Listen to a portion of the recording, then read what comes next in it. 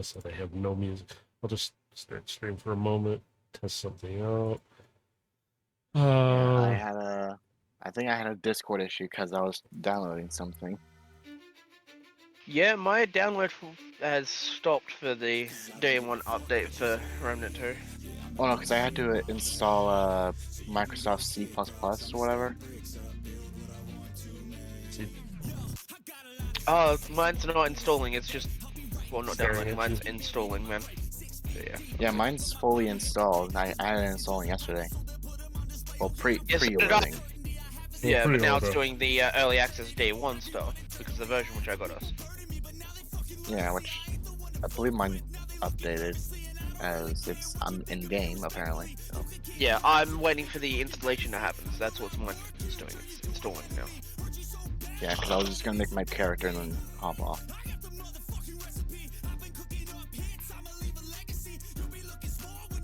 I have Oh, got sorry. me. Jam it out to the music. What? Oh, sorry. Yeah, let me switch to the other screen. Self-promotion. Space Coast Dave resubscribed for 1 month at Tier 1. They've been subscribed for 4 months. Come on, Dave, get on my level. I mean, oh, to catch up to you, you have to stop. So, 4 months. 'cause I cannot jump forward into the future to catch up to you. That's just not how this works. You got 2 days to catch up to me, man. Not gonna happen. Oh, they're in competition now. Alright. Whatever we gotta do, There we go. Turn that continue on. to support ourselves here, and to potentially do better and greater things. I'm doing it to make sure Matrix 8's my bitch.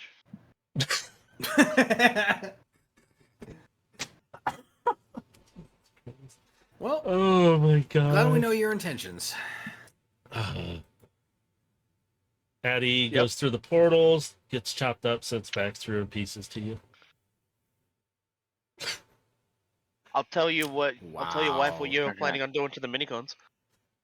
She already knows. Quick question. Uh-oh. Yeah. Which difficulty? Yes. Wait until we're all ready then, if that's the case. No. When the question is, what is difficulty? The answer is yes. That's because I can't finish character creation without choosing a difficulty. That's why. Or I don't know what the difficulties are. You're gonna have to wait. I know what they are. I don't know what you're doing. Then I shall. That's why I don't know. Don't ask me. You know. Set it on baby. It's easy. No, actually, that's too hard. I think there's already people fucking hacking with the game, man. Which game is it? Already? Yeah, there's defeat a boss in single player without taking any damage. Already 0.1% of players of this achievement. What are you playing? I mean, 0.1 is a pretty small number But so only far. people that have pre-ordered a certain version of the game can even play the game at the moment. So they already. Yeah, well, I'm not So it's surprised. possible everyone's already did it who has access to the game already. 100% of players, except for Billy, he made it 99.9%, didn't do this. Sorry. Jeez. Dude, it still amazes me that only 80, last I checked, it was like 85% of people in Dark Souls have died. Only 80? Thought it'd be a higher number. Seen that game twice. Although I've seen some of the clips where people don't get hit because they're so good at it running around. I'm like, how the But heck you did still you need do to it? get to that point. Yeah. It's like, how did you do that? But anyway, anybody who's watching this and catches it on the YouTube channel, which is that on the screen, you can find all the past videos from both campaigns there, along with anything I'm stupidly doing at times. That is your daily broadcast of this. Thank you. Come again. And if you live, come again. Yeah. And if you want to catch any of the other jokers who are in this channel right now with me, you can find their links down below, except for I don't think Potato Lords is down there yet. I don't remember. I am an enigma. A Yeah. figment of your imagination. Yeah, he's just Potato Lord. Tater Lord is in other people's streams. He's not in his own. Yeah. Much like myself. For now. sometimes. For now, yes, for now. One day he will have his own, and you will be able to see that Void Striker is not dead. But Or am he I? is, in fact, Australian. That automatically makes me superior to everybody else in the server. Well, all right. Run the campaign. I'm done. No, it won't work that way. I heard you have plans. You cannot. Oh. But no, if you need to catch up anything, look at the channel. We will switch this over to... Come on, screen flip. There we go. Let's see that. You just look at that for now. And you can see the potato base. I mean, asteroid base. Yeah. So where we left off with these jokers, bots. Oh God, I'm having a good day already. So we I left was off. getting bitches. Yeah. Somebody's getting smithy right at the end of the last session, you know. Mm-hmm. So Again, somebody had to.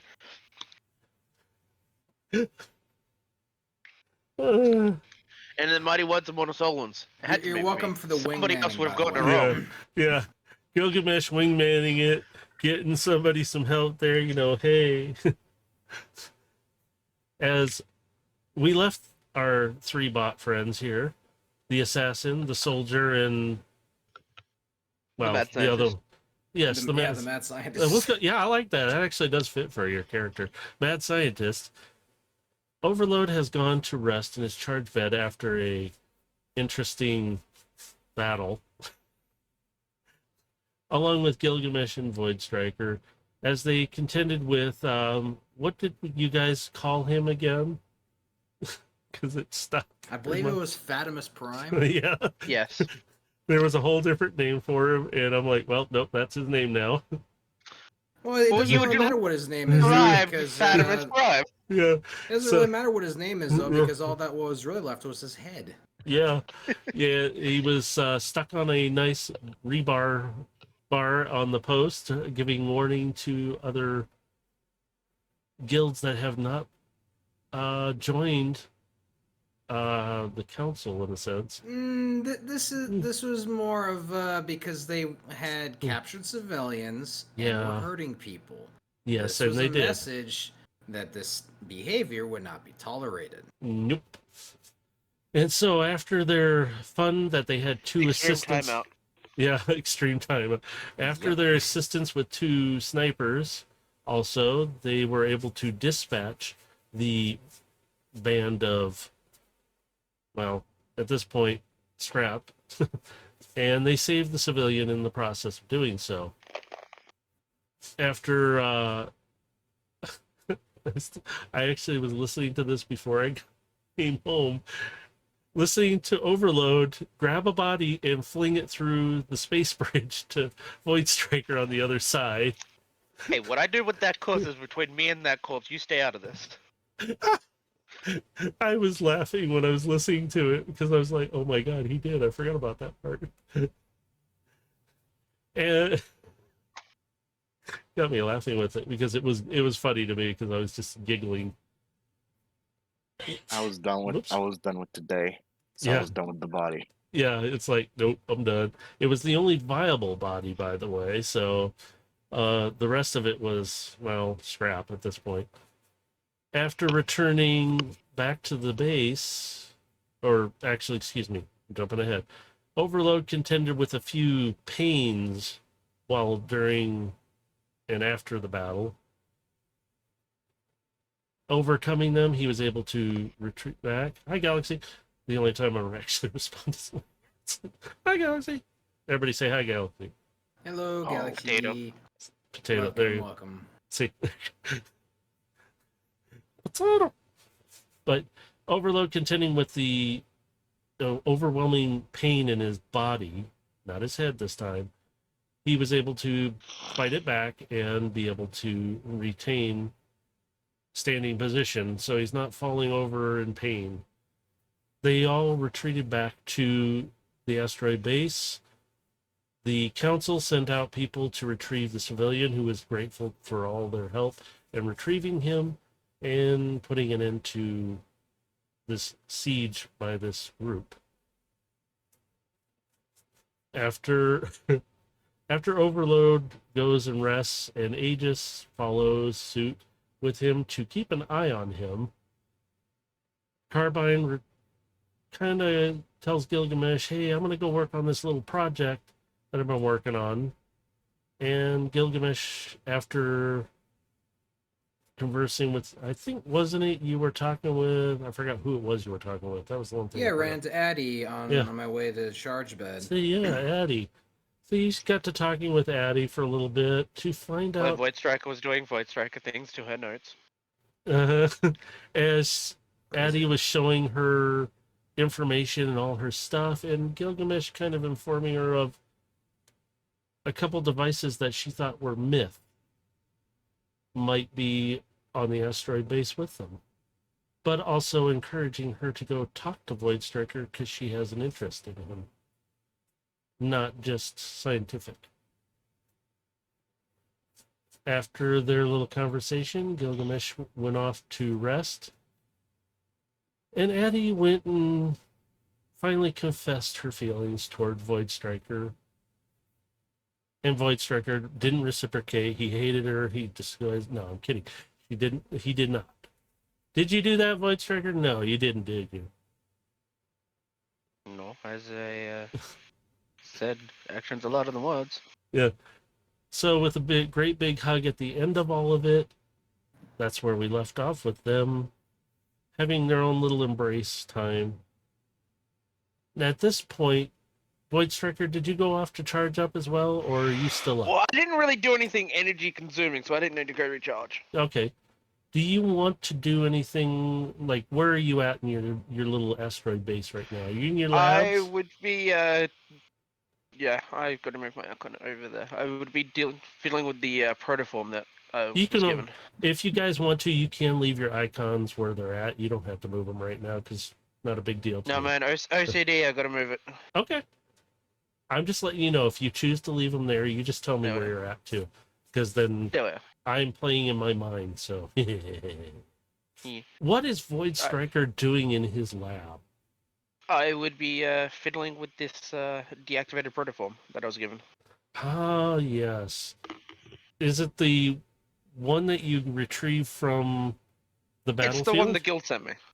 Ah, yes, that one. The one that was so conveniently intact still, thankfully. Thankfully. Because if I rolled any worse, then things would have been bad. Addie went kind of off to help somebody else on the base while you did your thing, because she was fascinated with some weaponry, and she wanted to see it. So she went to see Steel, who's working on somebody's toy. And it's a very big toy that Steel is really confused with when he got handed it by Overload to, can you make this into one moment? So she's off down in the incense cargo bay area where Steel is set up doing his thing.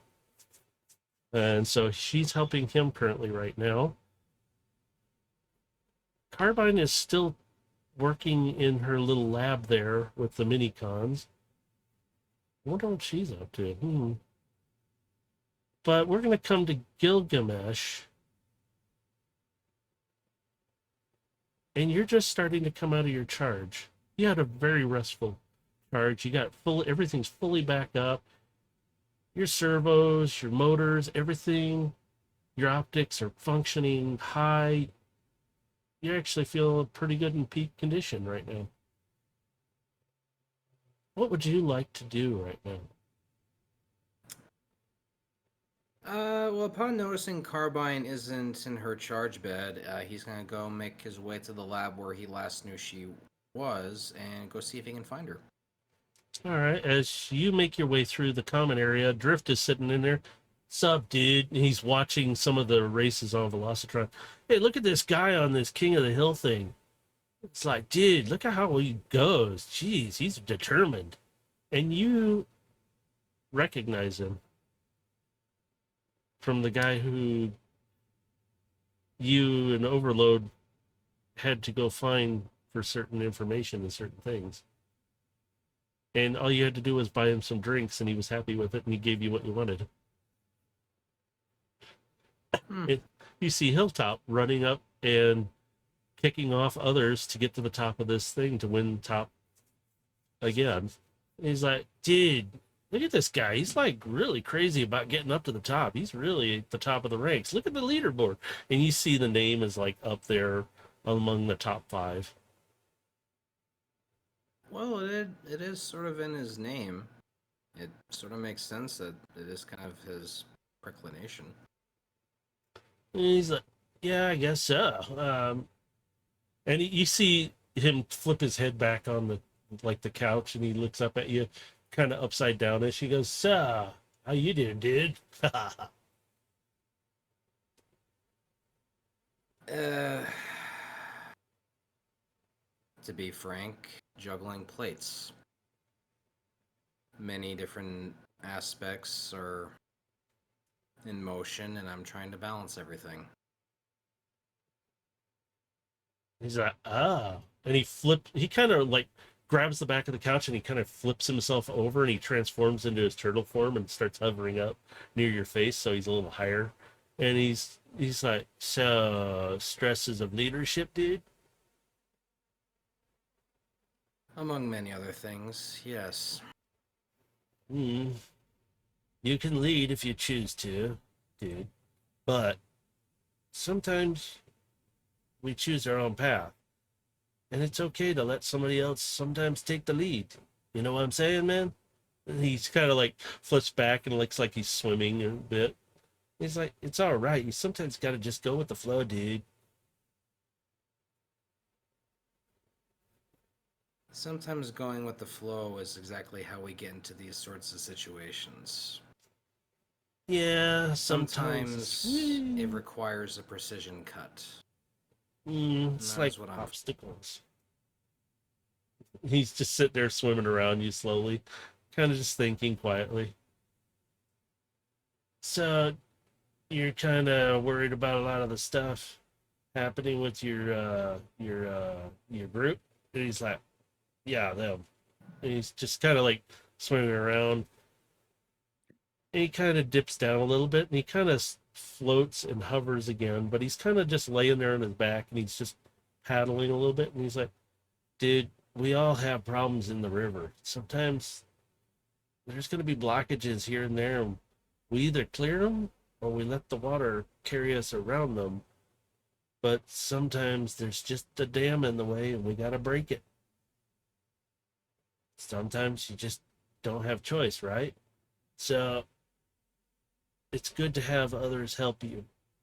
And right now, what your groups are doing, and he kind of swims up closer to you, is really good. At least you guys have somewhat of a home still left. We don't.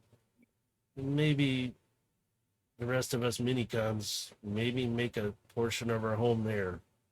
For now, you guys are doing good. Don't stress about all these other things right now. We'll work it out, right, dude? And he just kind of swims about a little bit.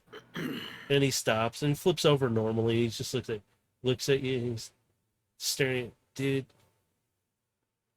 things are not always good. But we will manage. We always have. I didn't think I would be here.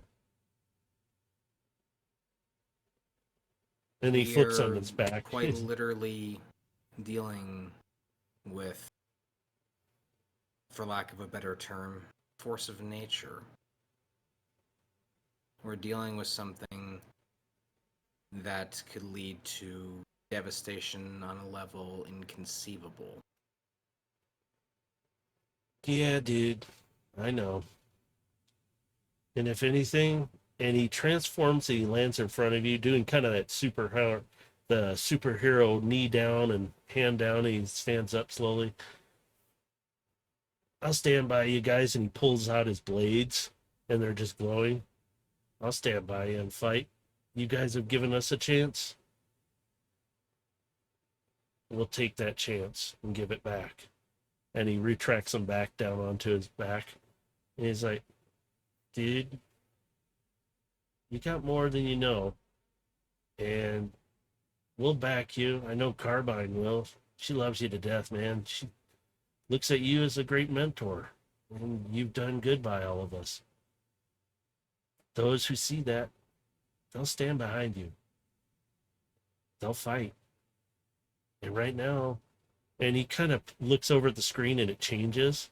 He doesn't do anything. It just changes as he looks. And he goes, your energy project looks like it's the prospects are great, dude. Look, if that can get built within a good amount of time, Cybertron, dude, it'll come back to life. People will come together more. We just gotta have hope. Right, dude? He's just kind of he's staring at it. There's more to it than he's willing to really say, so he just kind of quietly just there's a lot that will go into that, but any progress is good progress.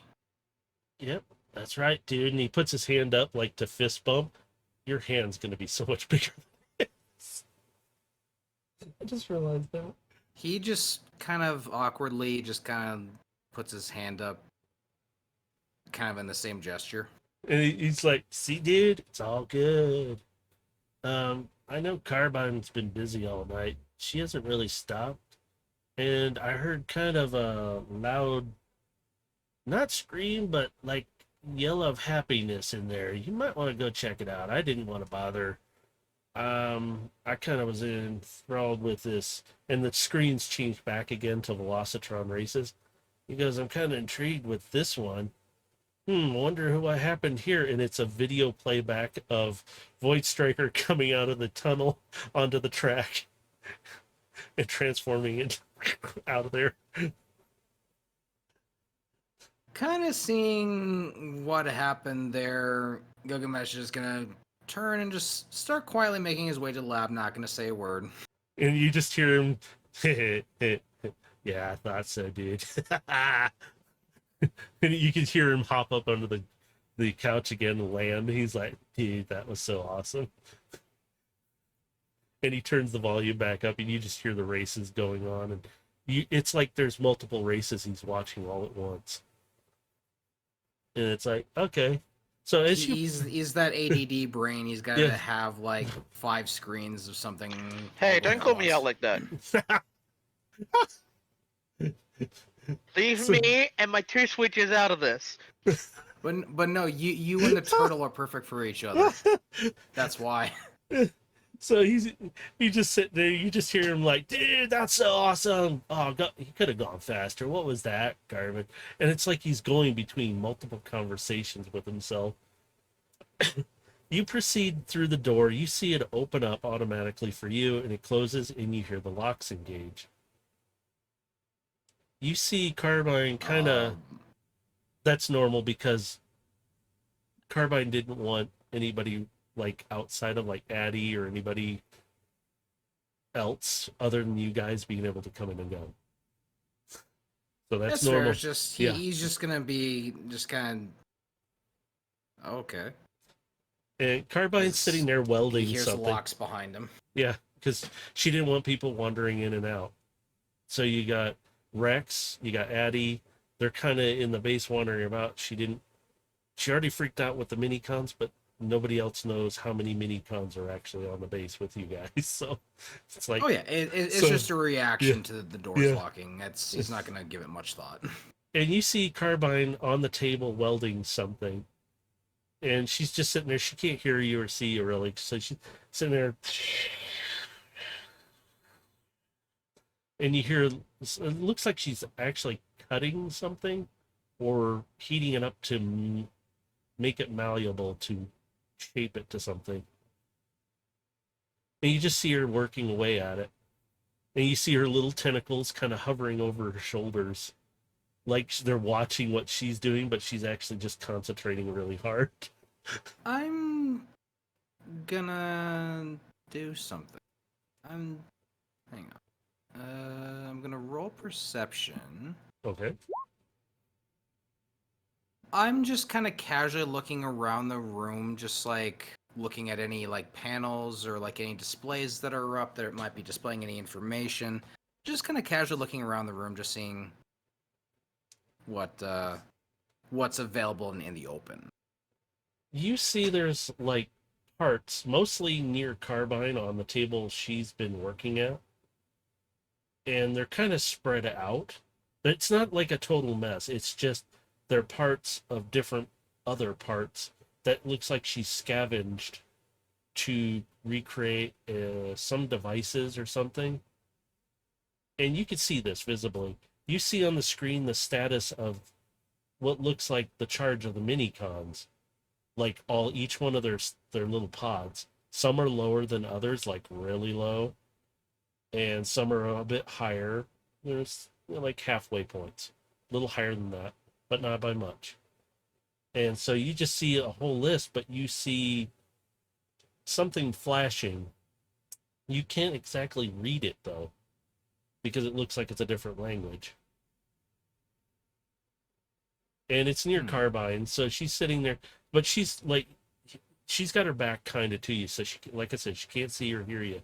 So all she hears is the sound of the torch that she's using. And you see her set down the torch, and she has it turned off. She picks up a welder, and you see she's literally bent a casing smooth around. You can see her just bending it, and then she starts welding. So you hear that, and it starts welding across. And you can tell there's something that looks like she's building to house something. It's not very big, but it's big enough that she needs to make a housing for it.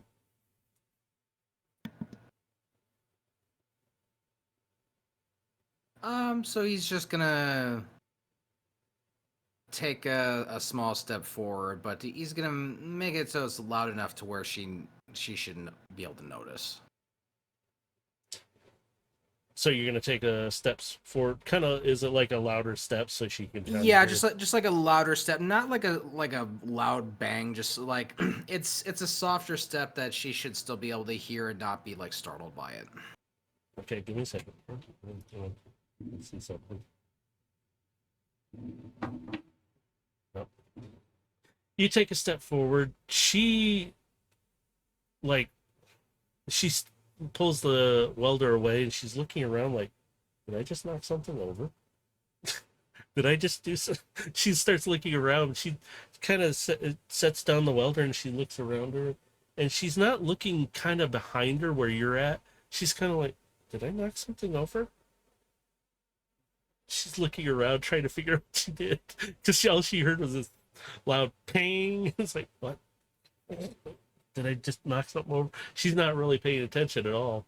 And she's kind of confused. It's like, did I knock something over? And you see her tentacles kind of like moving about freely. And like, they're just kind of like, it almost looks like they're looking, but they literally have no eyes, no sight. They're just moving around. She's just like scratching her head a little bit. This just kind of puts a smile on his face, and he'll just quietly say, your power of perception seems a little off today. And she jumps up, transforms, and lands completely the opposite direction, facing you, tentacles arced out, and you see little purple arcs shooting across the spikes, and her eyes wide, just looking at you. Oh. Hi. And she relaxes instantly and retracts the tentacles down to her back. Sorry, was a little preoccupied. I've made progress. And she transformed back into bot form. And she stands up and she goes, I made progress.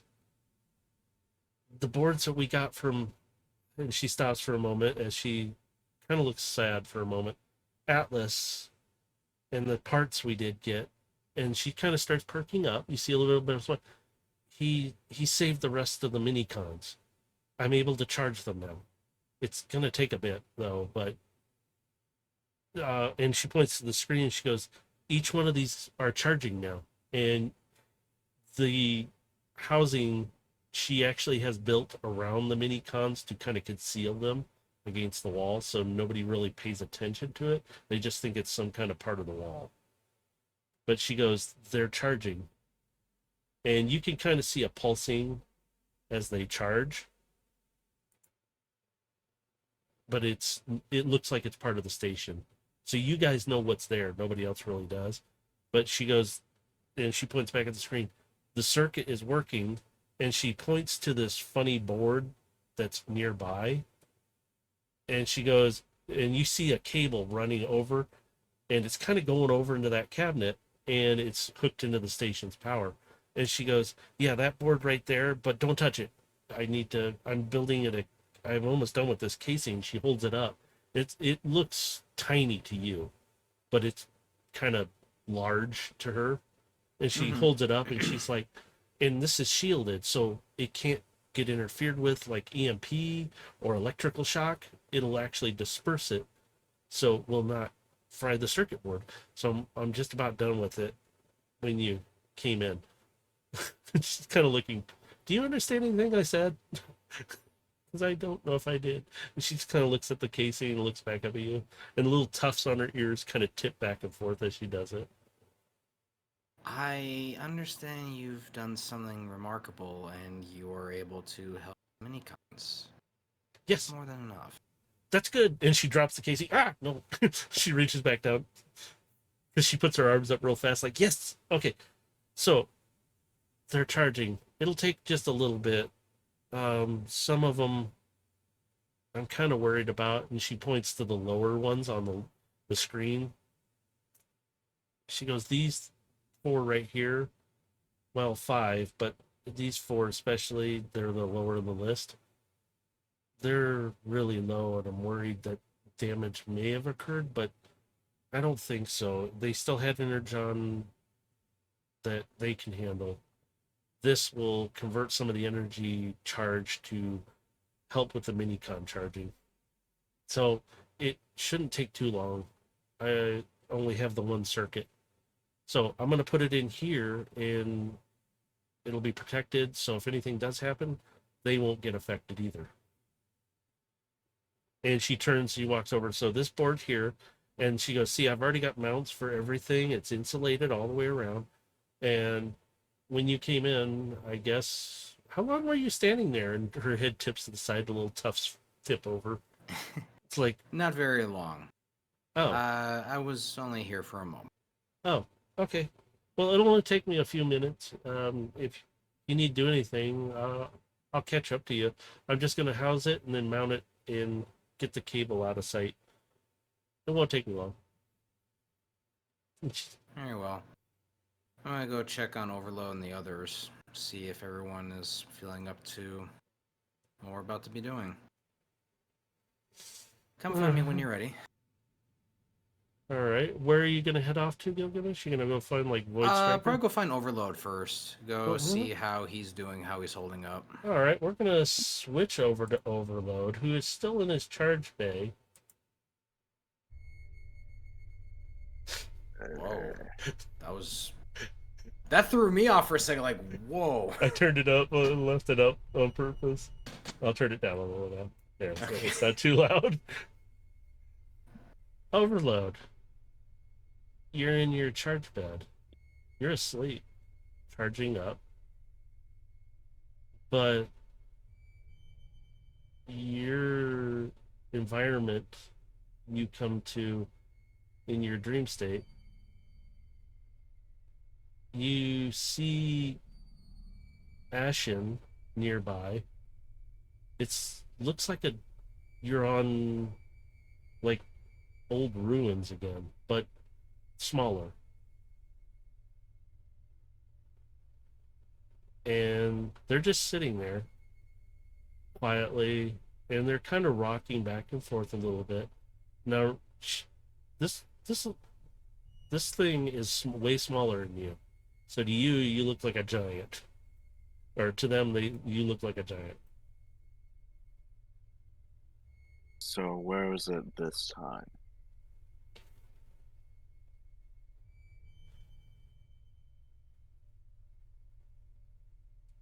I don't know. Ash, I don't you know. don't know. I don't know. This is. I think it's not yours. It's not mine. And you can see her like she seems like she's in pain. I think we cannot be in the same place. I'll I be in the shouldn't. same. I shouldn't be here. What are you talking about? I don't belong in this universe, this place, and I shouldn't be here. I'm a part of you somehow, but I'm not a part of you. I and you can kind of. It looks like she kind of goes into pain, and then suddenly you see her kind of twitch every once in a while. I'm I'm trying not to let whatever it is take over you, or at least make me take you over. I'm not one of them, but I think inherently we You cannot. still have the urge. Yes and no.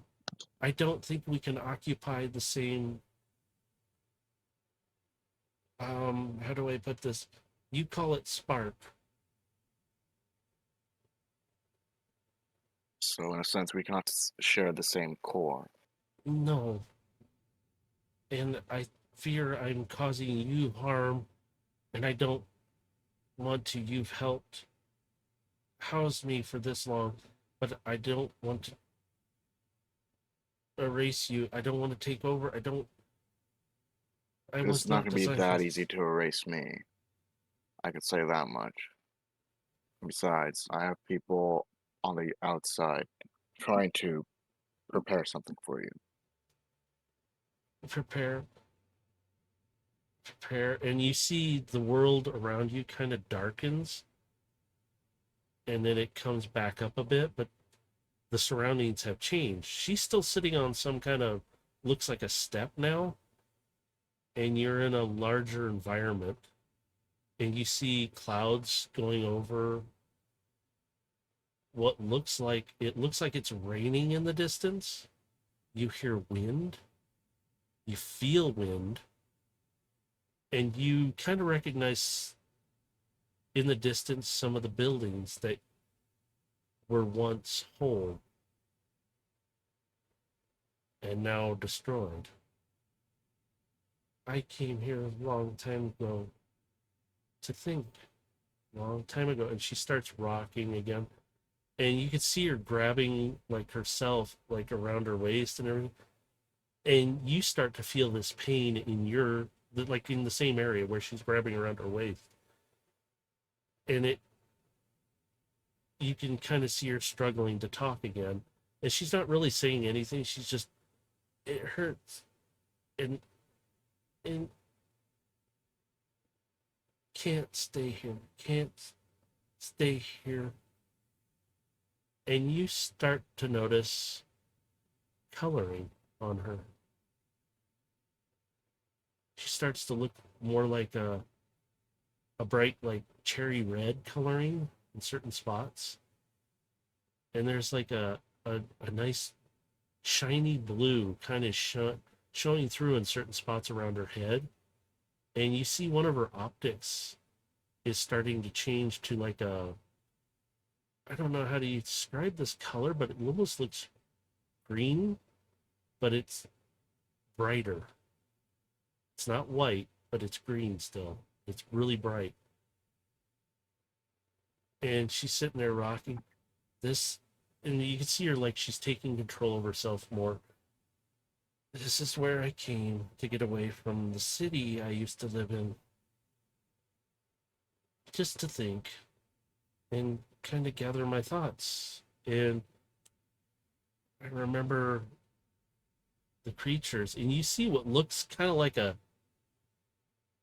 what would be equivalent to a human rabbit, but it's about her size, kind of hop up, but you see there's like 8 legs, and the body's a little longer, and it has almost what looks like 4 ears instead, and the head is a little differently shaped. It almost looks like a pug, but without the teeth of a rabbit. Just kind of, and she reached out.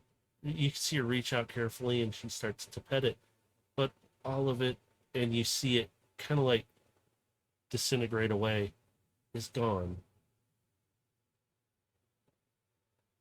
And lightning flashes, and then suddenly the terrain is barren. The steps she's sitting on are cracked and falling apart. You start to see more decay. I shouldn't be here. I shouldn't be here. And she starts rocking again.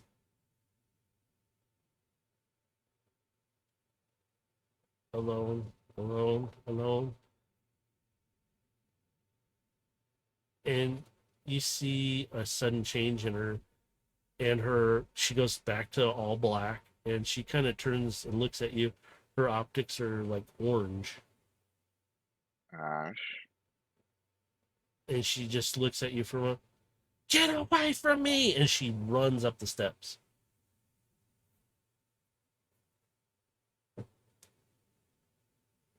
As she runs away, the darkness envelops you both.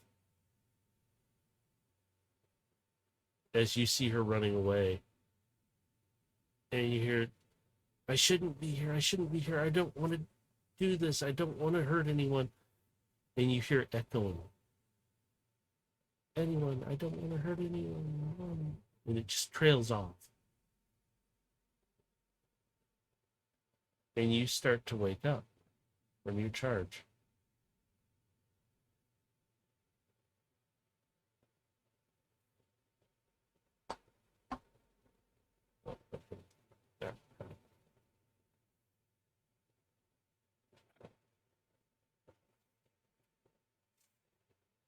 Aegis is sitting on his little perch, and he's kind of still out like a light for the moment.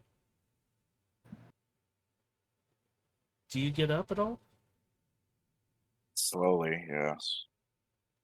As you do, you see him ruffling his feathers because he's in his bird form, and he kind of, what are you doing? And he eyeballs you, like you can see one of his hawk eyes just staring at you. Like, what are you doing?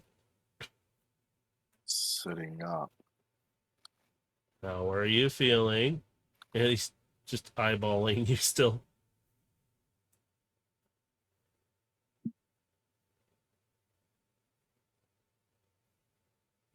I guess. He transforms into his bot form, kind of lands on the charge bed next to you. While you're sitting there, he's standing there. He looks at you. So, who's Ash? Ash.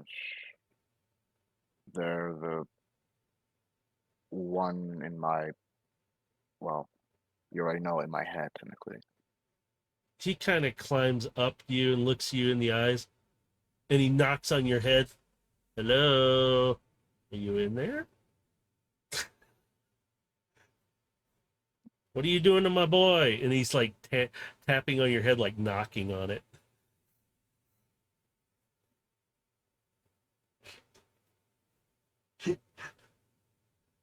They're currently not wanting to interact with anyone, even if they were able to talk through me. Are they like gonna take you over? And he's still holding onto your chest, like your chest plate, and he's kind of leaned onto you, and he's just like leaning back, and he's looking at you while holding one arm onto it now. And he looks and he's like, "Do I have to worry about you like not being you?" I honestly don't know at this point, as I haven't exactly had another being inside, well, me. Mm. Would I be knocking on his door at this point? Yep. Good timing too, because I was gonna ask you, where's Gilgamesh right now? You knocking on his door. Yep, I'm tapping at the door at the moment. And you hear Aegis, it's open. And you just open the door to see him hanging off of his chest plate. And he looks over at you, Am I Gilgamesh. interrupting? No, you're not. And I'm holding, like, Aegis is holding on. And he looks back to him. He likes to talk in his sleep, so I'm trying to figure out who Ash is. Pink, and he pokes you in the forehead with his finger. Mm, And I'm worried. Tink, and he pokes you again.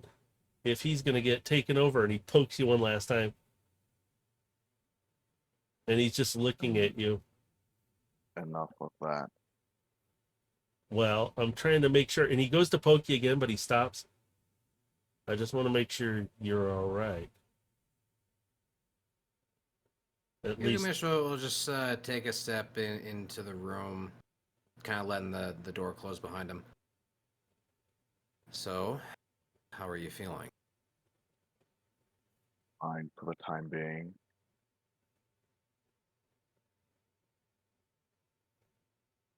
Hmm. The time being is the operative phrase. Aegis Well, kind of yes. looks up. He goes, well, he does like to talk in his sleep, and he makes a weird voice sometimes.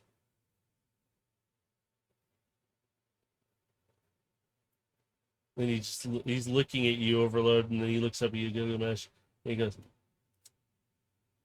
did he ever talk in his sleep before?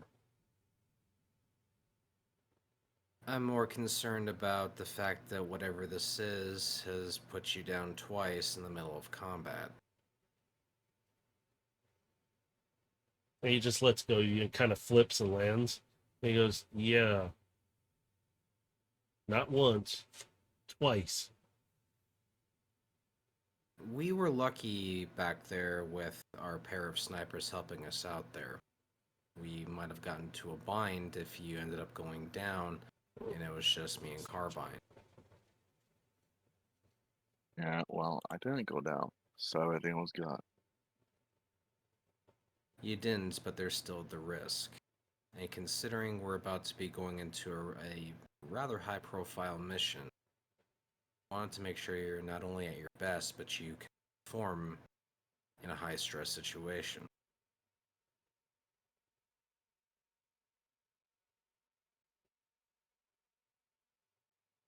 Well, I at least seem to be fine for the time being. Be that Not as sure it on may, Ash, though. Ash.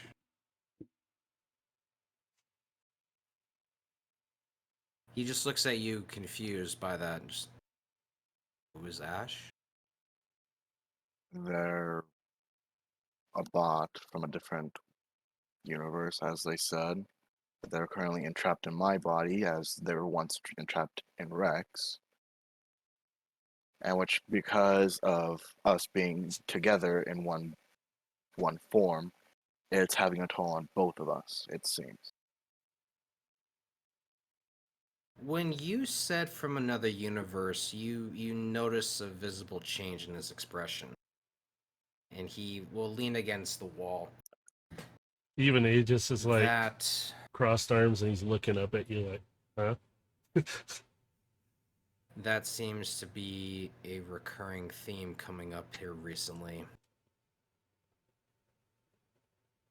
We've heard rumor that Shockwave is dealing with some interdimensional technology.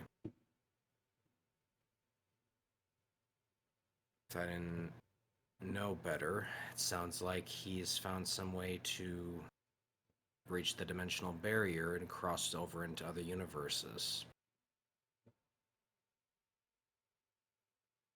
That alone causes a massive problem. For the last few months, I've been trying to coordinate peace talks with Cybertron and at least get people on the same page. The ultimate goal of that was truly to stymie Shockwave's potential in gathering recruits and people to join his side. But that's no longer going to be an issue if he can just pull anything from another universe. He's literally rendered my work useless. And so, the only option I see going forward is we need to see what the end of this. And he gestures to his head where this leads to.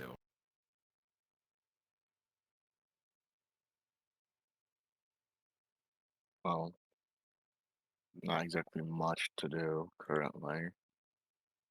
And It'll take besides, us time to get there anyway, so you'll have plenty of time to recover. But in the meantime, I do want to let you know that I'm going to have someone keep an eye on you as well.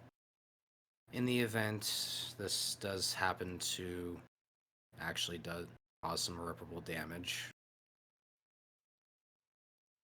I need to make sure that we can at least minimize that. Take care of you if need be.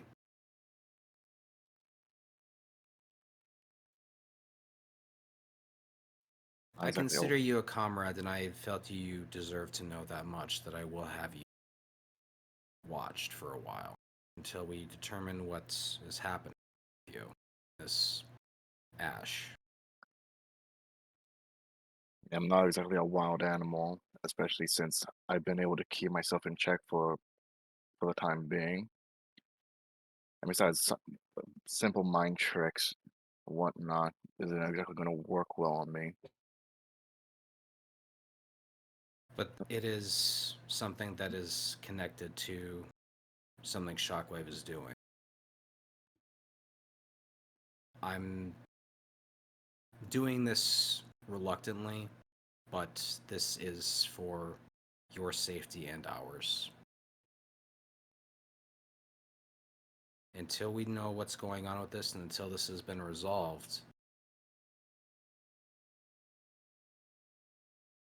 just know someone's going to keep an eye on you. And don't feel like you're going to be having someone look over your shoulder.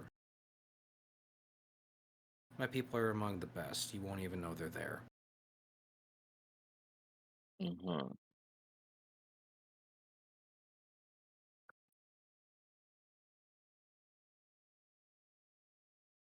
As you're both sitting there and Aegis is looking at you, Overload, I'm just worried about you.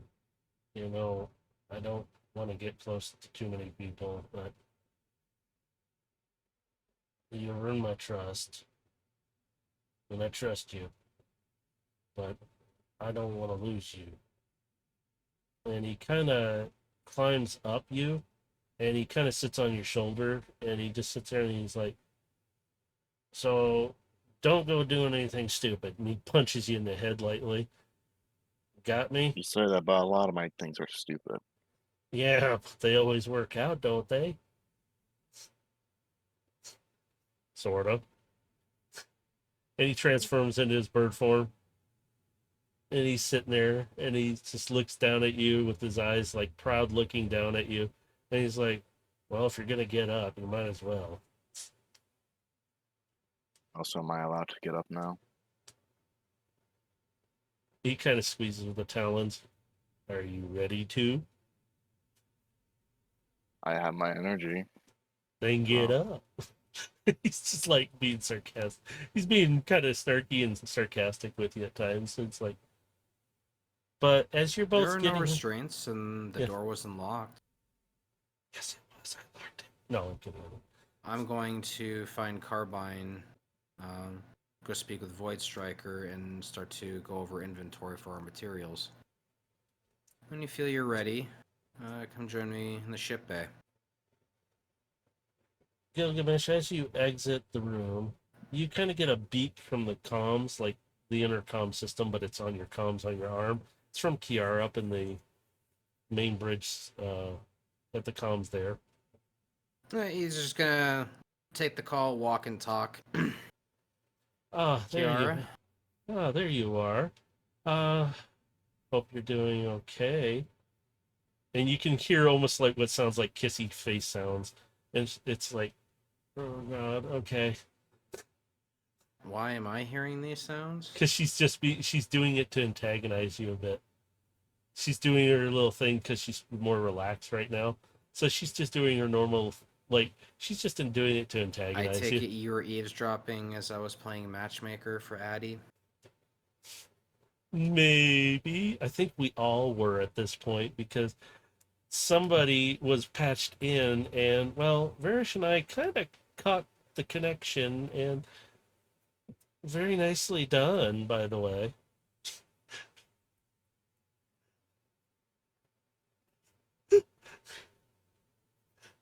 He's not really gonna say much to that. Just She can, but yeah, sure. But anyway, I do have a communication for you. Whenever you're ready to come up here with Overload as well, since it looks like it involves you and him primarily, but also possibly Void Striker. You three might want to come up here and check this. What involves me? Communication from an old friend of yours. Both of you. Bad old friend or good old friend? And you can feel the Yes. hesitation, like, not battle, more like business. Business. I'll gather Void Striker and I'll meet you up in the comms in a moment. And he disconnects the call. So Gilgamesh, you make your way over to Void Striker, who is playing with a corpse. Not really. He's playing with the protoform. And Overload, you're going to make yourself to which direction do you want to go? Do you want to head to the comms, or do you want to head somewhere else briefly? Yeah, I'm gonna go to the com. Okay. So you head to the comms, you meet Kiara and Varish. She's like, well, we'll wait for the rest to get here. Go ahead and have a seat until they show up. And Gilgamesh, you get over to Void Striker. Void Striker is... What are you doing to that body? I'm curious. I want to know what you're doing to that body. What am I doing? Yeah, what are you doing to that body? I'm That looking proto- over right now. Have you found anything interesting that you would like to tell the audience? Okay, nothing. We're gonna go over to Gilgamesh. No. Anything he's interesting? just gonna yes, kind of. I don't know. Do you have like a doorbell on your lab? Beep, beep. Bing, bing. I mean, these lab doors will notify anybody inside the lab if anybody's coming in anyway. So Well, yeah, he's just gonna go through the door then. I'll remotely open the door. Considering what I'm working on is sensitive, I would have locked the lab down. There's that locking thing behind you, Gilgamesh.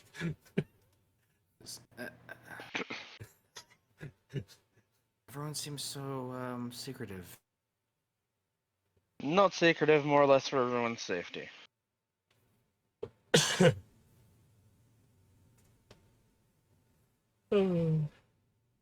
So you're both in there, Gilgamesh.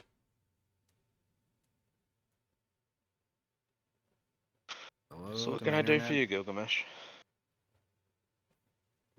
We have some business up in the comm room. You might want to be present for this as well. Is it urgent?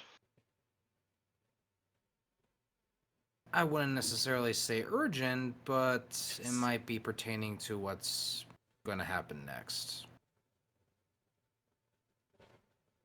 Very well. Now, as you're standing there, Gilgamesh, Void Striker, how do you have the body? Is it in a case where you're reaching in with, like, it's like a case with where technically Oh no, you'd be it's like or is side it just... open on an operating table. Okay. I wanted to have a good description of that, how it was set up. So, Gilgamesh, you see the protoform laying there. And you guys have seen similar forms before. This one's in pretty good shape. It's not real great shape, but it's in good shape. you can see it's not very big, but it seems like it might be functional. Might be big time. As you both go to leave, what was I thinking? My brain just stopped. Oh man. Oh, okay. Let me Brain skip. fart. Yep, it actually did. I just like. You can hear Addie come across. That's what it was. Addie's going to come across your comms, Void Striker. Hey, Void Striker. Yes, I do. Hey, do you know where Overload's at? Steel and I may have a surprise for him. And she sounds really excited. I do not, but perhaps Gilgamesh does. Well, Gilgamesh?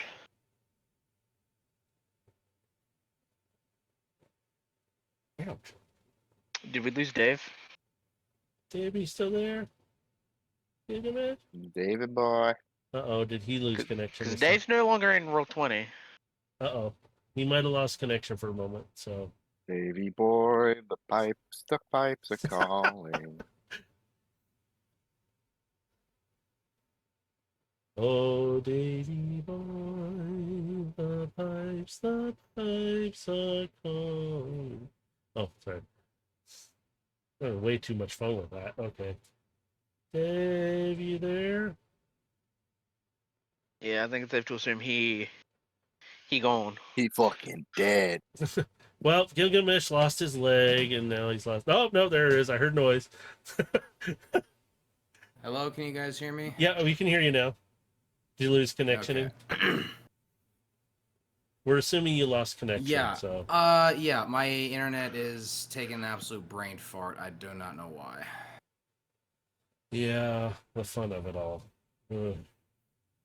So, Addie was just asking Void Striker if she knew, or he knew where, or she asked him if he knew where Overload was. Wow, I cannot talk. Jesus. And then Void Striker said Gilgamesh might know because he doesn't know. And so Addie's kind of like asking you through his comms if you know where he's at.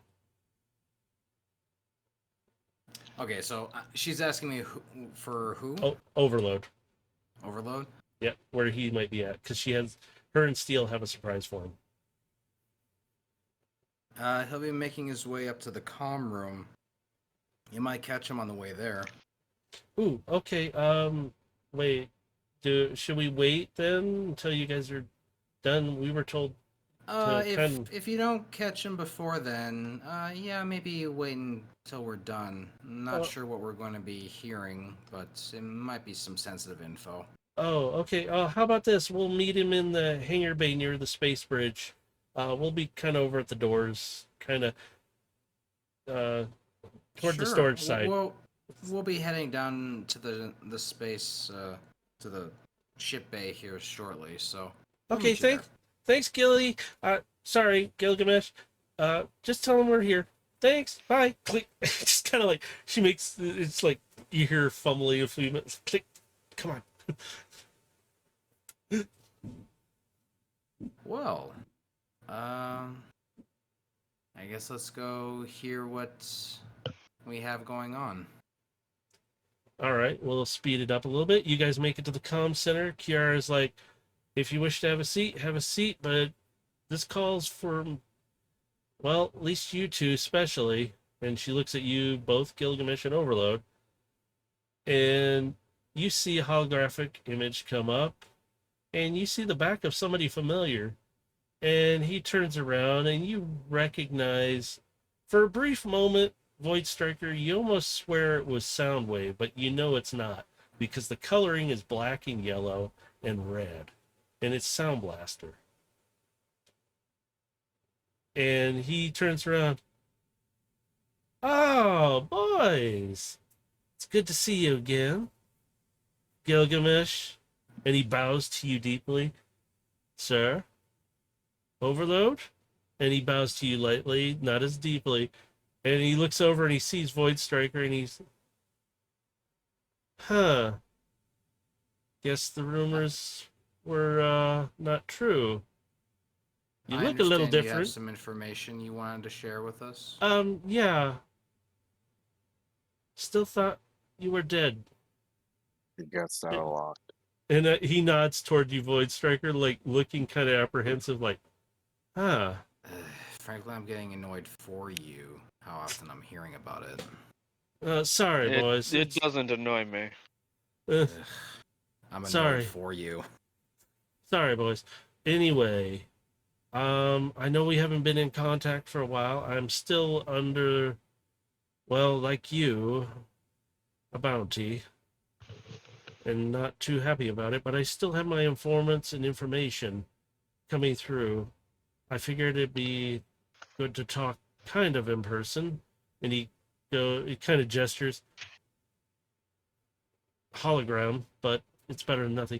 And you notice his attitude's a little different toward you, Gilgamesh. He's more respectful toward you. It's more he's being friendlier. He's not being a kind of a general dick. Mm-hmm. So he looks at you and he goes, I know we've had our places, Gilgamesh, and I'm glad you're the one who fell into that place. But enough of that. I have information on something that you might have come across and encountered. And he kind of gestures to a fuzzy picture of something. You guys can identify it as the Archammer right off the bat. I kind of got information about a ship transporting this, whatever it is. The ship never made its, and he kind of gestures, destination, wherever that was. Something happened, and there was a mayday. An SOS, so to speak. I don't think everybody was supposed to hear it, but something came out, and I'll play the clip for you. This is all we got. And you see this bot frantic, and it goes in and out of static. Ship crew is being, and it goes static.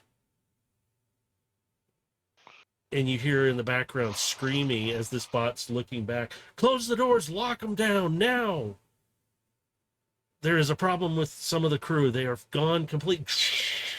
And it cuts out again. And How it long comes ago was this transmission?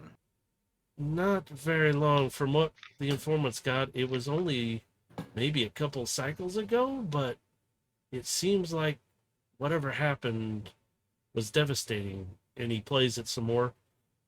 The crew has gone mad. We don't know what's going on back there, but something has happened. There's been an explosion. We are going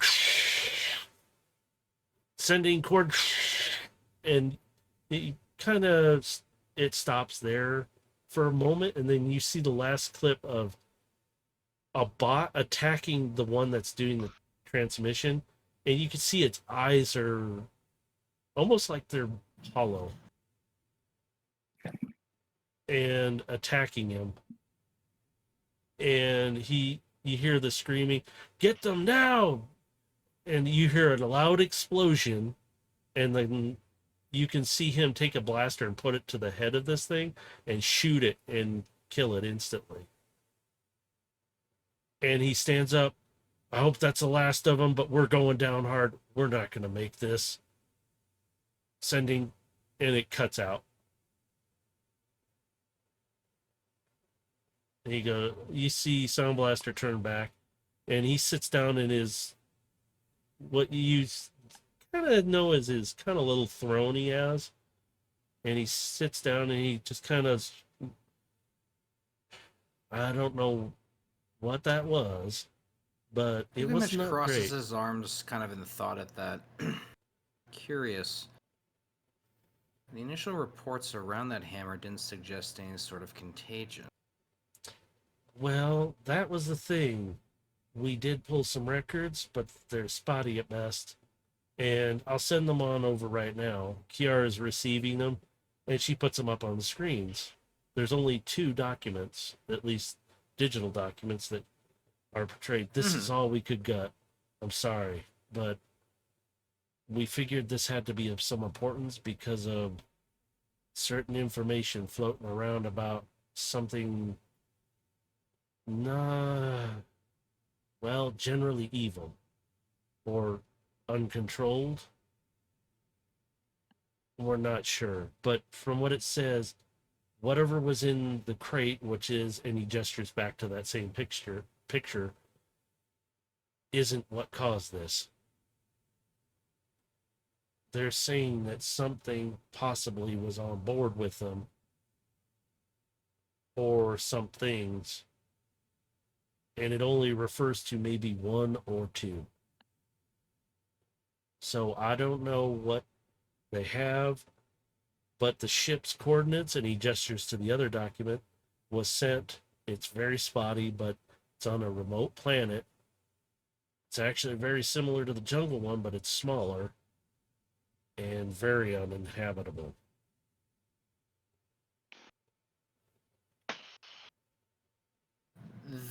On the map that we're looking at, how close is this jungle planet to the particular void that would be in question?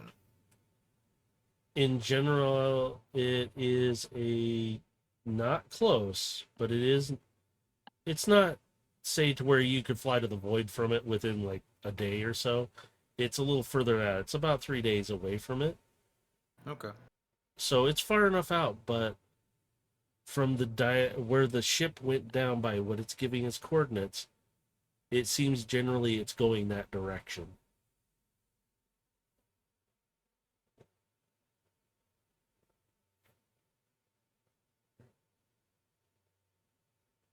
Well, I think given we have this lead, we might have to take this one a little sooner. The only question is if this hammer is in fact contaminated with some sort of digital contagion. How do we lock it down?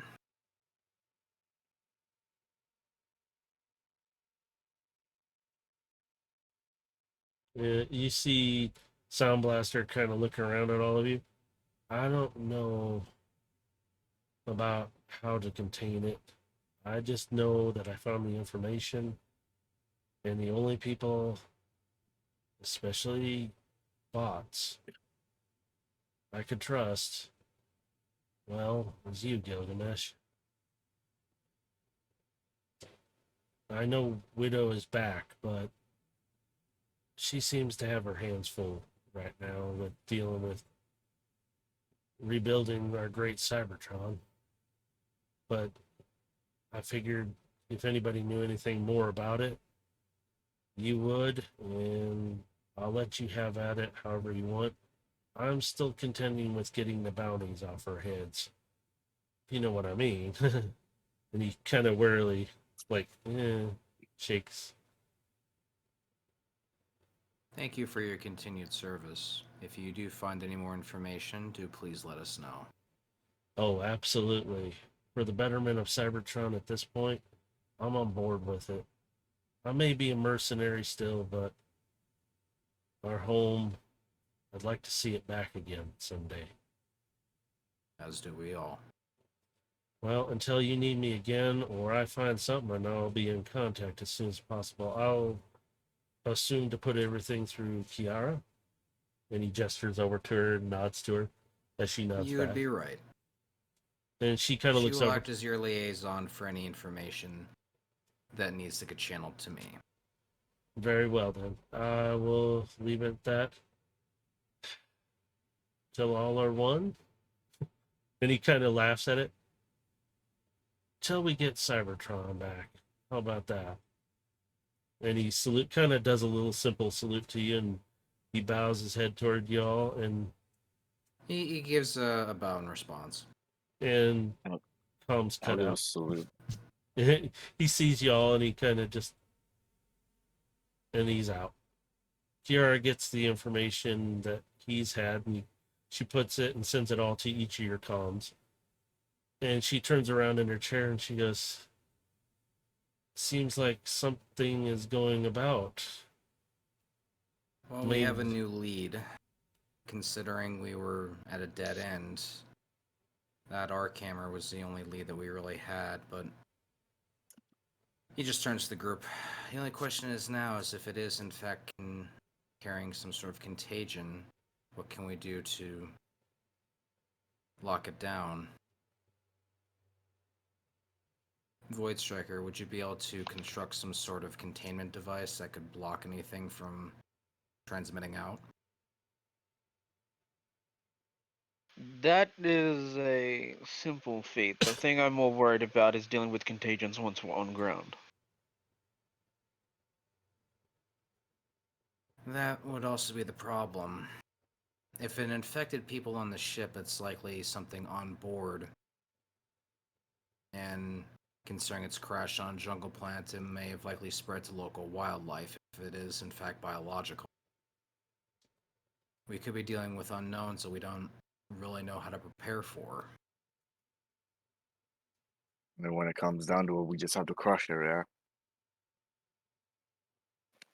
And brute force can only take us so far, though. I can bring some devices with us that when we're on planet, I could perhaps construct a device to help us against the contaminant. Well, we've got some time to prepare. We'll have the ship load and ready here within the next hour.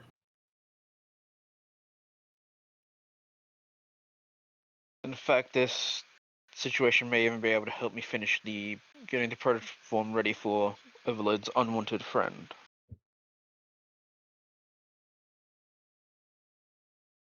Hopefully she'll be fine. Well, the sooner we can extract this foreign entity from your body, the better. And maybe we can at least learn about where it came from. You said something about it being from another dimension, universe. Well, yeah, different universe. So something like ours, except just different.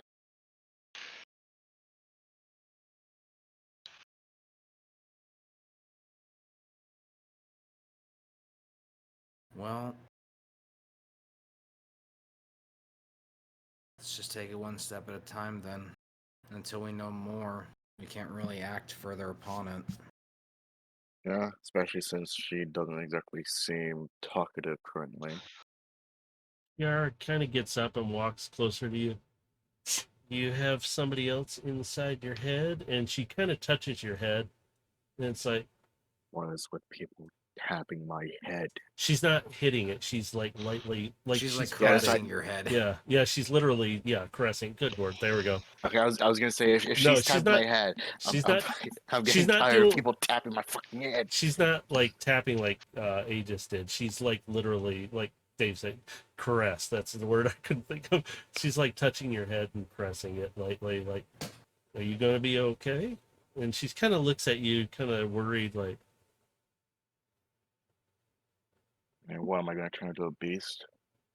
well. And she looks at Gilgamesh, and she kind of points. That's besides the point. Well, are you gonna like turn into something? If you do that, are you gonna like go? I'm going to walk over to Varish, by the way. He's sitting there. What can I do for you, Void Striker?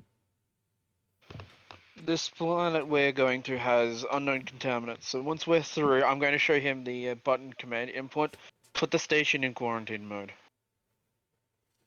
And he goes, oh yes, quarantine mode. And he goes, I've looked at the protocols for that, and extra protocol, I will seal the doors to the hangar as well. That includes the one between where Phoenix and the gate is. And it starts closing the major hangar door, because you guys can access the smaller side ones for right now until he puts the lockdown in place. And you can see that big old door coming down now. And he's like, I will have it ready. Just give me the command.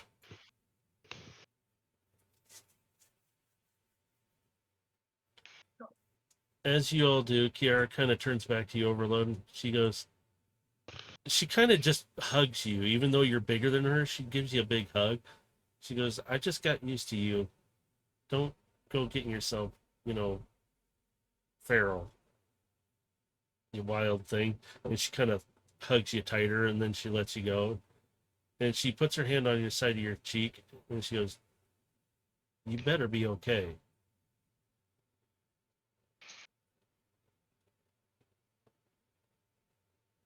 And she walks over and sits back down at her console, and she just kind of I'm looks just over. gonna make my way to the hangar now. So, are you all heading there now? All to the hangar? Yep. Yeah. As you guys proceed to the hangar, Kiara calls back, y'all better come back. And she turns back around as the door closes behind you. As at the we comms. make our way to the hangar, I get up to Void Striker and I'm going to point out, you have someone over there waiting for you. There'll be Overload, actually, because Addie and Steel are there. I just didn't move their icons. I'm lazy. So, No, because I yeah. know that they were going to Oh, be yeah. waiting in that area for him, so that actually that's works. that's what I'm doing. I'm not even looking at the map right now. So Yeah.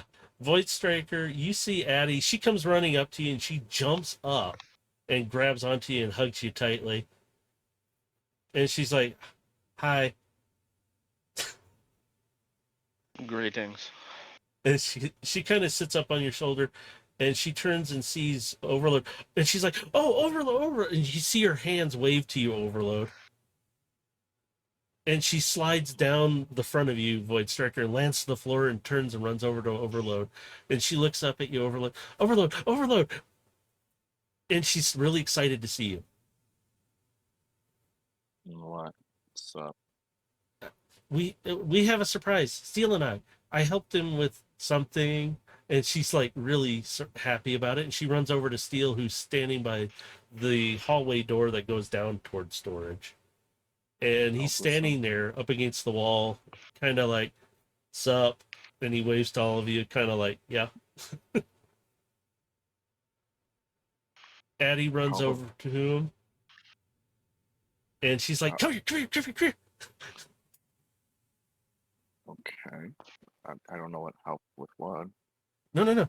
We have a surprise for you. And Steel lifts it up because Addie couldn't really lift it. And she goes, we have a new battle axe for you. Oh. And it's the two axes. They don't look like two axes. They look like a solid one with one brutish handle with an engraved hilt at the bottom. And it has wrapped around with your name, Overload, on it.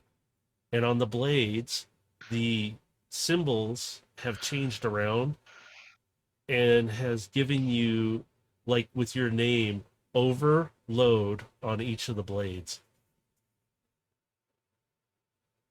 And Steel's holding it up because he's about the only one, other than maybe Void Striker and Gilgamesh, who could probably handle this, but it's a beefy axe. And he kind of holds it up to you, and it's got a longer hilt too. So your handle is a little bit bigger now. do I see this? Yeah, you all see it. battle axe? Oh yeah, you all see it. It's shiny. It's very pretty. It's in black inset all around. The handle is black as well.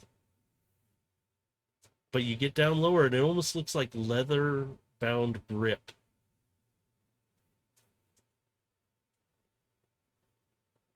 But it looks like one solid large battle axe. And you hear Aegis, okay, now I'm jealous. Now this can do That is- some damage. That is quite the piece you've made there. And Steel and Addie are looking at each other grinning, and it's like, he hasn't noticed, has he yet? And they're eager. They're like real eager to tell you. And they're like, and Steel's like, but you came up with it. You do. Tell him. I only built it. I didn't know I could do that. And she's sitting there kind of like big grin on her face. They both look like big. I mean, Steele's big, so he's like closer to your size, Overload. But Addie's standing there looking up at you, big grin on her face, like, like, ask me, ask me. What else can it do? Oh yeah, yeah, yeah. Um, just hold it and power it up. Power up? Yeah, as you say that, your body, you can suddenly feel up your arms while you're holding it with both, and you suddenly see the battle axe light up and glow. And she starts grinning and jumping up and going, yes, yes, yes, yes. And she goes, now it's powered up because of you. So it's using part of you to create this so that that battle axe edge. And she leans around. Sorry, Void Striker, we accidentally destroyed a few crates by accident when we created this. But and she leans back real fast, and she goes, "But there's another thing to it. While you're holding it with both hands, this is the fun part. Take your hands apart while holding the hilt. Yeah. I'll go ahead and do that. As you do, you feel it separate, and you still see one blade pointing at you, but the other blade pointing away. It smoothly comes apart. Like there was no seam, now there is, and you see them come apart, and you could flip the other axe around. Now you have the flat edges, but you also have two battle axe now. They are bigger. They still say overload, but on each of the blades, so it's like overload. You could swing each one of them. It becomes a dual weapon, Uh, and they're still both powered up, glowing with this beautiful purple that is energon infused, and you can kind of see like a blue edge on the blades. And they're like, oh yeah, yeah. Steel goes over here, try him out, and he slides this huge metal sheet, and this thing's got to be at least about 3 feet thick, steel plate. And he's like, take a swing at it with both of them. all right. So how do you want to I'm- swing down? I'll let you describe how you want to swing down on it. I'm gonna do just a slight twirl with them, and then go for an X slash. As you do, you see the metal cut. You don't see anything happen, but all of a sudden, Steel walks over and he goes, "Oh, it cut it," and he flinks it. He taps it with his finger, like he flicks it lightly, and all of a sudden the pieces just fall down. He goes, "Oh yeah." Definitely say you've done your work slow. Yes, we're very happy. Addie helped me when I met her, and I was confused at first when I met her, but she gave me all these ideas that she really is the one who built it for you. I don't know how much you can use it or how well it will actually work, but give it a shot if you're ever in combat. All right, so it's linked to my power. Well, technically, and he kind of walks over and he picks up one off of you and he goes, and he powers it up. It's kind of linked to whoever holds it, but it depends on their power level. And you see his isn't as bright as yours is. Yours is like really bright. He goes, yeah, mine's not so bright. And Addie kind of comes over and touches it, and you see a little bit of brightness brighten up. And she goes, yeah, it really doesn't work for us. So, and I can't really pick it up. And he hands it back to you and he just gives it back to you. He goes, but for now you can keep it together, and it seems to work really well as a battle axe, like one battle axe. I feel like I might have another idea for it. Oh. And Addie's like, she's curious, like, oh, ideas. I like ideas. And you see Steel, I'm gonna head back to the cargo. maybe we can work together, Addie. That was awesome. I'll see you later. And they fist bump, and then she's like, yeah, and she jumps up and down, and she's like, wait a minute, where are you three going? I'm up. We've got a lead on a piece of technology that we need to investigate. Oh, is it a dangerous mission? And you see her kind of worried look come across her face. Russ? Potentially, but we are taking all the necessary precautions. Nothing to worry about. Oh, okay. You gonna take the space bridge to it, or are you gonna take your cool ship We'll out be there? taking the Phoenix. Okay. Cool. All right. Oh, Void Striker, before you go, and she's calling to you. It's like, hey, do you still have my portal devices? I didn't know if you put them somewhere. I do. Just a warning. The prototype might not work anymore, but the other one you might want to be careful with. I never perfected that, and there's a chance it could explode. I'm gonna kneel down to Addie. I can't really go to her high because I'm still No. a bit too big. Don't worry, Addie.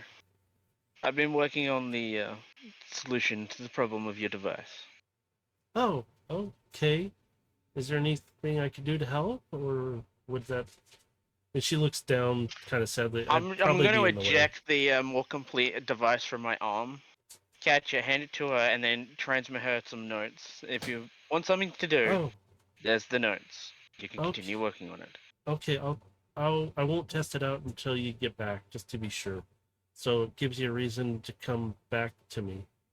And she kind of smiles shyly at you, like holding the device.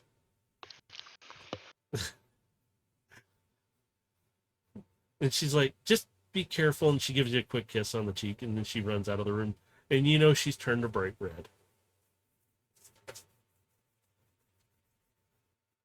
And the doors close to the hangar.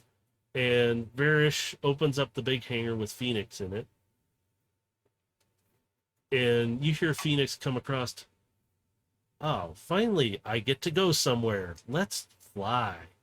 By the way, I've made some upgrades while I've been sitting here.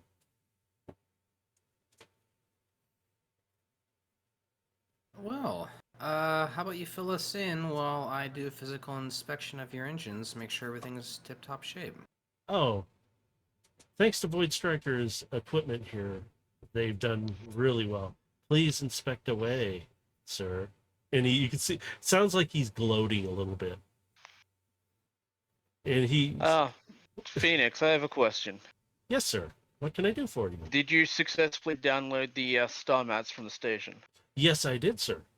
And they are very fascinating. There's some definite discrepancies with certain areas of the map, though.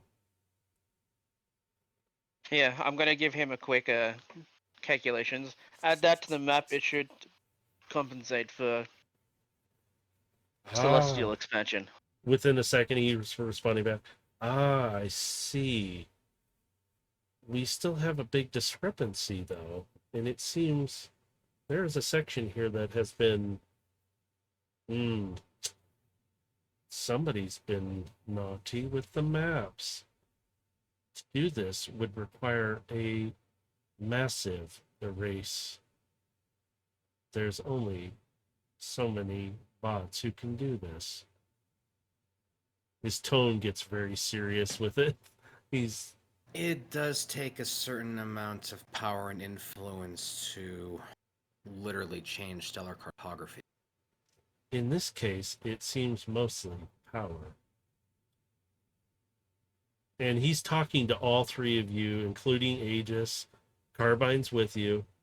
And just before Phoenix can close the door to his bay, because Gilgamesh, you're up on top of the ship. You got the hatch open up there. You see a little turtle. He's like, Dudes, can I come along for a ride? I wouldn't mind for a little outing, if you know what I mean. We may be encountering some dangerous, well, situations. Do you feel you'd be prepared for that? Oh, I'm prepared. With Dude, Drift's help and knowledge, we might even be able to successfully make the inoculation in twice the amount of time, well, and half the amount of time required. oh, you got a problem with a little bug? Potential infection on the planet we're going to. We can't make an inoculation without first a sample. Ah, excellent, dude. I can do that too. Hey, little sis. And you hear Carbine, I am not little sis to you. And you hear him laughing. Ah, I know. Love you, kid. But, uh, you know, we could actually probably, with all of us here, minus Aegis, and you hear him, hey, sorry, just can't help it. Dude. But we could probably, with the three of us, we could probably figure something out real quick. We just need to figure out what it is. And what is it anyway, dude? Because, I'm not like privy to all the info. I'm just gonna show him the clip of the infected attacking the bot. That a spark eater? And he kind of flips over in his shell form and he's looking it upside down and he flips back over. Or It seems to be, but it might be tied to another object. oh, We don't know exactly what it is, but we've designated it the arc hammer. arc hammer? Never heard of that one. We don't know exactly what it is, but from the video footage we've been able to gather on its experimentation, it wields a massive amount of electrical energy. Oh, like how much, dude? A quarter total of this station's power requirement. And he kind of looks at you, Void Striker, and he just, dude, are you like serious, dude? That's Naturally, you understand the gravity of the situation. More than you would imagine. Okay. Well, I'm on board. Let's do this. And Drift kind of floats over to you, Void Striker. And he's like, if it's all right, I'll hang with you, big dude, since I'm not too familiar with the inside of this ship. Very well. If you want, I can make a space for you to rest. Your thrusters in my body. I think I can find a spot. What you mean on you, huh? What? He's like really confused. I'm gonna flatten my shoulder. Do you want to sit on my shoulder as we walk through the ship? That's what I'm asking. I got a better idea. He kind of floats around to your back. And he's like, no, that's not a good spot. Oh, I got a good spot. And he floats to your front and he looks at you and he goes, I hope you're ready for this. And he flies up real fast and he lands right up against your chest. You hear this transformation. You see his fins wrapped to your front, down the top and bottom. The shell, the tail, his head transform in. You see the shell sleek down in front of you. And suddenly you feel a little more armored than normal. And he goes, As if that was necessary. he goes, I'm just tagging along for a ride so I don't have to fly everywhere because we're going to be moving here in a moment. And I prefer not to be splatted against the wall, if you know what I mean, dude. Fair enough. He gives you a funky looking color with him attached to you for the moment. And he's like, Honestly, okay. even if he's like an aqua teal, he wouldn't look that out of place on me with my silver and white. He might add to you then. You look like jewelry on you. But he sits there. He goes, I'll just tag with you for a short bit, though. We'll just do this. And they just, in Carbine, you hear them both in, really, Drift, at the same time. And he's like, what? Did he just combine with Void Striker?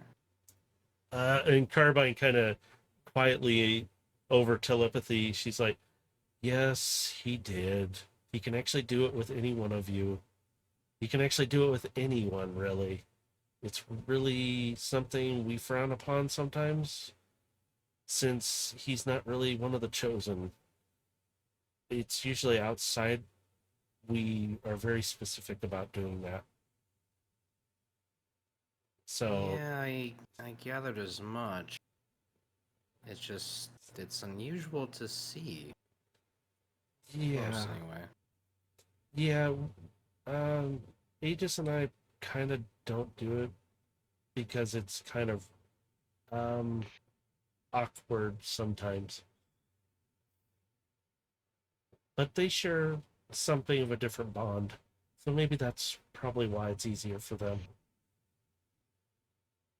Now that drift's on my chest, I'm going to adjust my wings for the weight that's now in the front. Is that you hear him come across in your head? What, am I too heavy for you? No, just readjusting weight for perfect balancing. Oh, what? You're not doing anything special yet.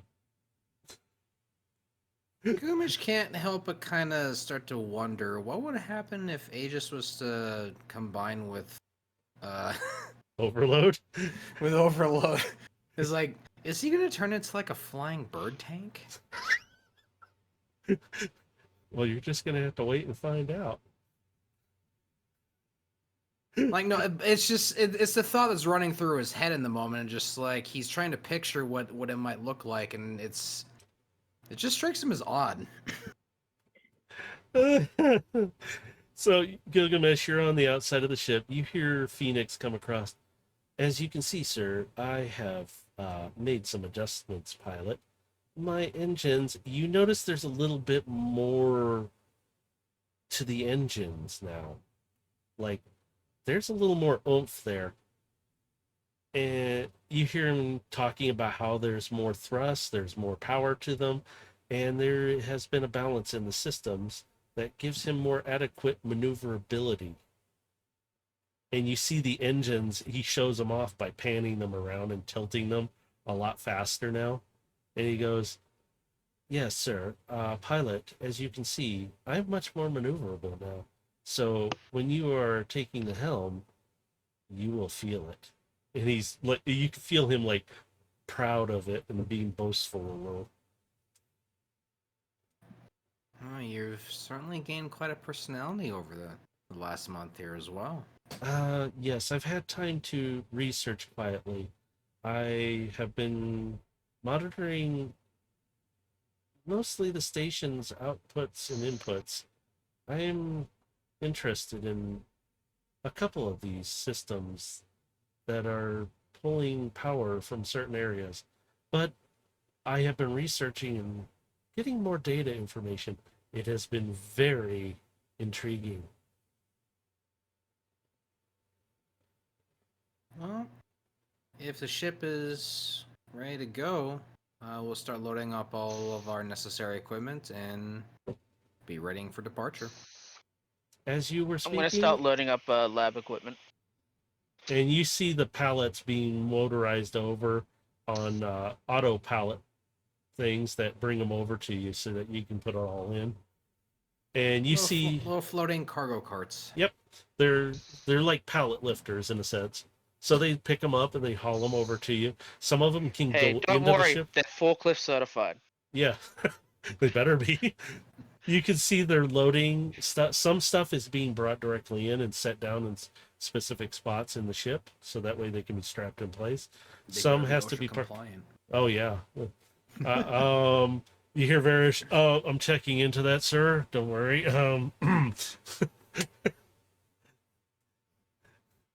You see Kiara comes out and she goes, looks at all the stuff.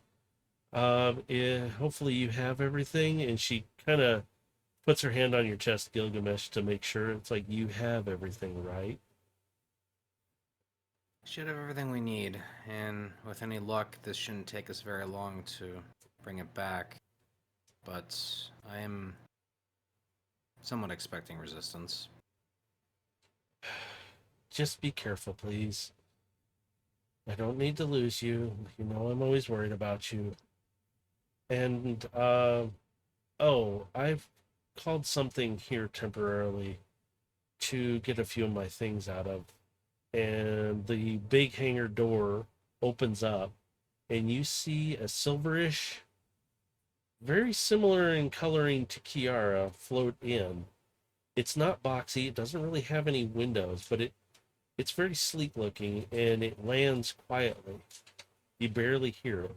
But when you couldn't see it when it was coming in, even it was very silent, and it just blended in with everything. And she opens up a side door, and you hear it, and she goes, did you need any of your personal effects? She kind of leans down. The ship sits lower, and she goes, you can come up and see if you need. And she walks in. She goes, here it is.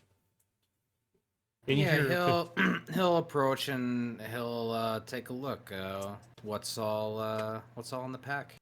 and you step up into this ship, and you swear it's not that big on the outside, but you step up in there and you're like, this is big.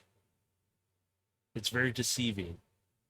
And you see parts of what was her apartment. They look in different spots a little bit, but it's the same scratches, the same stuff is sitting where it was. And she's picking up some items, some papers that she's looking at. She picks up some data chips that have her information. And she's like, okay, oh, your room is right there. And she points to a door that has shifted around. It's like just down a little hallway right there. She goes, oh, your personal effects.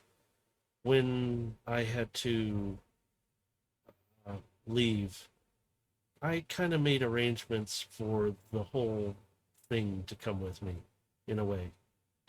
It kind of stays hidden out somewhere. So I took your stuff too and kind of made it a storage space. So if you ever needed it, and she kind of comes over and touches your face. And she slides it down to your shoulder, and she, go ahead and take a look if you need anything in there, and I'll send it off as soon as you're done. Thank you. I And appreciate this. She nods at you, and she steps out of the ship quietly, and you can hear her start to talk to Void Striker and Overload a little bit, just kind of chit chat, and you can still hear the pallets move by with stuff on it. So you can open up the door to your room, or you can leave it right now. Yeah, he's gonna enter into his room and You see everything where it was, like it never moved, like it's never been shifted around, but you see everything where you left it. so he's gonna kind of walk around the room for a moment, just looking at the various items that decorate his walls and the various little pieces of memory. And he'll make his way down to a relatively small box that housed the unit that turned his rapier blade into a katana. And he'll kind of open up the box and look around into the different items. Is there anything that does stand out to me, like something that would be feeling like I would need it? It depends on what you would want to take It honestly with you. wouldn't surprise me if Kiara had picked up Combine's little gonna- rapier I made for her. Well, for No. Gilgamesh, he's going to be looking for something that would basically increase his stealth. Because he knows he's going to be going into a jungle plant, and he already knows he's going to have some natural stealthiness just because of his alt mode. But he's, just as a natural Yeah. assassin, he's going to look for something that would have increased his camouflage, say. Like in your bot form, more camouflage Yeah, there. in my bot 'Cause form. your beast form, yeah, you have more natural camouflage. You are more stealthy in your bot form. Yep, or this animal is form. this is his old school gorilla bot form kind of camouflage. You kind of hear Carbine, who's still sitting around your neck, and she goes, "This is interesting to see. This is yours?" I've acquired a lot of technology over the many years of my work. You have to be prepared for any situation. And considering we know we're going to a jungle planet, increasing my camouflage is going to be paramount to survival. Oh, more stealth then, right? It's more for my personal bot mode. Oh, This was technology I used a long time ago. Haven't had to use it since I've not needed to go to jungle worlds to deal with certain targets. But this is a bit of an old school piece. she kind of I've- hops down off of your shoulders, and she goes, and she looks, and she paws at the box because she's in character form. So she paws. She goes, "What's this bracelet thing do?" And she paws at it. And you know this bracelet, it looks like a bracelet, but it clips to your wrist. And it gives you about a minute's worth time of, like, if you need to be completely stealth for a little while, it will make you almost like a predator looking. It bends the light around you. It is, what you might call an active camouflage. And he takes the bracelet and he'll kind of attach it to his left wrist. Whenever I'm needing to go stealth very quickly, and he'll just, with a quick turn of the wrist, just shoo, he'll just And she's go looking, transparent. I can't see you, but and you can see her eyes squint. She goes, "If I squint really hard, I could start to make out a shape because you're not moving." But she puts her paw and she goes, "Thump," but I know you're still there. This is impressive technology, though. It's hardly perfect and can only last for a short amount of time. And as she actually kind of taps, like, it creates a ripple wave Yeah. where she can kind of start to see through it. It's not perfect, but it's gotten me through numerous different situations where I've needed to escape. Similar technology to something else we have, but I think ours is more advanced than this. But I could see it'll come in handy. Yes, we should take it.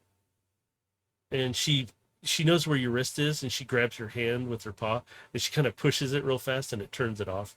And she goes, "That's really nice." And you can see her eyes go narrow, and her ears kind of go back a little. It's like, yes.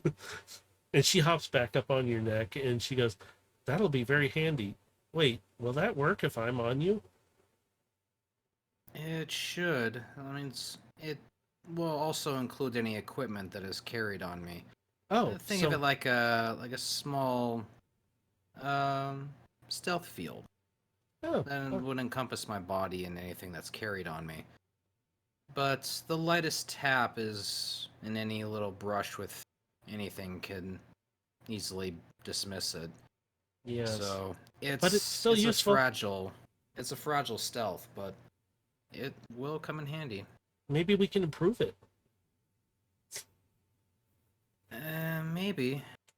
This is a bit of an antique, so I'm sure it could be improved upon. You hear a voice from the door. "You're not one for being an antique." And you hear Kiara kind of standing there, and she's kind of leaning against the door frame. "Yeah, you're no antique in any form, but every little piece helps, right?" And she kind of winks at you. And you hear Carbine giggle. He kind of looks over to the box. It's not so much that it's an antique, but it's just a piece of memory. She walks over and kind of sits on your bed, and she goes, "Well, I was never one to share this with you at all, but..." And she reaches out for your wrist, and she kind of takes it. "But I know what you mean. And she looks at you, optic to optic, optic to optic. Wow, I can't say that correct. And she kind of spins it lightly, and she goes, "It's good to hold on to somebody from the past. I mean, you know what I mean." And she gently spins it, and she goes, "But," and she puts her hand back up to your cheek again. "Just come back to us, okay? Especially me, all right? Carbine, keep him safe." And she's just like, she kind of nods her head and her little tufts, like, "I will." He kind of looks down, kind of noticing like how she's kind of fiddle with the brace a little bit.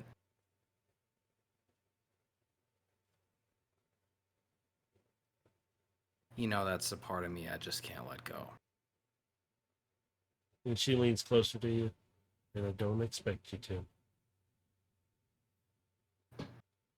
Just be safe. And it's good to carry a part of her with you. And she puts her hand right on your chest. Carbine kind of understands. She's kind of looking a little confused, but she understands there's some kind of sentimental moment happening that Kiara's kind of touching on, like, And don't let go of her. he is being very blocking of these memories. He's not wanting to remember them or share them. And Kiara just kind of pats after she does that, and she goes, and she nods at you, and she gets up and still kind of looking at you, but then she breaks it and she walks to the door. "Your stuff will always be safe here. I promised you I would keep it that way." Oh, thank you again.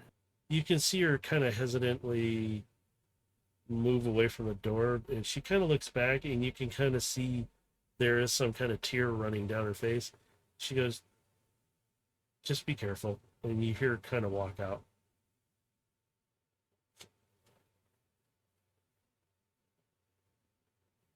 And Carbine's like, "What was that about?" She's always worried that this job will always be my last. Well, really, isn't anything we do almost our last?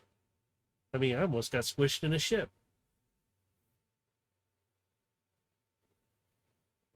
I think she's just gotten overly attached.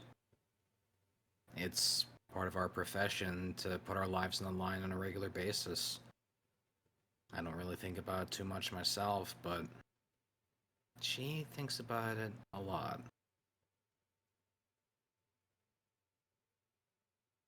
She cares about you. I care about you. And you're saying overly attached. I'm sitting around your shoulders. And she kind of kicks you in the head with her other paw. I've known her much longer than you and I have known each other, and I know what she's like. And as I said, we've been there for each other in some of our brightest and some of our darkest moments. Yeah. But she's always worried that I'll never come back, and There's always that chance, Gilgamesh. You've been at this longer than I have, but I'm way older. The pain. but this always is will what be we there. do. Loss is something we deal with. And she has a right to feel that way. But it's okay. We understand this is what we do, though. We will do it. Right? And she kind of butts her Of head up course we against will. you, purring a little bit. And she's like, "You taught me so much. And I didn't ever think I would be this." And you could see her let go for a second and look at her paws. Then she goes, I'm some kind of creature with paws, and I purr. What does purring mean? It's usually when I'm happy. I feel good. And now I've got these things," and she wraps the tentacles off her back and over her head. And she goes, "These things." And you can see them arcing near your eye. And she's like, "This is all new to me." And she whips them back, and they attach back to her back. "But you've all kind of shown me how to use all this stuff and how to cope with it. I mean, sometimes I feel more cat like thing, but I am still carbine underneath. No, life has taken us both on an incredible journey. A few months ago, if you told me I would have been turned into a beast of my own, I wouldn't have believed it. If I would have survived this sort of transformation and everything that entailed with it, Yes, I probably would have said you're crazy. Yes, yes. I think you would have been crazy because I was worried I was going to lose you back then, and I came running, only I was useless. And I wake up to you being this, which is new, but good because now I am kind of like you. And she does the tentacles out again, and she goes, "It's still weird, but it's fun to use." And she kind of wraps them around your head and kind of taps you and feels you around your head. And she pulls them back. Sorry, get a little carried away. And she goes, "So, we're going to go to this jungle planet. Do we get to run around a little?" And she's grinning at you with teeth showing. We will. And depending on what's out there, we might be there for a little while. So, be a nice chance to stretch our legs for a change. And you feel her kind of stretch her legs. Oh, yes, it would be nice to actually get out and run. And not in a tight quarters run. Well, let's finish getting everything ready and let's set out and get everything apart. Yes, yes, let's go. He just kind of gives her some scratches behind the back of her head, and You hear the as purring.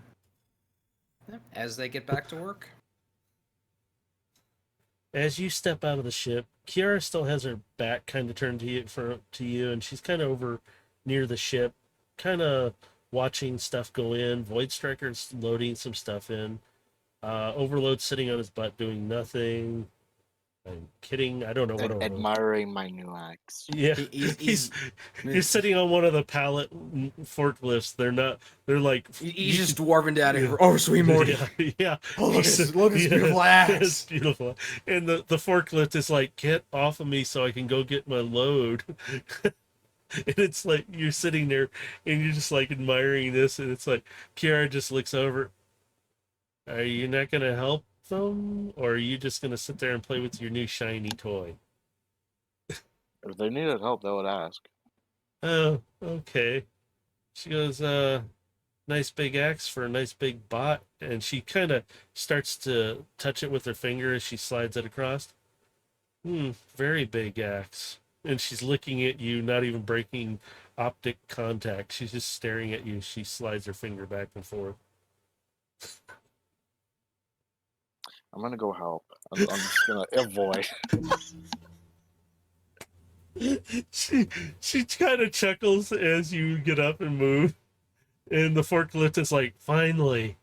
But it doesn't say anything. You just hear it beeping, like, and it moves You away. hear to the go- backing noise. Yeah. Beep, beep, beep. In this language, it's more like freedom. Yeah. Freedom. You hear a disgruntled as it drives away. Kiara's just sitting there giggling away. It's like, ah. And as you guys load up, the last of the pallets bring over the stuff. You see supplies that you guys need, some extra cases of Energon if you need it personally or the ship needs it. But Phoenix has a good amount of stash still on him, so he's good. But you feel the ship moving about a little bit, like he's actually like not taking off, but he's prepping his engines. And you hear Phoenix come across to you, Gilgamesh, pilot. It seems I have the ship warming up for you right now. The engines are hot and ready to go. Whenever you're ready to take off, when the last load is secured, we are ready for takeoff. Very good. Once we've gotten everything battened down, we'll turn the ship around and we'll depart. Before I hop on, I'm going to put my hand on Kiara's shoulder and just go, I can't promise we won't get in any fights out there, but I can promise I'll make sure he doesn't lose and comes back. Thank you. And she kind of pulls you down to her because you're way bigger, but she gives you a quick hug around the neck. She goes, please come back to, okay? I don't know you that well, but you've kept them safe as well. And you've helped a lot of us. Okay? And you hear Drift, hey, can you check on the little one? I haven't seen her in a while. And she backs up real quick. This is new.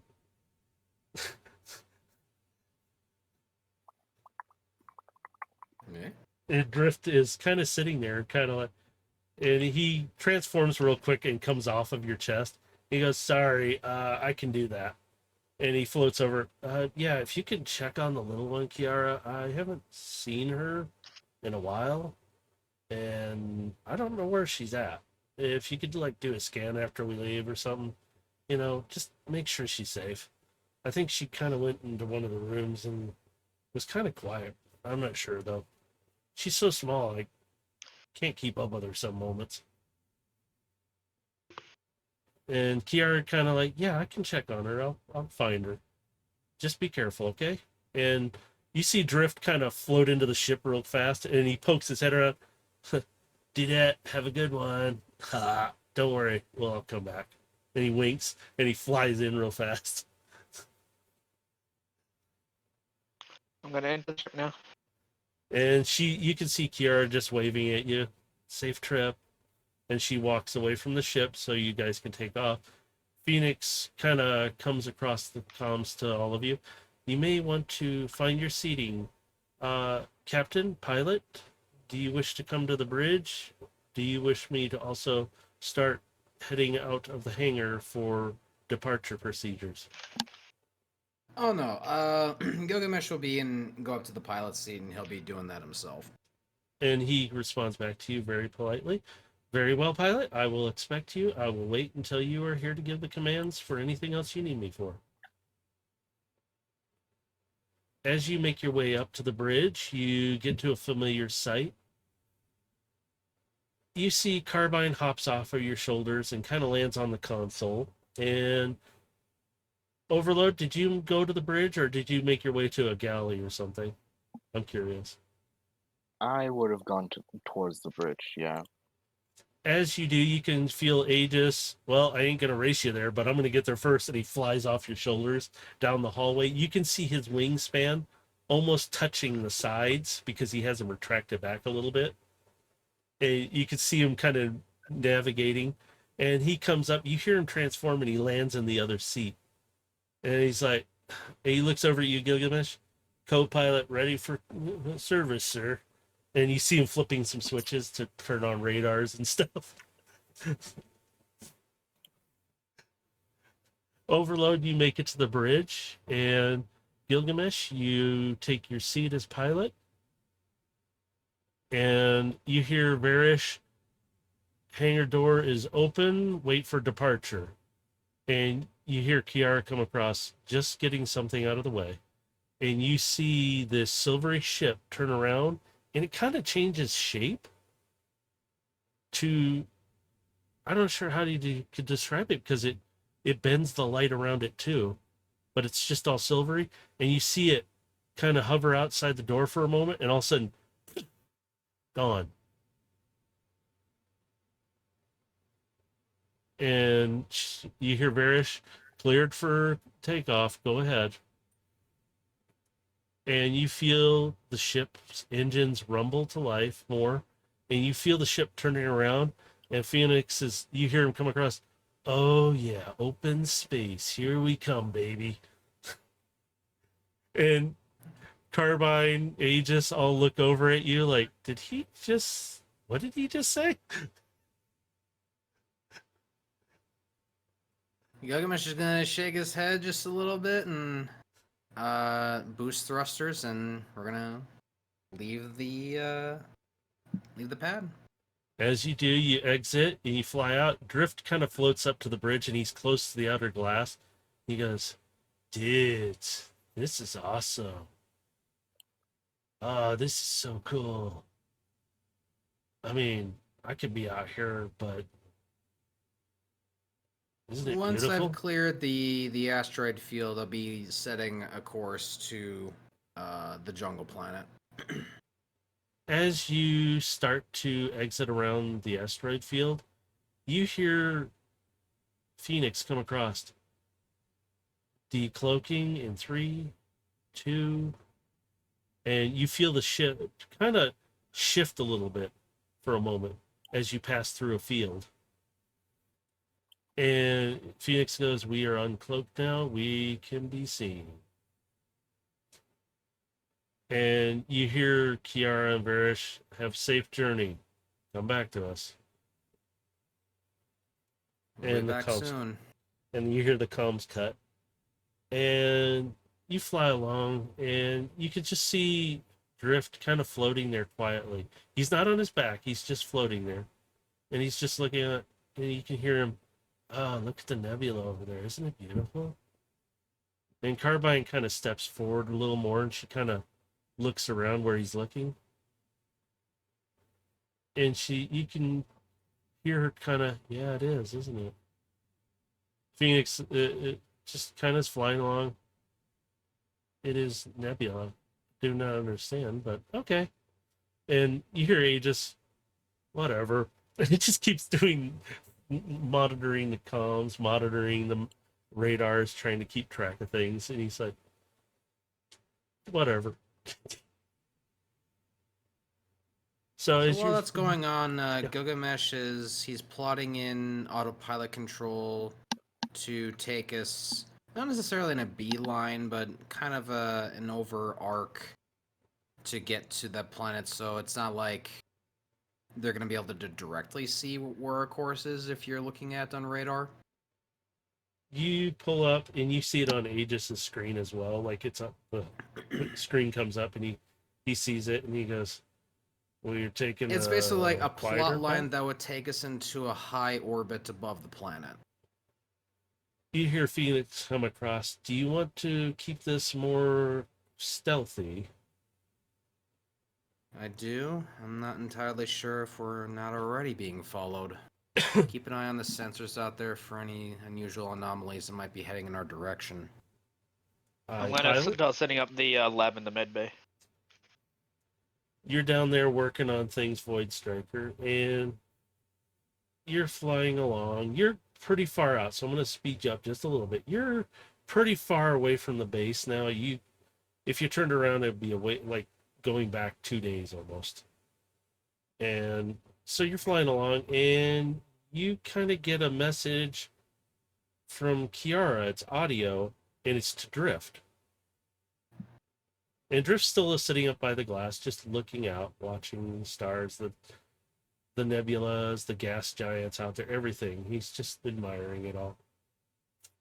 And you kind of, Drift, you have a message waiting for you on comm. me? I don't know anybody really other than you guys. So, all right. And he floats It's over. from Kiara. It's addressed Oh. to you. Oh, see, I knew I had an impact on her. Dudes. And he kind of like, he's like, yeah. And he's like, can you hit it? I don't know what button I'm supposed to press here. If you're fine with me playing it for anyone on the bridge. Yeah, it's just a live broadcast thing, right? You know, I don't care. Go for it. And you press He's not breaking eye contact, but he's slowly reaching over and he pushes the button. Drift kind of watches your hand move over. Okay. No, that's not for him like to point where it's at. That's more of like No, he's what just message watching. are you receiving from Kiara that's addressed to you? And you're just wanting me to just play it openly on the bridge. He's like, I don't know how your ship fully works here, so I'm like, and he notices you looking at what? Do I got something in my beak? What? He pushes the button, just starts the audio. You hear a message come across. Drift, we can't locate the little one here. She's not coming up on any of our scans anywhere. And we've done a manual search 3 times. We can't find her. She may be with you guys. Drift. Oh no. Why didn't you bring this up to me before we left? I didn't know. I thought she was somewhere on the base somewhere. I really did. The last time I saw her was with, and he kind of looks over at Overload. Him.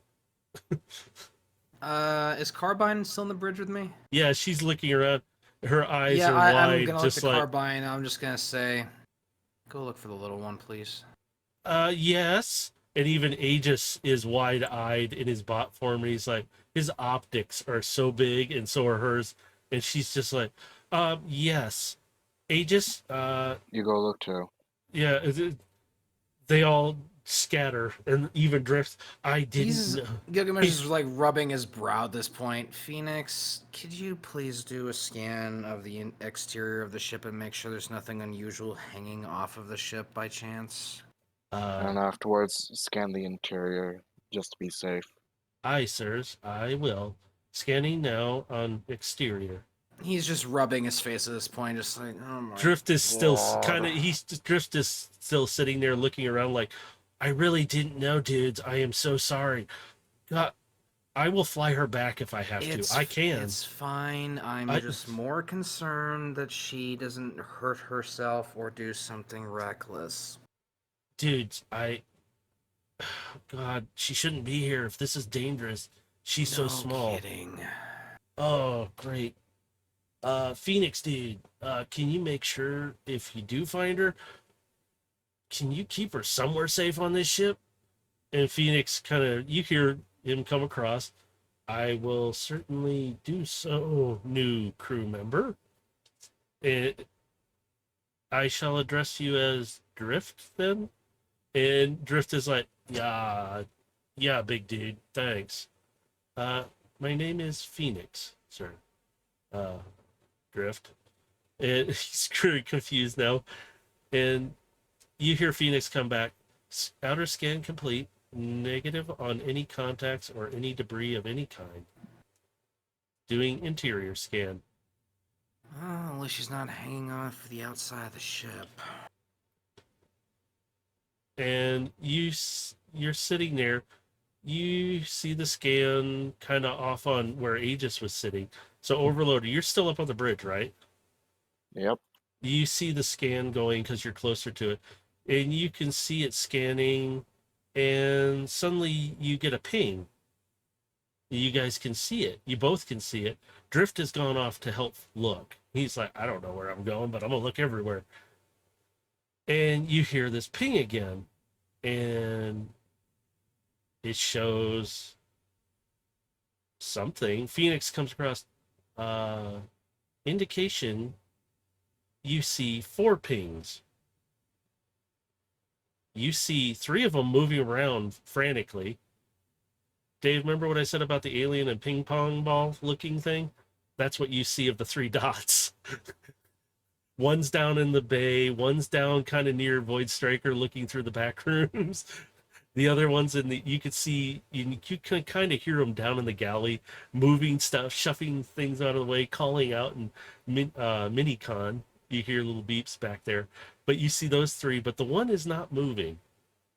And Phoenix is like, located 4 Minicon signals. Alright. So, seeing the 3 wild, frantically moving ones, he's going to direct those 3 to the one that's likely not moving very much. Phoenix comes across, directing them now, sir. And you hear, and see, you see Drift fly up, flooring it to the closest ping. And he almost hits the front of the ship, but he stops. And he's like, where? And you see suddenly Aegis fly through, You hear something coming down the hall, but you guys can look back, but you don't see it on the floor. You see it wrapping around the hallway, running as fast as she can, with tentacles blitzing and shocking out every once in a while. And she skids to a stop in between all of you, and she's like, "We're here. The ping is here, right?" And you can see him looking around. Yeah, it's here. Where is she? We're all here. And they're looking around, and you hear a little tap. I need you to all make a perception check. And I'll do it for the mini cons. I'll do it for the other three. I need you to make a perception check. I want to see how. 15. Oh, very nice. That'll do. I'm guessing I don't need to because I'm No, not there. you're not up there. You're down setting up your lab, and okay, Gilgamesh. Even the mini cons rolled pretty good because I made one roll for all of them. They all look at you, Overload, and even you, Overload, are looking kind of down at yourself, and you hear tink tink tink from one of your chest compartments.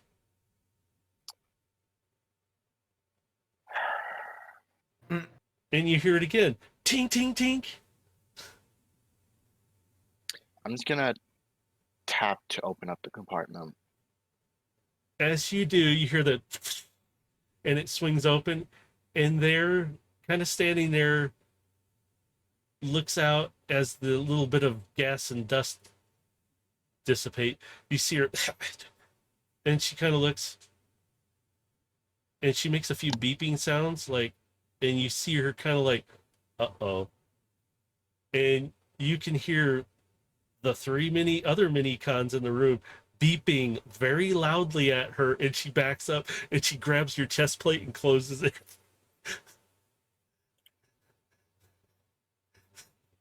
Well, it seems you have another new friend.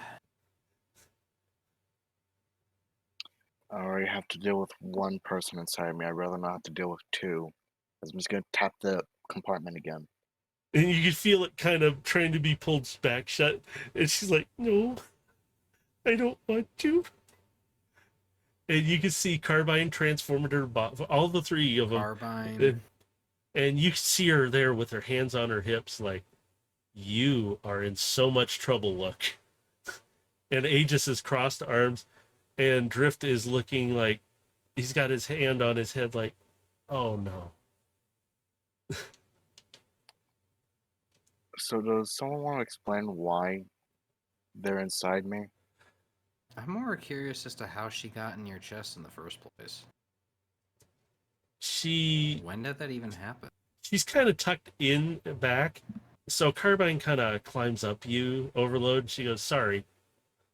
And she's up near your head, and she goes, "Sorry about this." And she reaches in, "Come on." And you can feel her very hesitantly. You see this little bot climb into her hand and into her arms. And she climbs down you, and she goes, "You can close your chest now. Sorry about this." And she's embarrassed looking, and she puts the little one down, and you hear them all three beeping, and you can see her kind of cowering, like, "Oh, I am in so much trouble." And they're also still beeping at her really loud, and you don't hear her beeping back. She's just got her head down, like, "I'm in big trouble." Okay. I think she gets the message. There's nothing we can do about it now, so just make sure she's somewhere safe, and we'll deal with this later. She pulls the text-to-speech thing around. "I only try to help fix." And you hear that in this little robotic voice. "Only try to help fix." You were trying to fix him, and he points to Overload. And she looks up at Overload, and she shakes her head, "Yes." Do you know what is wrong with him? You see her optics kind of shift back and forth, like, and then she goes slowly back and forth. no as her head goes down in like shame, like she failed. She's like, no, just that look. But and she types again. You hear it come across, but thought I could help. He said somebody inside him, so I thought I could get inside him and help get them out.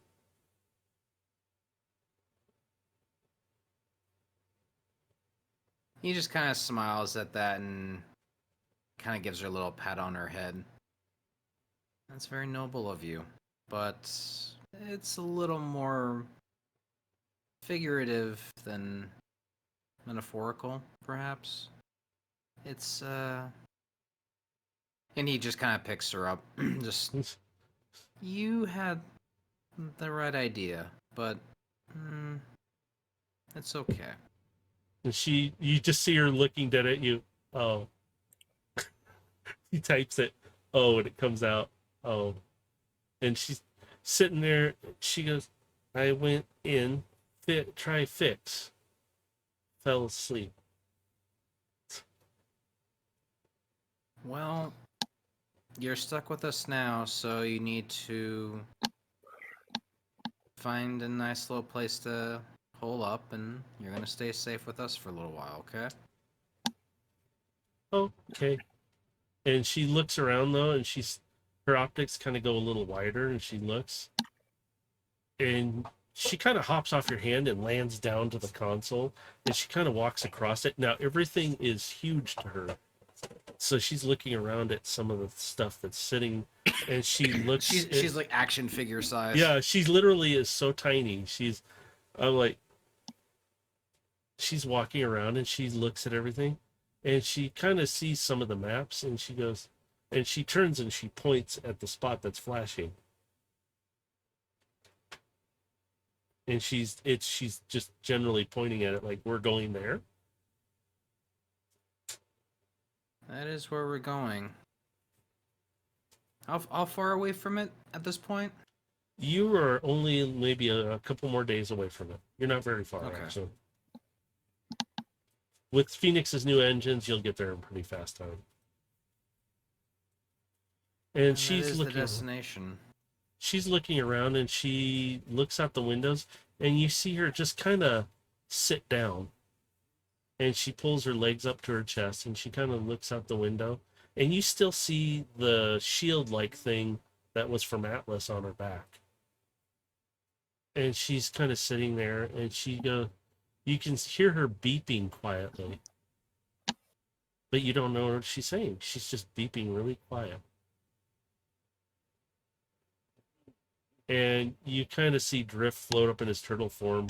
Kind of, yeah, it is pretty, isn't it?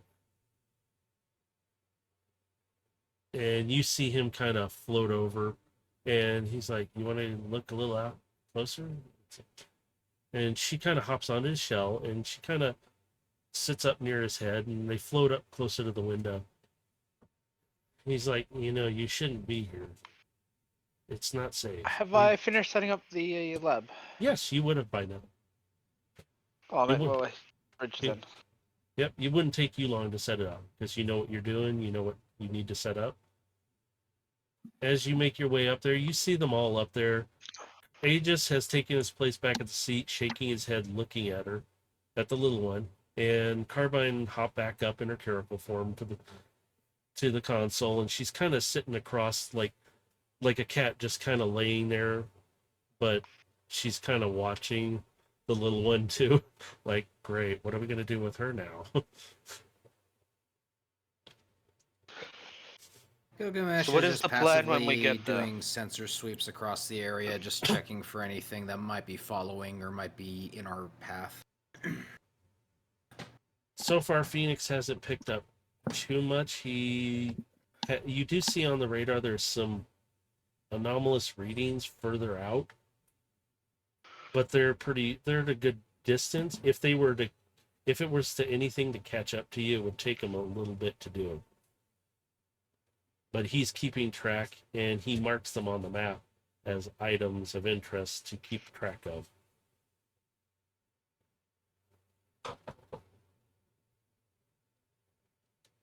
Sorry to interrupt you there, Bob. Go ahead. No, it's fine. As I was getting on the bridge, Void Strike is just gonna ask what the plan is. Well, we're still a few days out from our destination. Keeping a track on sensors, but so far nothing of interest. Well, might I suggest when we get there, we keep Phoenix in orbit. The last thing we need is a big friend here getting infected.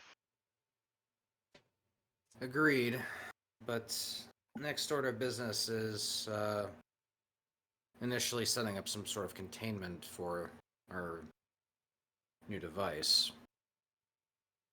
I've already set up a quarantine zone in the hangar bay as well as a place to analyze it in the med bay, all sterilized and quarantined.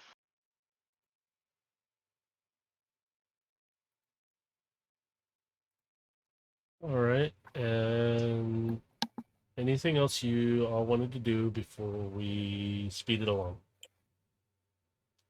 Just during this time, Gilgamesh will just be spending time with Carbine, just continuing their training and just continuing to teach her about mindfulness.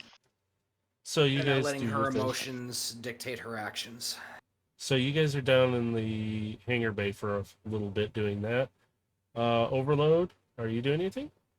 Or are you just chilling, admiring your battle axe?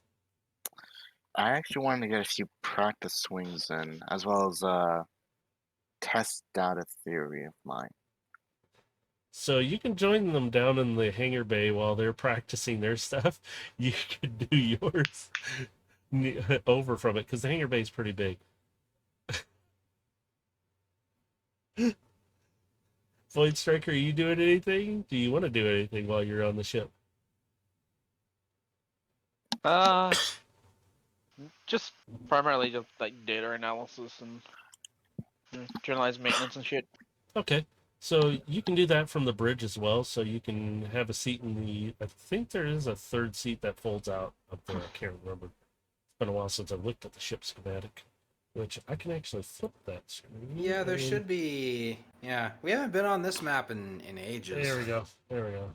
I don't even know if I have Void Striker's icon on this one. Oops. Yeah, I'm up on the bridge. Ah, see, look at that. You're already placed. And you know, again, you guys don't have to move your icons if you don't want to right now. Because I know Yeah. where you're at. But for visuals, move your icons. No, I'm kidding. Don't have to. Screw with you. Yeah, move your icons now. No. You don't have to move them, but go ahead and move them right now. Yeah, do it now. Now. No. Do it! Put the cookie down! Do it now! So, I'm going to speed this along. You guys are about a half day out. You can see the planet in the distance. Phoenix comes across, though, and he does. Suddenly, the lights in the ship go red, and they start pulsing red. And he goes, "We have a red alert, sirs. We need you up on the bridge now." And you hear Aegis even coming across. Yeah, there's something nearby. Alright, yeah, Carbine and we're rushing to the bridge. So, Void Striker, you're already there. Aegis is looking back at you like, this ain't good. This wasn't here before. Now something's popping up. I'm out too quickly, BRB. I need to take their dogs. Okay, go ahead. Overload's gonna die while he's gone. No, I'm kidding. He won't. Whoa! So, you all make it up to the bridge. You hear Aegis, before even Phoenix can say anything to you as you get up there, Gilgamesh, you hear him, there is something coming at us fast. It didn't show up until we got closer to the planet. They were waiting for us. How far are they? Well, if we can make it closer to the planet, we might, beat them there kind of thing, but they're gaining on us, and I don't think they were planned to be here. Phoenix I'm comes gonna look across. at Gilgamesh. Would you like me to exit and intercept? Because he can. If you feel you want to do it, I'm gonna take us to the backside of the planet and put us in a high orbit above the North Pole. I'm going to, as he's performing this maneuver, I'm going to just drop out of the nearest airlock. Okay, so that'd be the front end of the ship. There is an actual airlock on Firefly that they never use. It's at the front end of the Yeah. ship. I'm So- just relaying to him on a personal comm that once we do hover over the North Pole, he is going to lose sight via sensors, so he's going to have to look visually for the ship. So I'm just gonna nod as I take the final step. you step over the hatch and suddenly it opens. You just poof, down past the ship. You see the hull pass right over top of you. As I'm assuming you're going to be transforming in this state. The Into- moment I'm clear of potentially harming Phoenix by transforming, I'm gonna transform. Phoenix picks you up right away. Have you on radar, Void Striker. And he's pinging out as much as he can the location, but it keeps jumping every once in a while. Even Aegis goes, it's moved again. I'm And going to adjust my engines and my wings for speed and just accelerate max. so you're Going to where going to it's going, not where it is. so you're going to do an interception. Phoenix calculates out and he sends you a route immediately. And you can see the blip kind of shifts position there, and he keeps you on a route, and he relays to you this should give you the most direct route right to them, because I will can't take that detect route. it keeps dipping in and out. Aegis keeps coming across. It keeps moving. As you get closer, Void Striker, can you do a perception check for me, please? I can indeed. Very nice. You start to make out not one ship, at least 2, maybe 3 ships, easily. They're probably just a little smaller than you are, from what you can tell, though. Do they look like Seekers, perchance? In some ways, they do. Uh, They do look very similar. You can make out kind of what may be a Decepticon symbol on it, but you're not absolutely sure on it because you're still pretty far out. You can make I out will there's keep 3. up with my interception route. Phoenix is getting closer to the planet. You can see the entire planet. It actually is not that big. You can see clouds, you can see weather. You can see what looks like a volcano. The North and South Pole caps on it. You can see some So- green lush areas.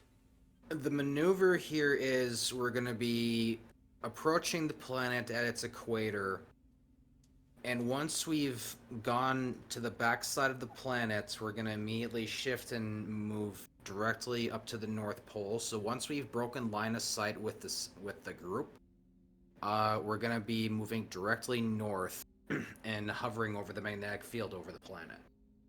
All right. As you get closer, I need you, Gilgamesh. I'm going to have you do it for Phoenix. Cool. Make a, let me see, what do I have you make?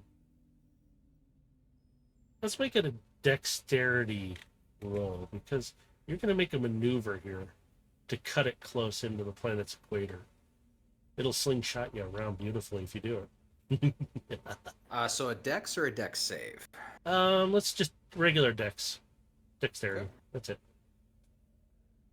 Okay, the ride's going to be a with little the rough. assistance, that's a 10. So with Phoenix, because he will assist you, he will pull you, but you're getting a rough ass ride. You can hear shit being banged around, things are getting knocked a bit. But he goes, we are on steady course, but we are unstable right now if we keep this up for We very need to- long. Throttling back speed to 80% to reduce the amount of drag. Because you can start to see a little bit of heat building up. Yep. So throttling back a little bit to reduce the amount of drag.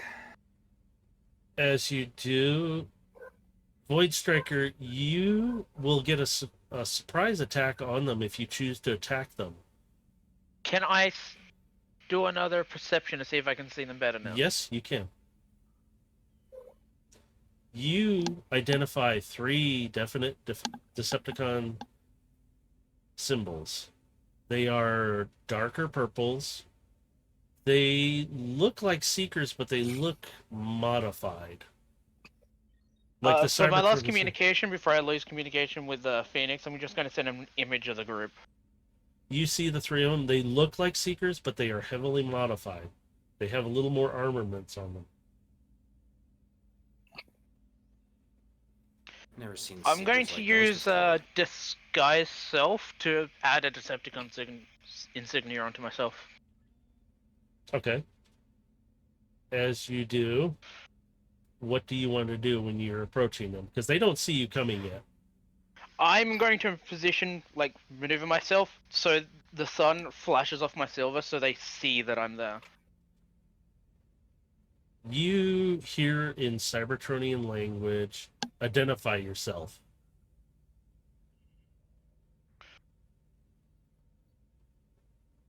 You're in restricted airspace. Identify yourself. Last time I say it. Identification. Decepticon Black Ops unit. Wipeout.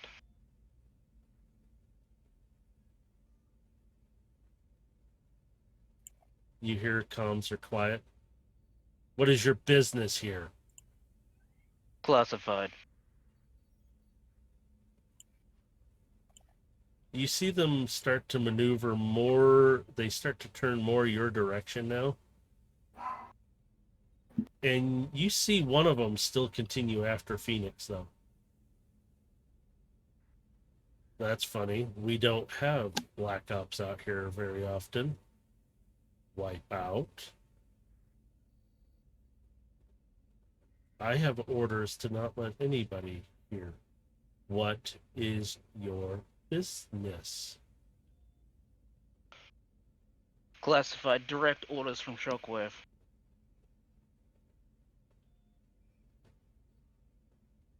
And yes, I will roll deception. I was gonna ask you, go ahead and roll deception. I'm And- grinning so big right now. I can't help it because it's just so much fun to play a seeker right now. Set of 14 in total. That's still. He looks. You can feel a scan hit you. You see the other seeker kind of position around and fly around you, kind of getting into like a missile lock point behind you. That's funny. Last time we heard of Wipeout, he was getting his axles handed to him a while ago, and he wasn't part of Black Ops. So, are you... Who are you then? I'm going to transform into a bot mode using disguise self and enlarge reduce to increase my size and change my look to a proper Decepticon looking with the spikes and even my face changing to match the Decepticon insignia. You see them, you hear the one behind you transform, and you hear the gun. Ching, ching. Now, my friend behind you will blast you if you're lying to me right now. Give another deception. See how well you do. He looks you over. Were you in pursuit of them?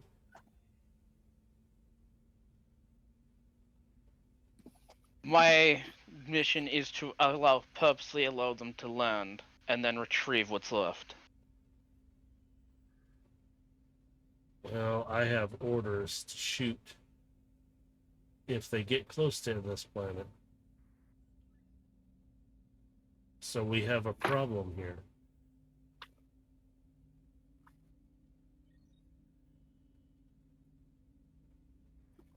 My job is to make sure they never leave the planet.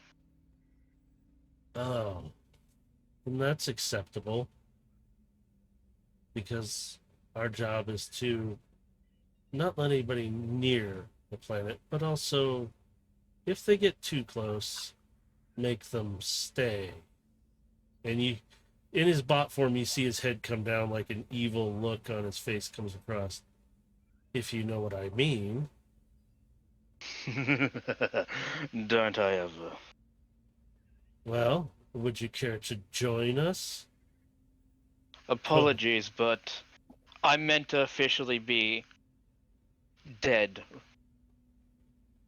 You see him nod to the other one, like, move on. And you hear it transform and blast out of there real fast. Fine. Then you better be on your way.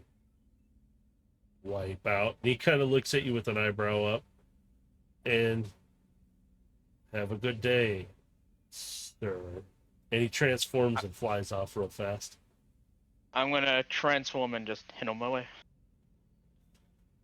Not gonna lie, part of me really wishes you were with them anyway. Oh, well, I'm still following them. I'm not leaving them. He didn't say he wasn't going with him. He just kind of hide but, back but there. I'm saying like They're more- incognito. Yeah, right Like- now those three are focused on you guys. They're not watching behind them. So, Phoenix and you, since you are piloting him, I need you to roll me another dexterity because you're cruising that atmosphere. A lot better. 15. You start to pull it up a bit, and you start to bring the ship, and Phoenix is helping to push the engines just in the right angles you need. And you see the heat dissipate back down. You hear the comms actively go static. You hear that, and you hear Aegis fighting comms, but keeping them alive so I can hear them. Level off, so we're no longer descending. We've descended enough. They're gonna think we're gonna break Atma, but we're gonna go back up. The one seeker that is closest to you, let's see if he even spots you right now. Oh, you guys got lucky. He breaks line of sight with you right now, so he can't see you. The other two seekers are still way back, so they don't see what's happening. They just know that you guys are in the vicinity of that planet, except for the one knows you're there somewhere but cannot see you right now. And since you're in a arc around the planet right now, he cannot detect you either. So at this point, he's gonna just call on the intercom to the rest of the ship. Everyone, hold on to something. And he's gonna make that hard turn to the left, and he's turning north. All right, give me another dex save, or dex, just dex. I don't know why I said save. 12. With Phoenix's help, you start to pull around. He goes, "This is going to be a little rougher," and you can feel the ship heating up a little bit again. But you're holding it, but it's rattling around, so everybody's holding on. Even Aegis is like, "I'm putting the seatbelt on."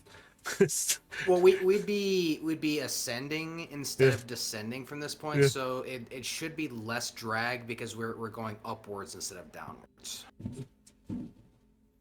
And so, you're going up toward the Yeah. So the north? The pole? roll was we're descending down over the equator to make it look like we're going to break atmosphere, but now that we've broken line of sight, we're turning straight north and we're going back up. So we're gonna be in kind of a low orbit above the North Pole.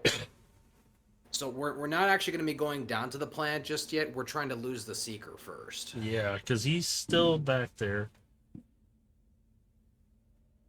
You guys are pulling around.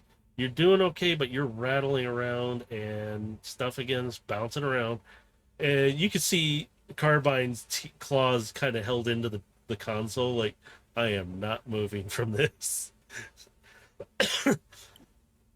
And as you do, you kind of feel the ship shift a little bit as it starts to break the atmo a little bit.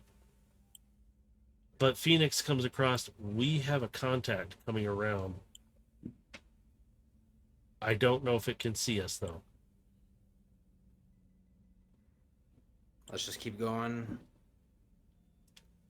If it happens to change direction, we're gonna have to change our plan. Aye, sir. And Aegis is looking. How is it keeping up with us? and he's This really is the confused. Seeker. So, oh, that's not good. As you come around, you see a shot come across. It's almost like across your bow kind of thing, but it's literally a shot near you. And you see this bright purpley blast fly by you guys. And you can hear the comms kind of come to life a little bit, but it's this one seeker. I'm going to enjoy blasting you out of the sky. And he's Okay. He's gonna turn the nose 180 degrees down, and we're going straight down into the planet. oh boy. All right, you nosedive this thing down. You see the ship's front end, and even Phoenix. I do not know how much heat I can take, but I will let you know. And he's kind of worried. So even Aegis is like, "What are you doing?" We're gonna have to bounce our way down. Okay. As soon as the heat becomes too much, we're gonna nose back up, relieve the heat, and then we're going back down in. All right. The Seeker takes a shot at you, and it flies wide. He doesn't even come close to you. Aegis kind of like, what kind of energy weapon is that? And Carbine's like, I hope it's not what I think it might be. And he's just like, well, don't hold back. Tell the class. And he's really being snarky now. And Carbine kind of looks at both of you. EMP? If he hits us once, we're kind of going to have problems. Hello? She's like, Well, then we need to lose it and lose it fast.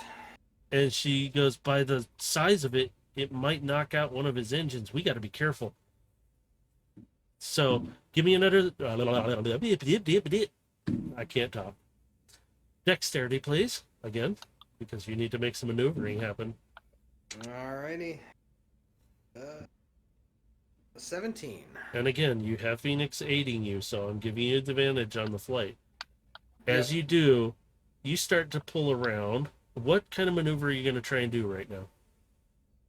So we're basically doing like a planet skip. We're diving nose down, and then we're nosing up to relieve the heat pressure, rotating 180 degrees, going back down, and we're going to do this until we eventually break atmosphere.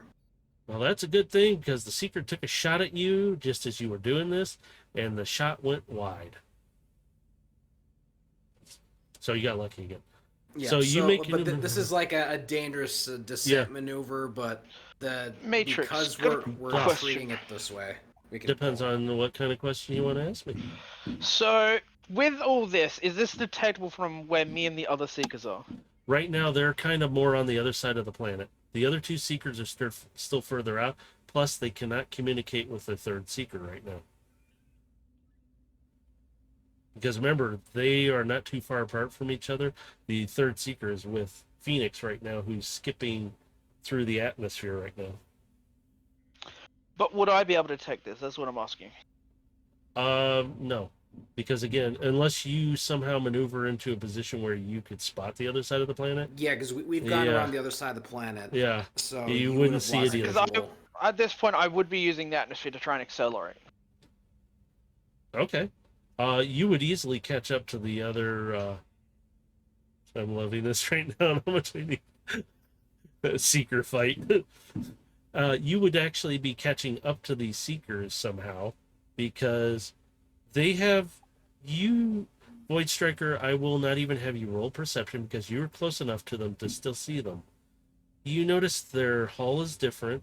They look like a Seeker, kind of underneath, like a Cybertronian one, but there's more armaments, like I said, and the thrust on them is different. They're a little faster than normal. And it looks like they've been heavily modified. Wow. Blah, blah, blah. There we go. I'll shut up now. I'm gonna pull into their formation And you hear the because I lead. haven't dropped my disguise yet. So You hear the lead seeker. Oh, decided to join us.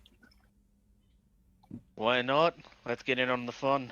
All right. Could use another Decepticon like you around. And you see them. They start picking up more speed now that you're in with their group, and it's kind of like they're almost slipstreaming together, and they start to pick up speed faster. We flip over to Phoenix right now, who needs to make another dexterity roll. I don't want to alarm anyone, but I think we're being followed. He's a leaf on the wind. He's a leaf on the wind. You 18.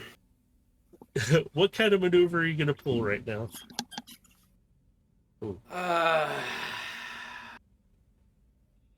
You know what I really want to do? Hey, Phoenix. Yes, pilot. He sounds kind of urgent, like, I don't want to get shot. How do you feel about doing a crazy Ivan? Sir? I'm up for it. Just hear the eagerness. Let's do this. And he goes, automatically, you don't even say anything. He goes, prepping systems. When do you want to do it, sir? We need to wait for him to get close enough. And then, as soon as he hits, let's say...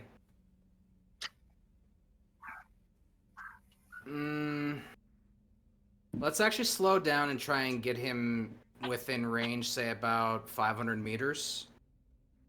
Once we have him in range, we're gonna hit it, and we're gonna turn about, and...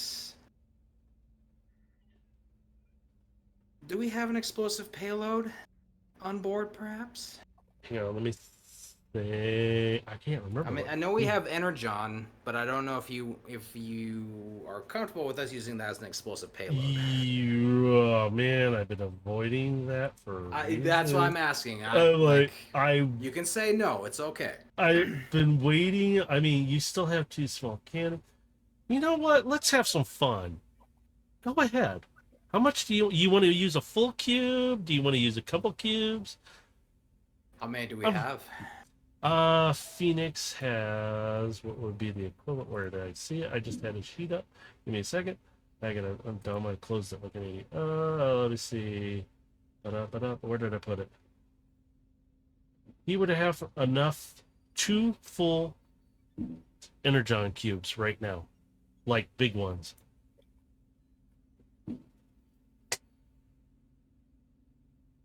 And you still have some left over, so you'd have fuel. Well, even if I use a quarter of the big one, that Excellent. should be enough explosive power to knock this big boy out. By the way, you know what I just realized? Me and the Strikers looks like a bombercraft with a fighter escort at this point. Uh-huh. It does. So, I'm gonna have Phoenix prepare a quarter of that cube, of 1 cube, as an explosive payload, and as soon as we cross over it, and we're gonna basically fly above it, we're gonna drop it in and detonate it like a bomb. All right. Phoenix goes, I will need some assistance prepping the load. I can get it out of storage, but it needs to be pushed to the airlock. Overload. The 3 are 3 little ones on board? Nope, they are still back at the station. You didn't requisition them. Shit, They I just. forgot. But there's somebody else who's big on board who could help push it over. Overload. Ha! Overload. Hey, stop playing with your battle axe. You're gonna Ready go to blind. bomb. So I'm guessing I just wait for the hangar door to open. Yes, sir. That is correct. I'll go ahead and set up the payload, as you said. As you are down in the hangar bay, you see the claw arm that is above in the ceiling that has been modified, and you see it come over, and a storage opening opens up, and the large cubes are pulled out, and he sets them down in the middle of the bay. That's as far as he can get them for it. And you hear Phoenix come across. He goes, "Sir, can you push them closer to the airlock doors so when we are ready?" Sure. Easy enough. You take one hand, you walk up to them, and you just push like it's nothing. Because you're a big, strong boy. You still have your battle axe in your other hand while you push with one hand as you admire your shiny new tool still. I'm kidding. I don't know how you want to push them, but you can push them. I mean, I mean, I'd be a bit serious. My axe would be on my back, if anything. Nah. I already You have look- my sword on my side. I'm gonna have my Yeah. axe on the back. Which looks amazing, by the way. It's beautiful, shiny, inset black. That looks good, by the way. Sorry, my imagination ran away with me. I just realized I'm kind of turning into a battle master. I have a sword, an axe, and a gun. He's becoming battle. As you slide them closer to the door, you get them into position. You hear Phoenix, "I think we are ready, sir." And he's talking to you, Gilgamesh pilot. Whenever you're ready to pull the crazy, Aegis is like, "What's a crazy Ivan?" He just looks over, huh? So as soon as Phoenix calls out that it's ready, he's gonna call over the intercom. Everyone, hold on tight. This is gonna get very rough. You see Carbine, "What's a crazy Ivan?" And they're they're both looking, and Drift is still up there with the little one on his back, and he's like, "Little one, you better hold on to my shell." And you can see him flip over and grab onto the frame of the front of the ship and wrap onto it and hold. Here's And- something you can't do.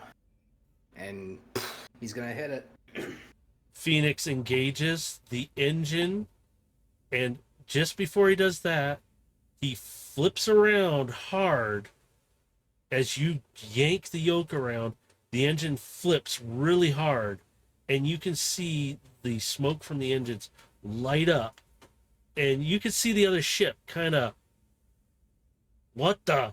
And you can see it trying to stop or like slow down and turn, but it can't. And you guys whip it around, and you see the ship zip by, and you hear Phoenix, "Okay, that's a little too close." And he flips the engines back around, and he goes, "You can punch it." As the doors open up, you want to flip them out now, or did you want to do it beforehand? Yep. The moment that we're gonna cross paths, the doors are gonna open and it needs to deploy. As you do that, the cubes from overload shoving them out the back flip into the air. The Seeker kind of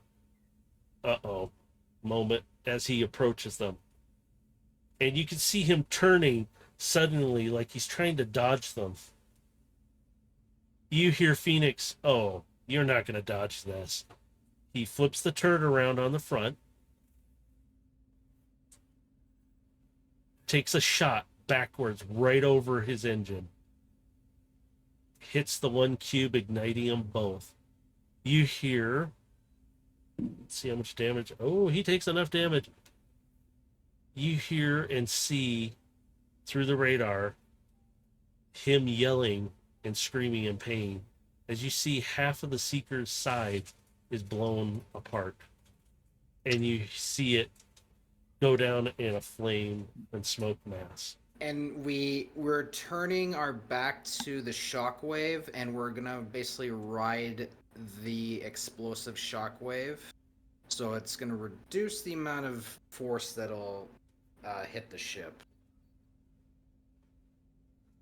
As you do, let's see what happens. Oh, it's low enough that you just feel a little rumble from it. As you guys do, you just feel the ship kind of like a. Yep, and it's just afterburners, just the entire opposite direction away from the explosion. and I'm heading back in that direction I was planning to, going to the North Pole. As you do, you're still in the Atmo, correct?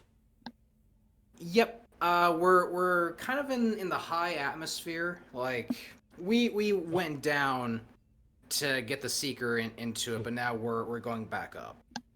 As you proceed across the planet, you can kind of. I want you to make a perception check.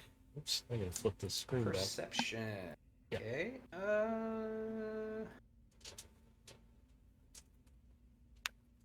If I get assistance, it'd be a 16. Otherwise, It'll it's be nice, considering that you have 3 mini cons. Well, 4 mini Yeah. cons. Drift is kind of floating there, and he turns around to you before you see anything. Dude, that was awesome.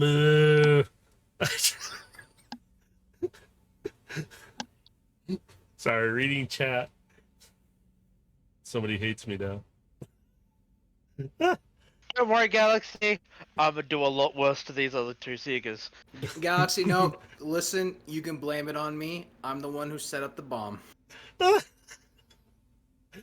As you do, Drift is like, dude, that was such a cool maneuver. I know of a maneuver similar, but we didn't call it. What'd you call it? Crazy Ivan? Wait a minute. It's Is it an interesting so technique that really can only be done with these older kinds of ships. you see Carbine's claws are deep into the console, and she just slowly turns her head at you. A little warning next time. Shink, shink, as she pulls I all her did. clothes. All I heard I was, told you to let's hang pull on it. to something. Yeah, I didn't expect that. Aegis is over there. He unbuckles. Huh. That was it? Carbine whips her head at him, and she's just staring daggers. We got rid of one. There's still 2 more out there. We don't know what happened to them. With any luck, we can hopefully ditch them and find where Void Striker went. Meantime, we're gonna get back up over position, and we're gonna hide within the magnetic field of the planet. We'll be able to hide from sensors, but anyone looking visually will be able to spot us pretty easily. So, let's just hope Void Striker finds us first. As you're proceeding to fly to the north into the magnetic zone, you hear Drift, hey guys, come look at this. And he's like, you might want to list the ship to the side. And he's kind of looking out the side windows, and he's kind of looking down. And he goes, you can see Phoenix is intentionally tipping the ship, just listing it a little bit. He goes, you see Carbine and Aegis even kind of get up. What is that? And you approach, and you can see a wreckage, at least what's left of it. It looks like a ship that recently has crashed down because the trees that are around have been obliterated, and there's a clearing in there, and you can kind of make out there's some movement of some sort, but you're not sure what it is because of the distance. But you can make out there's a ship that has crashed down there, but it's looks like it's in multiple pieces. I'm gonna tell Phoenix to create a map marker of that location, because we're gonna be going back to it, but we're gonna move the ship into orbit like the original plan is. Aye, sir, on it. And you see on the radar and the map system, he's mapping the topography a little bit, and he marks a spot. And he marks the clearing as well as you guys approach. And we're going to jump back over to Void Striker, who's with 2 Seekers right now. You guys are coming around the planet. One of the Seekers up ahead of you, just ahead of you, picks up. Sir, I'm picking up the 3rd squad mate. I don't think he's alive. It's a distress beacon, but It's not looking good for him. He's on the planet. The the one in charge, he kind of, if he's down there, he's dead. We can't help him. Did a seeker just get outclassed by a firefly? And you can sit there, you can start to hear this sound, at least voice striker, you can hear it over the comms. How did he get taken out by such a wreck? It's nothing but a piece of scrap. We should have been able to take it. It sounds like his teacher. On their comms, I'm going to go. The moment you realized I'm here, you should have realized that is not a standard vessel. So you know more than what you're letting on. Let me put it to you this way. There's a reason I'm here to make sure it doesn't leave. If I tell you what it is, I am under orders of Shockwave to eliminate anyone who knows. You suddenly see them kind of move away from you a little bit while you're flying. Like, But it's a good thing. You don't know why it's here, isn't it, then? so can we blast it out of the sky then? I don't As long as care. it doesn't leave, my job is done. Fine. We're going to find this scrap heap and whoever's on it and eliminate them. I don't care what's on there. Don't care who it is anymore. And you can see him very visibly aggravated sounding just because the way he's talking. The other seeker kind of has moved further away from you, like, nope, I don't want to be close to you. You guys proceed along. You're not picking up anything, not even you, Void Striker, are picking up anything on radar. Nothing's picking up on pings, nothing on comms. One of you knows where they're at, where the other two don't know where they're at. You hear them over the comms chit-chatting. I don't know why it's doing this to me. There we go. Had to fix chat on my screen. I'm like, wait, what does it say? Oh. You hear them chatting. Maybe they went around the planet. And you hear them kind of argue between the two of them. No, I don't think they did. I think they're here somewhere. If they were stupid enough to land on the planet, well, they ain't coming back off of there. Or if they are, they're missing some parts. Hell, they're missing parts if they came to this planet anyway.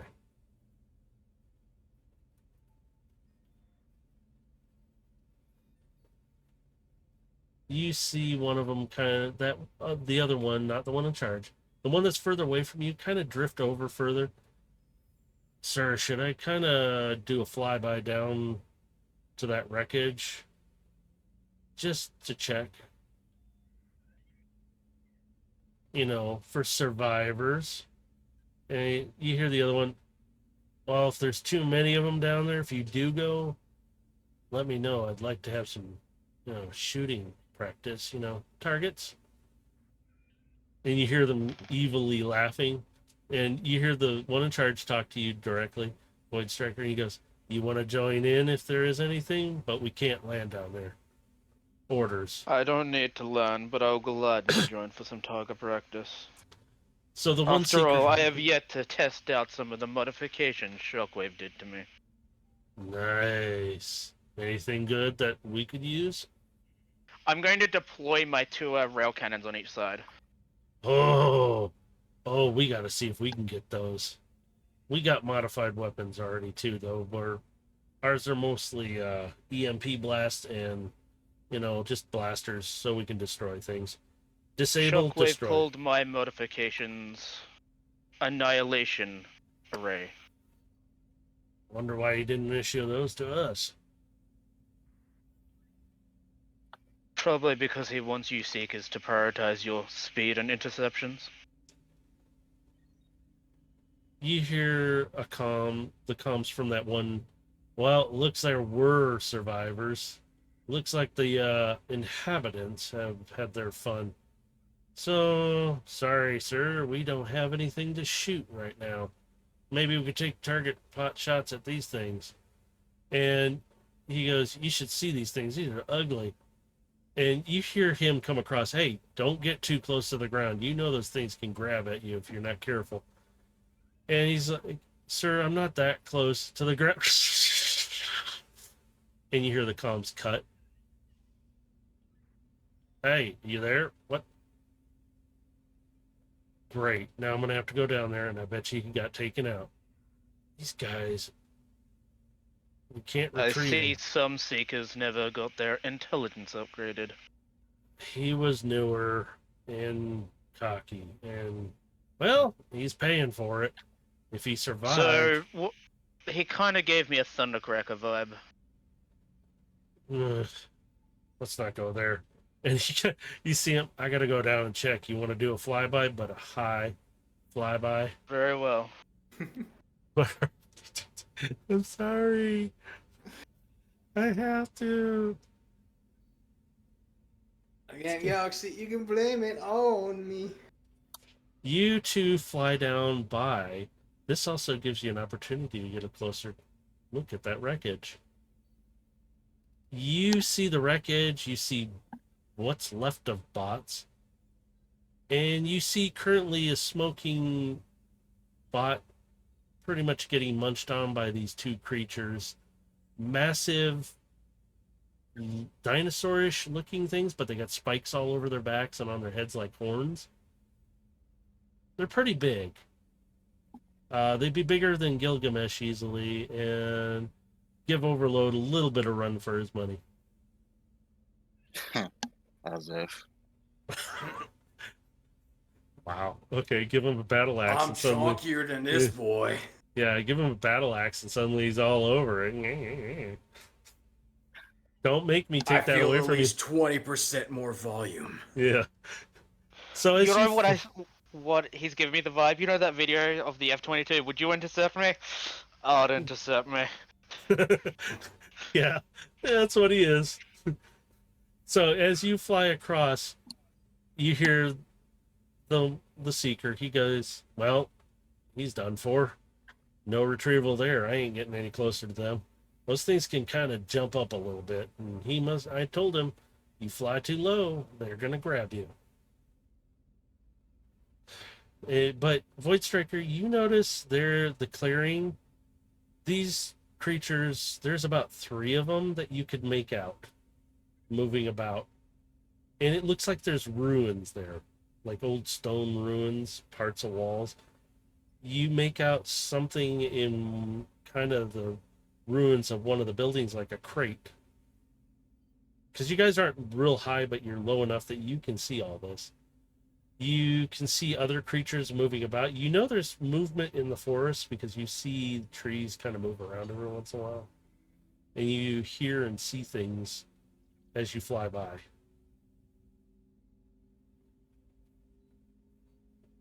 You come As we're doing the flyby, I'm gonna go, damn, Shockwave's not gonna be happy.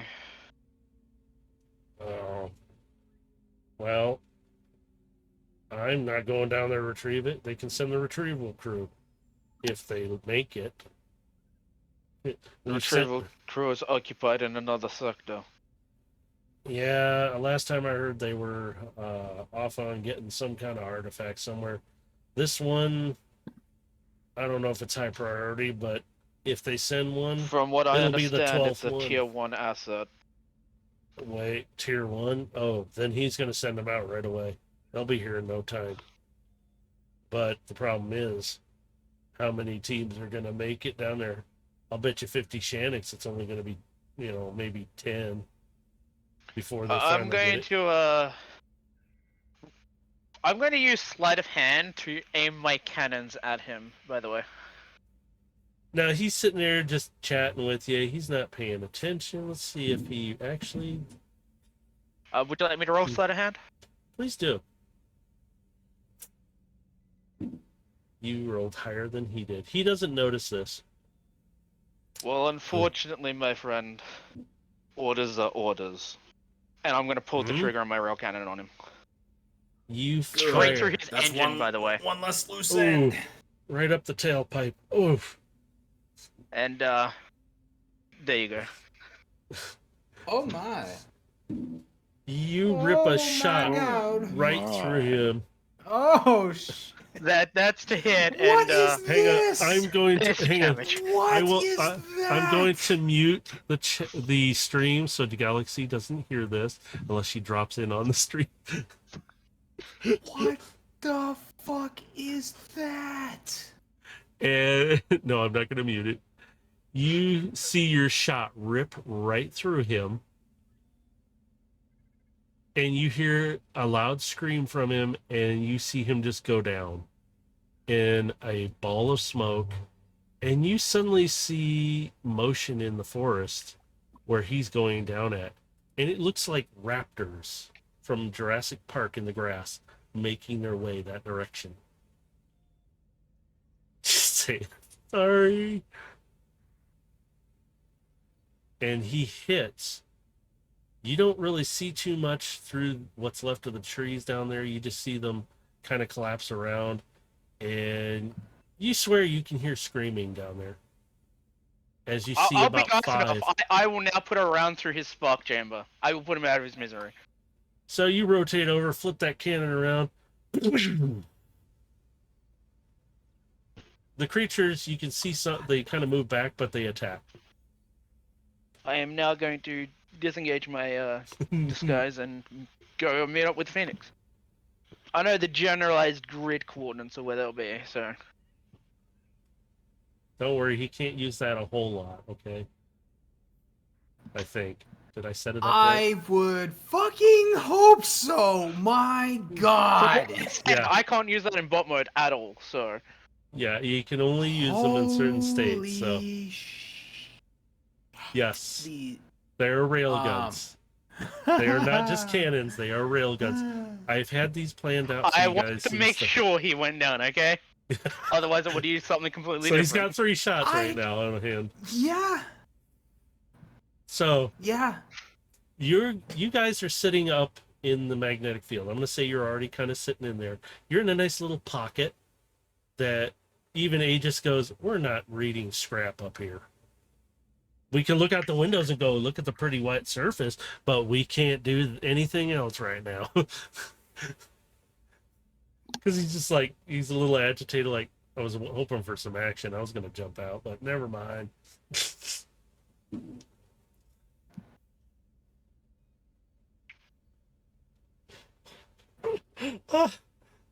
So, Void Striker, do you want to go try to locate them, or do you want to... Yeah. All right, so I'm going to have you fly up there. You have a general idea where they're going to be at, because the magnetic field starts to really wreak havoc on sensors. And you can visually see them, and you can barely make contact. It's really staticky where I they're want to at. use laser communications to get contact with them, not radio waves. So as you do, Phoenix kind of picks up on it, and he redirects a dish, and he goes, uh-oh. After stream, I need to immediately go somewhere. Chat is getting, they're retaliating. We ain't gonna save you, boy. You're the one that put us against Seekers. Well, they're not all bad. And It's just you literally set me up for the one scenario we've talked about doing for a very long time. We were wondering how we were ever going to pull it off. Yeah, and I didn't expect it to happen now, which I'm glad it actually happened because it really fit. I mean, you set up so the cool. perfect situation for me to do it, so like I knew you wanted me to do it. Well, I had other situations in mind, but this worked out just as well, and it's fun. I like it. So, as you pick up, Phoenix comes across to you. Do you read me, Void Striker? I read you loud and clear, Phoenix. Excellent. We are parked. I'll have my hangar bay open for your landing. Coming in for landing now. He opens up the doors automatically. Overload's still sitting there, looking at his shiny axe, going blind as he plays with it. Stop playing with it. You'll definitely go blind.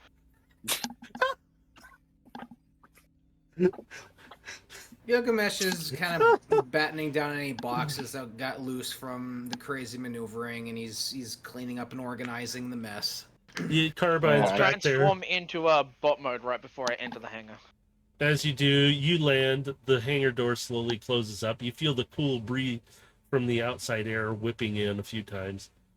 Carbine's picking up stuff. You see her tentacles reaching out as she's picking up stuff with her hands, and they're automatically picking things up, setting them up on shelves, putting them back into places. And he just kind of walks back, and he's got this broom-like thing, and he's like, "Ugh. Oh well." Starts sweeping up stuff and cleaning up the broken I'm mess. gonna drag Overload with me and go find Gilgamesh, unless he's in the hangar. You guys are probably up in the galley area where stuff is all a mess, right? Or are you down there? Or did you go Yeah. down I mean, I would have actually been helping put Yeah, things he- back. considering No, we you're have would've playing been with your- he would have been in the cargo bay, so he's probably helping out in the cargo bay where I'm probably, because I was up in the bridge, so I'd Okay. probably be helping out in the galley. Okay. Yeah, because So you guys a lot of boxes got flipped or almost Oh, lost. no. Yeah, because I did some crazy turning there. We know you're playing with your axe, okay? Overload, it's come with so- me. We need to find Gilgamesh. All right. You see the arm down in the cargo bay moving the rest of the cargo back to where it was. It can put some stuff away, so. And Phoenix is like, I have the rest, sirs. It's all right. Go ahead. And you can hear the last of the cargo being moved just as you get to the top of the ladders and everything to get up into the galley. You walk Alright, in, then. you see Gilgamesh picking up some of the last bits of stuff. Carbine's, you see her tentacles reaching out for things all around her and putting them all back up. And she's up on the counter putting back what looks like some cups, plates, some other stuff. And she secures the cabinets and she goes, that should stay shut. And the tentacles wrap back over to her back. And she turns around and she goes, thumbs up, we good? And Aegis is just sweeping up the last. And he's like, I think so, looking over the table. And he Gilgamesh, Yeah, do you have a moment? He tosses the towel onto the table. So what do we got? I'm going to play the video feed. I found the crate with what I presume with the arc hammer. Is it the same place that we flew by and that pinged earlier? Yes. Okay. Yeah, we caught a glimpse of it as we dealt with the Seeker. I got I it. flew information with the other two Seekers and found this location. The other two Seekers are KIO. Learn anything interesting off them? I played the video of the local inhabitants. You see the same lizards. Yes, kill the seekers. Oh my god, there's a fight gonna happen in chat. We're gonna stay out of that and let them fight. Their armaments, do they look unusual to you? The biggest worry is not that. I'm going to play the audio of him basically saying Shockwave will most likely prioritize retrieving the arc hammer with teams.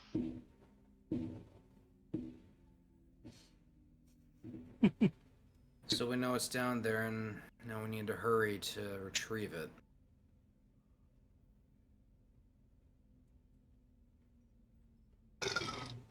Excuse me. Well, then I guess we're running on a very limited time window. If I knew it was out in the open, I would have brought something to just retrieve it from the air without having to set on foot, but we're going to have to physically go down there to get it.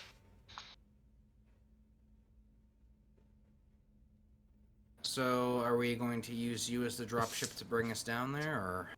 It would be the safest bet. The safest bet would be honestly have one of my side doors open with you with a sniper rifle and send Overload to go down it to get it. Sounds like as good a plan as any. Well, I guess we'll move into position and we'll drop in. Yep, the longer we wait, the longer the batter's gonna get. Alright. We're doing good. Kilo. Phoenix, Drift, I'm saying this over the radio. Can you guys prepare the quarantine for when we get back? Yeah, dude, we can. Phoenix chimes in. Absolutely. We will have everything stable and ready for you when you need.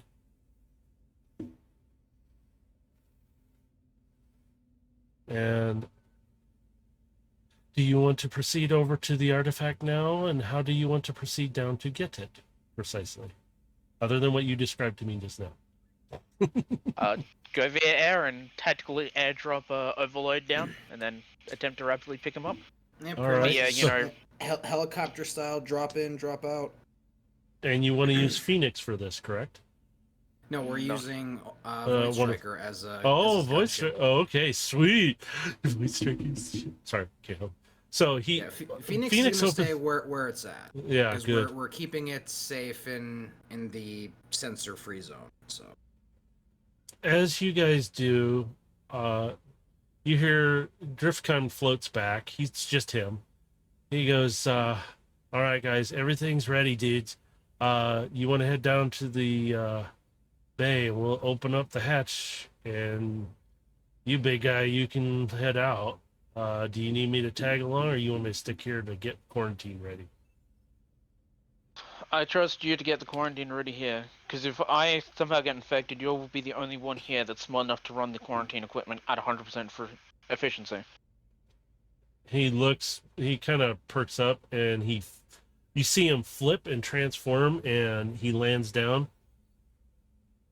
I will do my best then. And he walks down to the med bay, preps everything else that needs to be done, and he gets everything ready. You guys make your way down to the cargo bay. You see Drift come out of the door down there, and he goes, everything is ready. When you come back, I will do complete scans on you real quick. Well, at least I'm going to put in detailed. point to devices I put up in the roofs. Those devices will temporarily shut us down should we become uncooperative. Excellent. I will have everything ready just in case. Although I'm still puzzled about it, I don't think you guys will be as infected as you think or at all. I'm not I am sure just yet. preparing for the worst case scenario, Drift. If you prepare for the worst, the best is a happy surprise. did I overhear that? Yes, you all would have heard it. Drift, why do you think so? If I may ask. Something about it seemed off. I'm not sure why.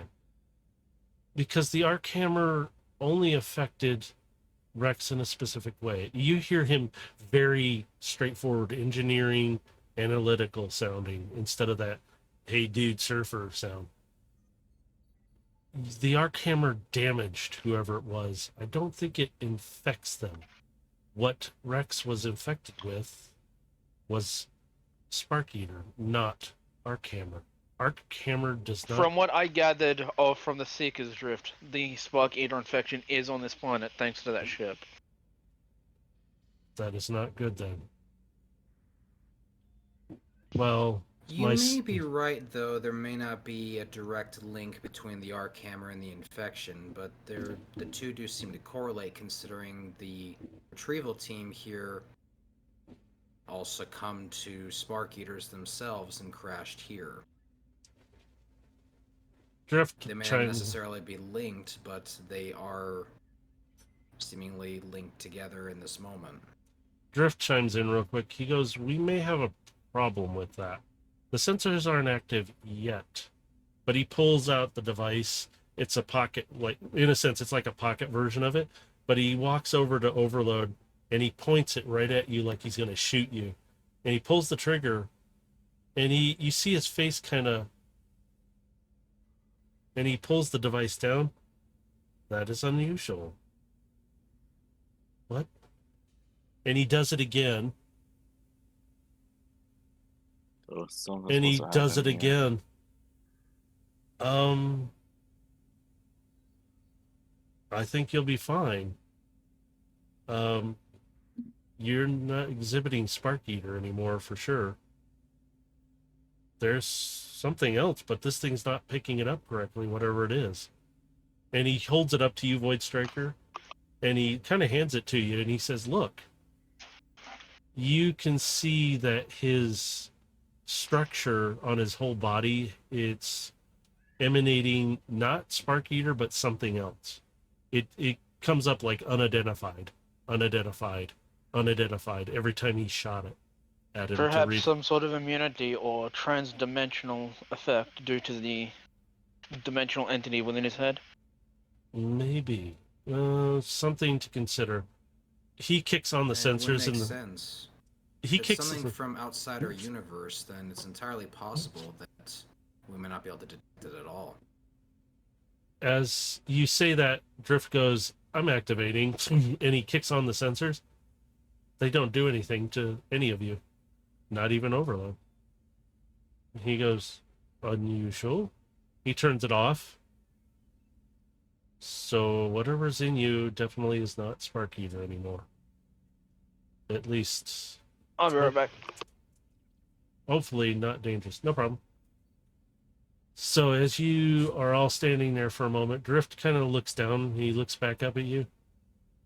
Are you experiencing any pain? And you see his eyebrows shoot up and look at you. Not currently. Hmm. There were prior incidents, however, where he was experiencing severe pain. Interesting. He starts to pace a little bit. If it continues, we may need to get that out of you sooner than later. After this mission, preferably, we get that out of you. Because something is happening, and he kind of gestures to you, all of you. And he kind of, I don't know what it is, but might not be good.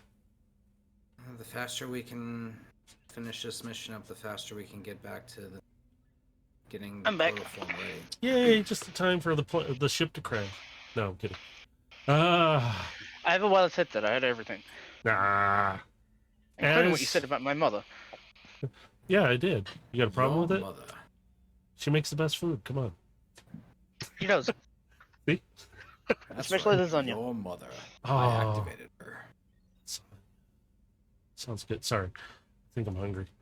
As you guys proceed, Void Striker, did you want to transform hopping out the back of the ship?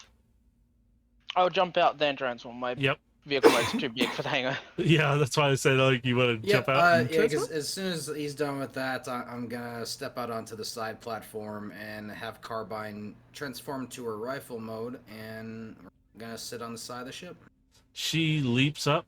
You hear her transform and lands right on your back. Locked and loaded. And Aegis comes flying down and he goes, oh, you're not going out anywhere without me. And he slams right onto your back, Overload, pushing you kind of forward. And you feel him transformed into that shield form on your back. Now, question: how far of a drop is it? Depends on how You'll definitely feel it in your thighs when you land. Oh my god. All right, you I mean, we could go lower if we really need to, but again, That The is Seeker- dangerous. I watched a Seeker get ripped out of the sky. Well, heard Yeah. one get ripped out of the sky. you all The step other one I grounded. My god, you're destroying Seekers left and right. I'm gonna get yelled at by somebody here afterwards. Hey, Aegis. you chose the enemies, not us. Yes, Overload? Prepare your wings. You didn't think I was? As I'm just gonna simply back off the hangar. And you guys load up into Void Striker. Overload steps on. You kind of feel a little hefty weight kick in there. I think it's from that battle axe. He just Solid Snake Halo jumps. Well, that's what I was doing. That's Oh, what I you meant want by to jump out? walking off. Oh my Yeah. god. Are you? Well, you're not That's why over. I said prepare your wings. Well, you're not over the We're drop not over zone the yet. crate yet. Yeah, you're not Yeah, over well- the site. You're at the North Pole still, in a sense, in that Aw. zone. So get Yeah, onto like, Void Striker. you have to So jump I'm gonna on do that. Void Striker because Yeah, we have to. but you we still can't- gotta get there. Yeah, Yeah, I'm you still hop. gonna do that. You all sit down in Void Striker, which is very awkward. And you can see the Well, lights. I'll purposely increase the size so they're comfortable. Oh no, And we're, I'd we're gonna be be sitting on the cramped. side of the ship, like in a gunner position. So, Yeah, like so you're I'm like looking- hanging off the ship. Yeah, you guys can sit out the sides if you want and get the fresh air and Where see. Gilgamesh is, I'm gonna deploy a line where Gilgamesh can attack to himself. So if things get rough and I have to maneuver him when he falls out the ship, he's still safe. Oh yeah, like he's tethered a on, so safety he can line. swing Yeah, around. yeah. So Just like a natural gunner position. as you do, Phoenix goes, we will hold position here and be ready for quarantine if needed. And that's probably about the last communications, because once you guys take off, it's going to be hard to keep that laser connection with how low you guys are going to get. So Mm-hmm. you fly Radio off. silence in Mhm. 3, 2, 1. Yep, you fly off. Instead of a loud burst, you're kind of silent. You're more quieter. You can still be heard, but not as loud.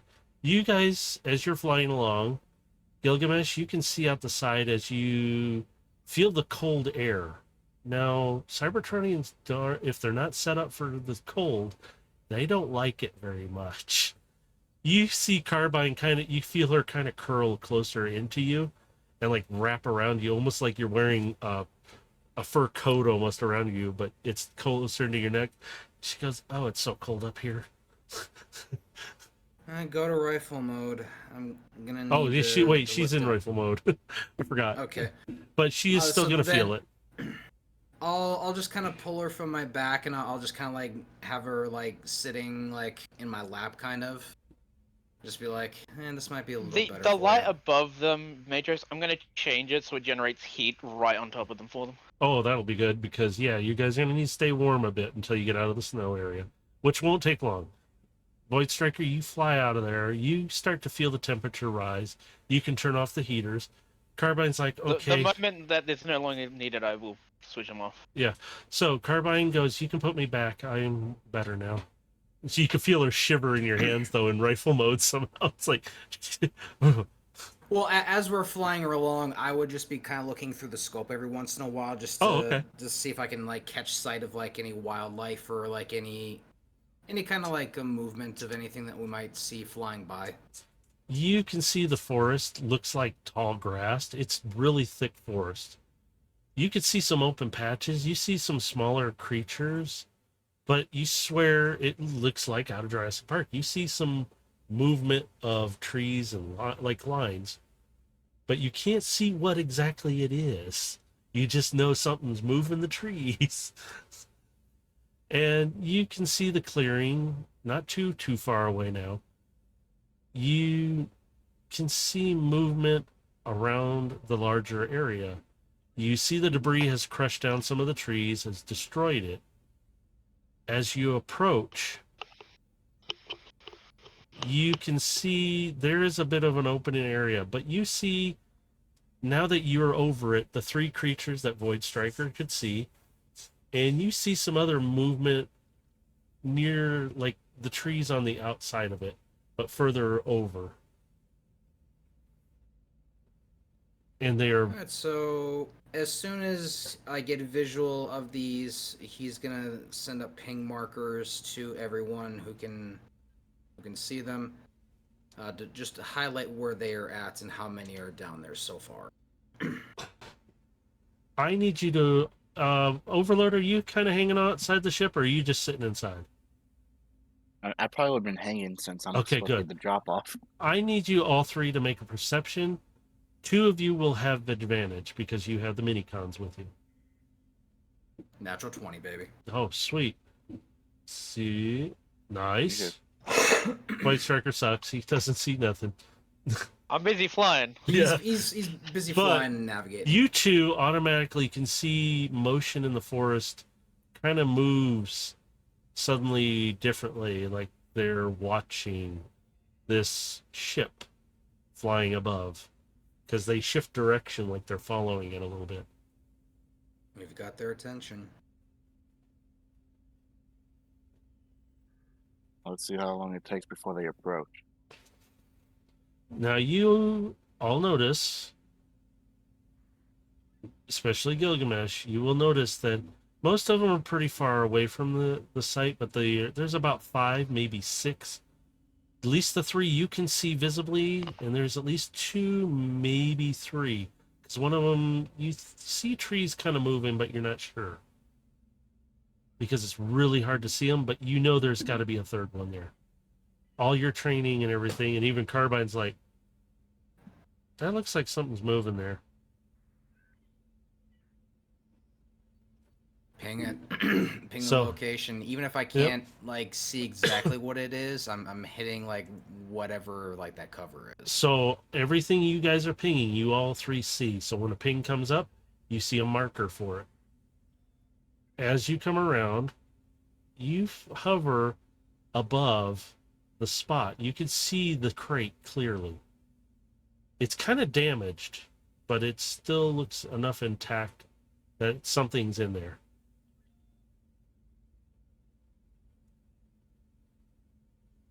Might have eyes on the package. As you sit there, you can see the three creatures. They're kind of outside the structure of this ruin, where this crate kind of hit the wall of one section of it, but the other three sections are kind of blocking these creatures from seeing you. Or seeing it. So do you want to drop in there? we have a small window that we can drop overload in where he will be minimally seen. Yes, but he may be heard depending on his impact. He ain't exactly stealthy. I mean, I can soften the drop, if anything. You could try. Not to mention, I could full on cancel fucking momentum and cast a spell. Because I have a coin here I'm going to flip to see if they see you or not as you come down. And I'm going to do it for each one of them. I mean, honestly, I wouldn't see how hard it would be to spot me. I'm fucking green. All right, so do you want to drop down there, or do you I want mean, to... am I given a clear shot to drop? Void Striker, are you giving him a clear shot to drop? Oh, Void Striker died. You all are flying on your own. As you do, you can see there's a clear shot down to this crate. Ooh.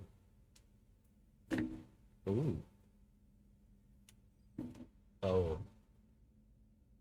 So, Overlord, do you want to jump? Man, am I giving the okay? Yep. If you're Yep. ready, go ahead.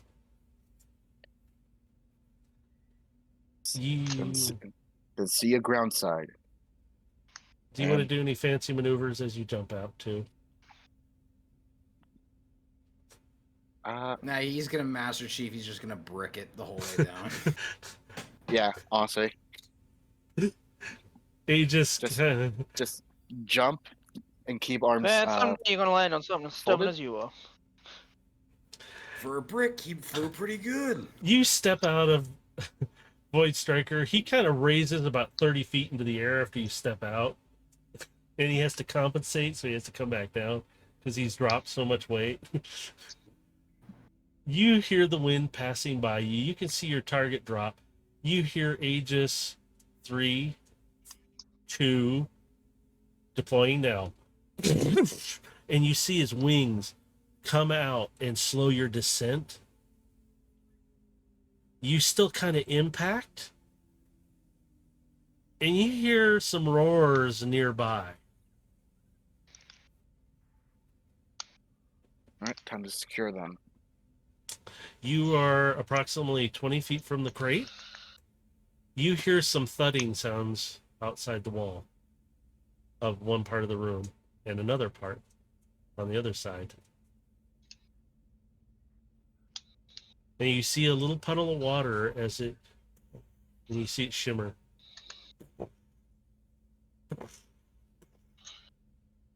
You keep hearing more than just one set of steps. And you hear a couple of massive roars of some sort as the sounds keep getting closer to you. What do you want to do right now? Gotta make this quick and get to that package. I guess they already know I'm here. So you make your way over to the package. What are you going to do to secure the package from here? Let's see. Well, I guess the question is it still in some sort of casing that was picked up by It- the original team, or is it hanging out somewhere? It is in the case. The case is damaged, but it is salvageable enough to lift.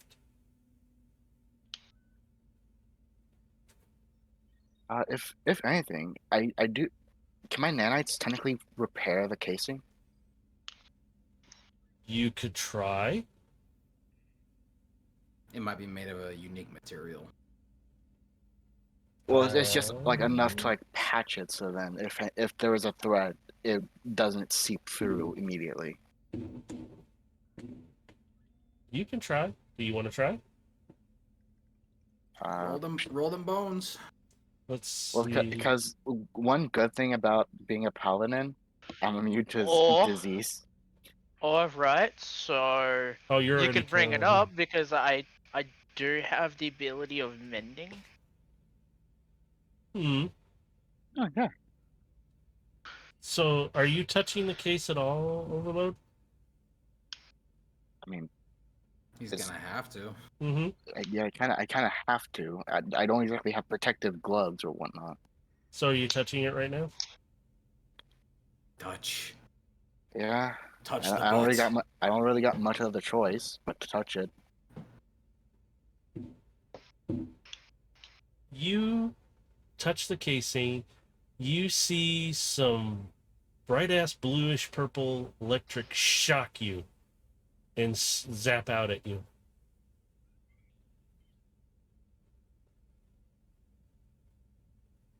Fuck. Causing you 11 damage. Ow, my pride. It is very dangerous. I know he's Yes, got a lot very of dangerous. HP. That's why Yeah. I'm just like, ow, my pride. I'm just gonna will through it. Fucking grab that shit and go. It's not gonna fucking stop me. Before you can reach again for it, I need you to make a strength check for me, please. Oh boy. 21. You feel a little bit of pain, but you kind of shrug it off a little bit, like, whatever. So I want you to reach for the case again, like you were going to. You want to power through it, right? So. Well, yeah, I don't have anything protective. I don't Mhm. got like literally got no. Wait a sec. Is there a handle to the case? There are what's left of handles, but yes, there are handles. I'm curious. Couldn't I use one of my weapons to like latch to the handle? You can try. You want to try? I mean, I would just is I would Well, say how about you can this? try. Does Void Striker have a cargo cable?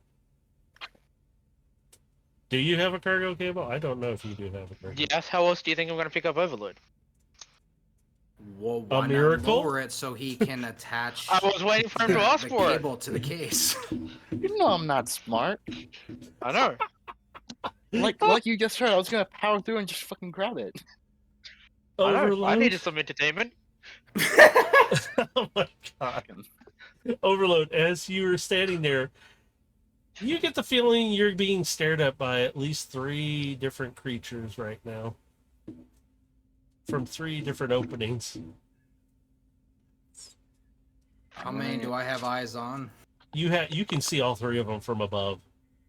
Because there's no See, trees just in like this how I part. needed entertainment, Gilgamesh needed entertainment. And you see these 3 large lizardish dinosaur-looking things with spikes on its Give back him a kiss. and like horned heads staring at you. And they look hungry.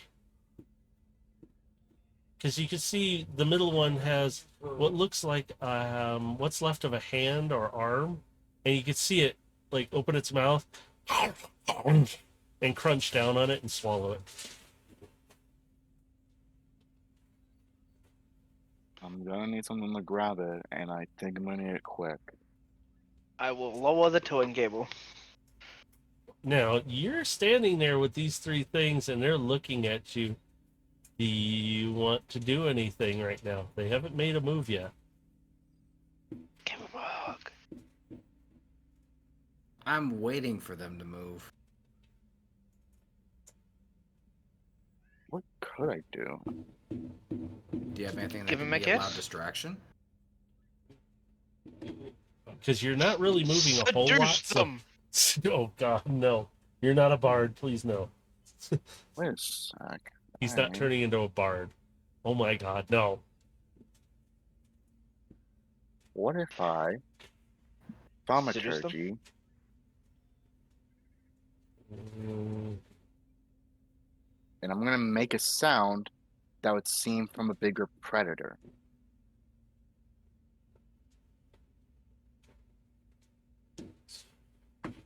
So what? A dragon? Something bigger than them. Is there a save throw to this? Where is it? I have a Uh, reading like No, crap. it's... Or is Oh. it? Wait. The DC 13 for Oh, there it spell is. save. The bottom. Oh no, I didn't Oh. have it scrolled. For my. Yeah, I have another I was screen. Hang reading on, the let me rest of move it this. too. I didn't see Sorry, that part. hang on, let me move it. There we go. I had another screen running for this, so I could do something. Let's say, whoops. It's DC 13. All right, 18. I'm gonna try. You know what sound you're making? You're making the sound of the Latina mother with a slipper.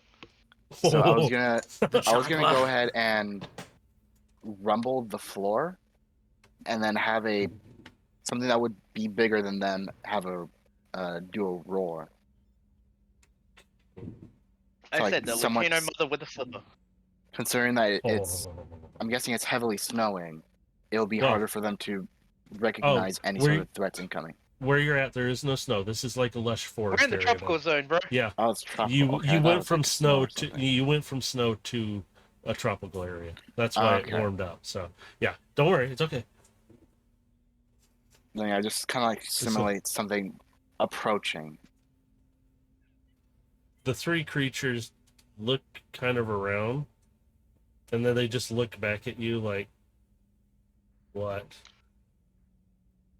I don't think they're that stupid. It was worth a try.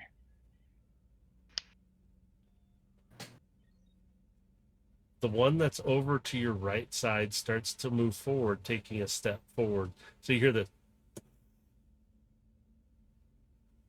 and the other two kind of look at it briefly, like, and so they start taking a step forward, but they're still kind of looking at that one. And it's like, okay, what are you guys doing here? Is there anything you want to do, Overload? If I Anybody- take a shot, they're gonna get alerted.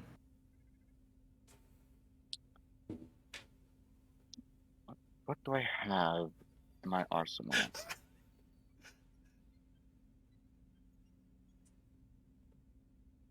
Because I might be a silent sniper rifle, but if I take one of them down, they're all gonna know about it. Not unless they're already dealing with the foe.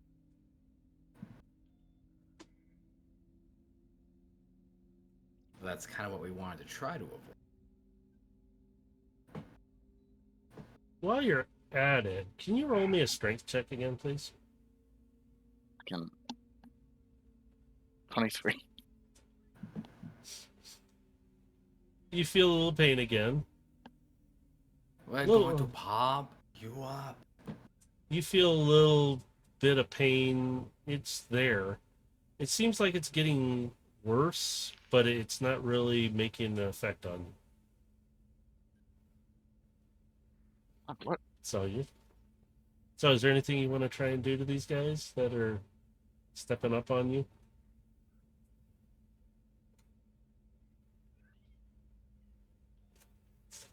I'm not sure. Am I fine to fight or no? That's what I'm wondering. It's up to you. These three things literally. The longer you take, the longer I- this video becomes that Matrix I has to am deal your with. Overwatch, but Fair. I can only do so much because I have a limited number of shots. Gilgamesh and Void Striker, could you do me a perception check, please? I Certainly. suppose. Well, then good thing I have an unlimited amount of slashes.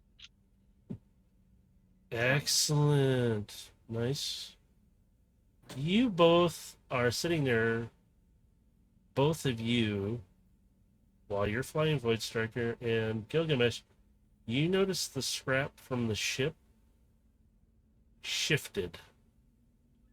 And you could have swore there was more of it. I think we got a bigger problem. Grab crate and let's leave. Is the cable close enough? That's what I I'm lowered it wondering. like ages ago. Well, it's because it's part. There's a time. Is it time delay? Because I'm guessing my turns are separate from his, and Mhm. considering the height difference, it would still take time for it to completely lower down.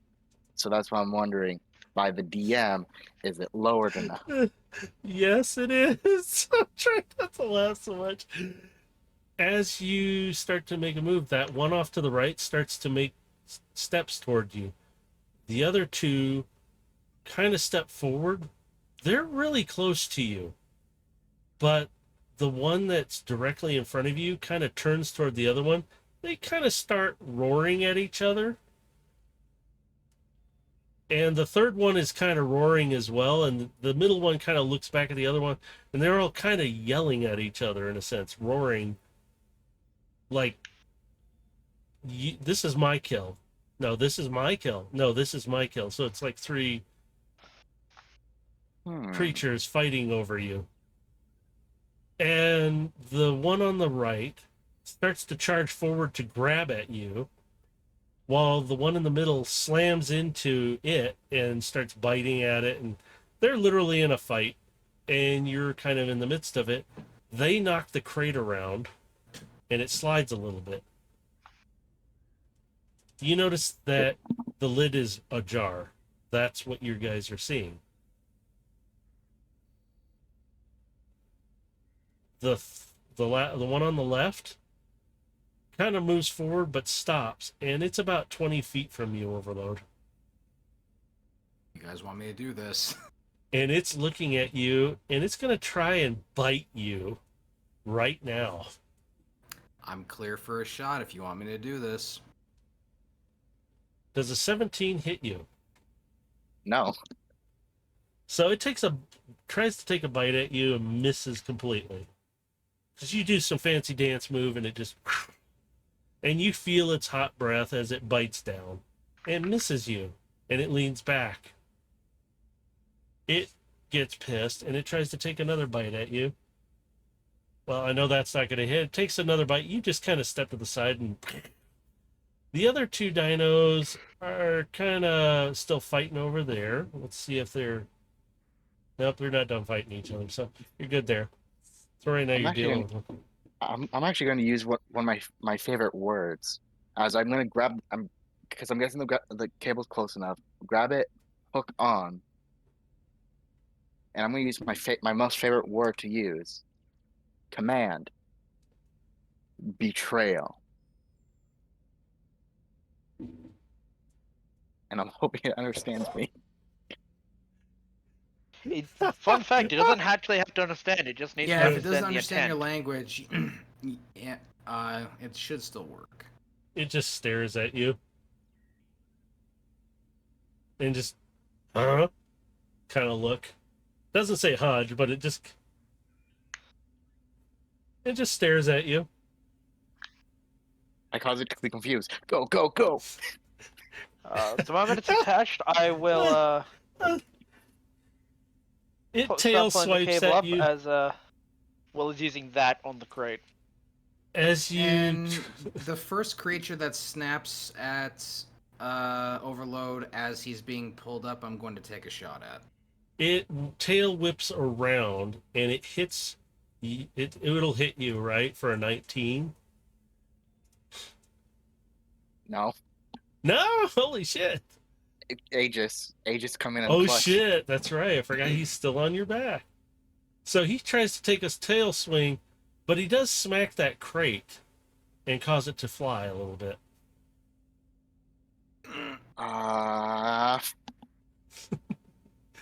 Forgot about the crate. Well, the both of you know what I have to do. You need to And make a before- strength check for me. Fuck. Taking a shot. Oh, man, you okay? You hit it. Holy shit! You piss it off. That's 23 to the dome. Yep, you piss it off. And now it's shaking its head like, and it looks right up at you, Gilgamesh, just like, I know where that came from. And it's- because you know how the cable's technically a part of me, right? Mm-hmm. And it's within 30 feet of me, you know, doing a strength check. Ooh, so that's 17. So you're in 30 feet of it, huh? Well, and 30 feet of me. Of the cable while he's doing a strength check. Okay. Because the cable is technically an extension of himself, is Uh-huh. what he's saying. So 17 on Shouldn't strength. have said anything Yay. then. I don't know. The cable is a lot longer than 30 feet. Yes, but it's a lot closer to it than you are. And what can it grab? Oh, I want it to grab me, because trust me, I will fucking fly with this thing attached to the cable. You can try. I will. I will strength check my flight with Flash of Yep, Genius. We're gonna find It's- out how well its grip strength is when it's gonna be Yep. missing one of its arms. Yeah, because these things are. I'll take back Oof. a live experiment. I will. Well, never mind. Oops, shit. Oops. Hang on. Drop that. That's funny as hell. Okay, that would have been a great flip. Oh. So as you guys are sitting there contending with it, it's going to try and grab onto the crate since it is closer. It kind of, you can see its teeth sink into the sides, but it's getting hurt.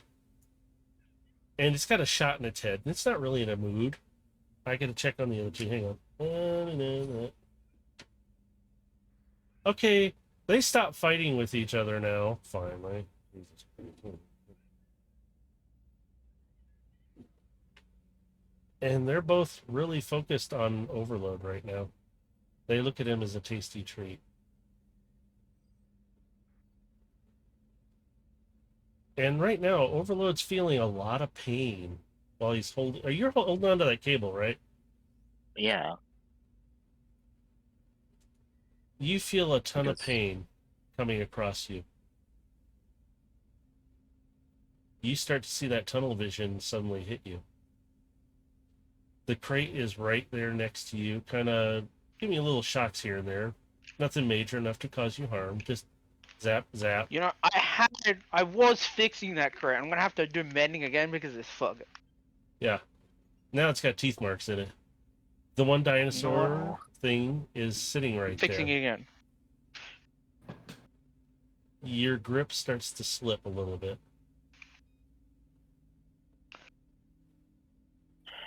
No. The clouds start to roll over. You start to feel rain. Void Striker, you can feel it running across the top of you. Gilgamesh, Carbine, every one of you start to feel this. It seems like time slowed down at this moment. Aegis is calling out to you, but all you hear is kind of muffles of your voice, of this voice coming through. And you feel an extreme amount of pain start to hit you harder and harder. And as the tunnel vision comes up, you suddenly see nothing. But from above, you can hear this muffled screaming from Gilgamesh, Carbine. You can hear Aegis trying to scream. It's just muffled, though.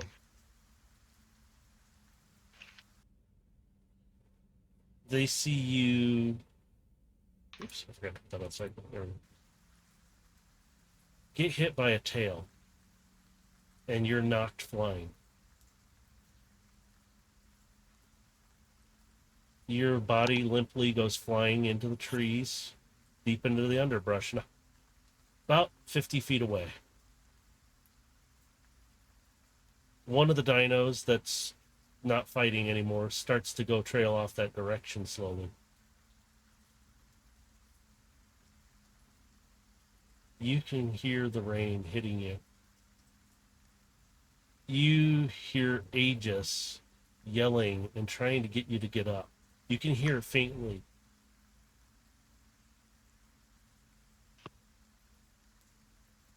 Across the comms, you can hear Aegis. He is out cold. I can't get him up, and I hear one of them coming. This thing is moving faster and coming closer. Aegis transforms. I can't help you. I can't move you. Please get up. And you see in this darkness, Ashen standing there, kind of in a cone of light. And you hear nothing else but the rain. You could see rain even in your little vision moment here. I won't take you over, but I can help you do something else. You hear the roar of this dinosaur. Now, from above, you, Void Striker, and Gilgamesh, and Carbine can't see what's happening, but you hear the roar. You know the thing is near where they're at, and you can hear Aegis yelling, "You won't take him, I will kill you first." You hear a sound of, it sounds like Aegis getting knocked flying. You hear kind of a, not a crunch sound, but like a crunch sound of him hitting rock or something. You can hear it echoing. For a brief moment,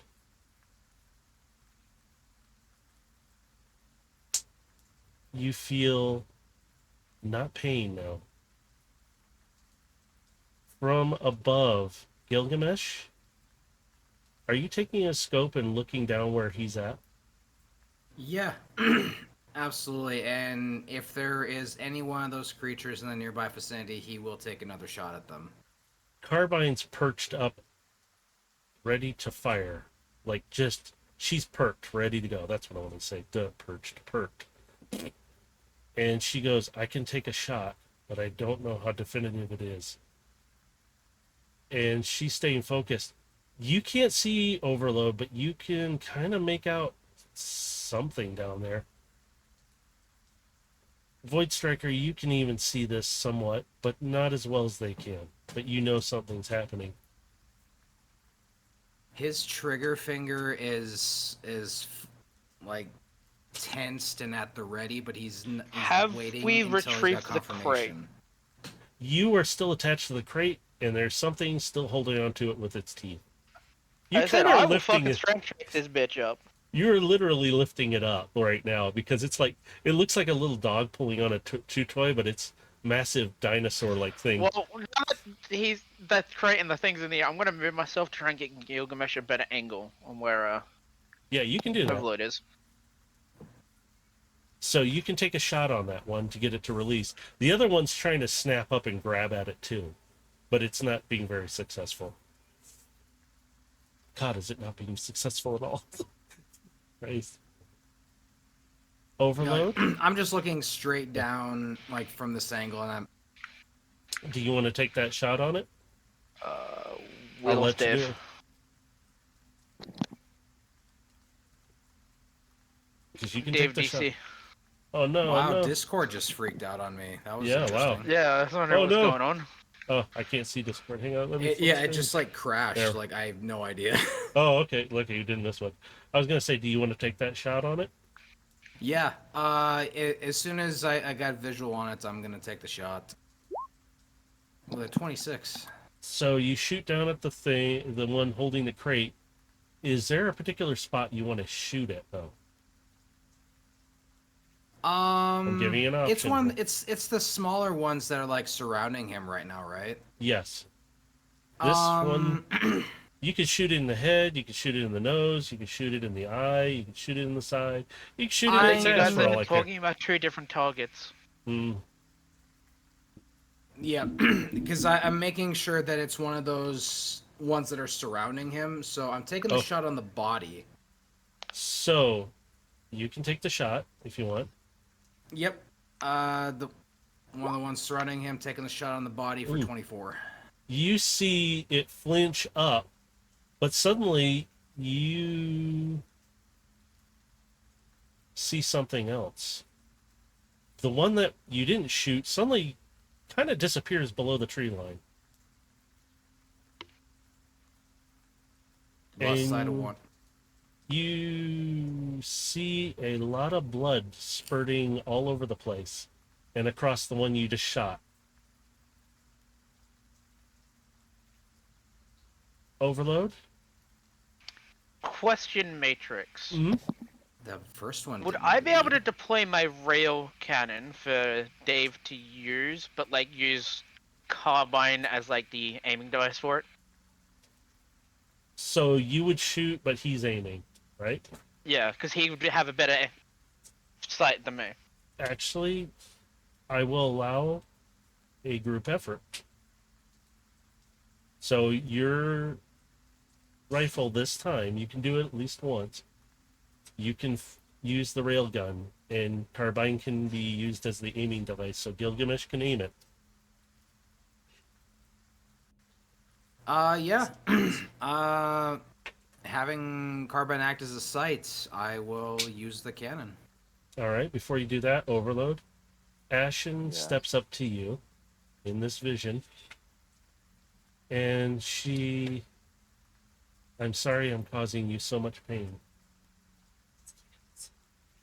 Not something I'm not used to. And she kind of gets bigger in size to you. And she puts her hand on your chest. Maybe this will help. Sorry, we got mosquitoes in the house now. And you feel all over, physically, you start to feel some kind of change happening. She goes, I hope this can help you. I will try to suppress, but I can't guarantee.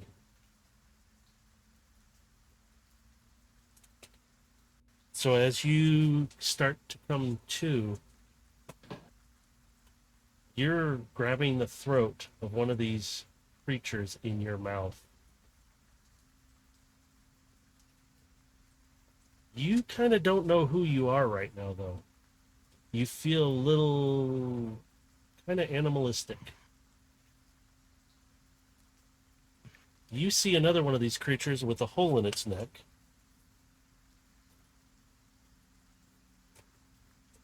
That has been what looks like pierced by something.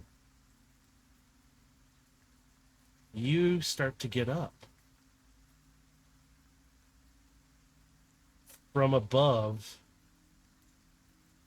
Gilgamesh, Carbine, Void Striker, you see something stand up with this large lizard's head and neck in its mouth. You've never seen anything like this thing, and it's bigger than they are. It stands there, and it crushes the neck, and you see more blood splatter from that creature. The other one tries to rush forward like a dumbass. You, Overload, drop the carcass, and you just turn your head and open your mouth, and with quick movement, you snap around its neck, and you crush it. You lift it up off the ground and slam it down.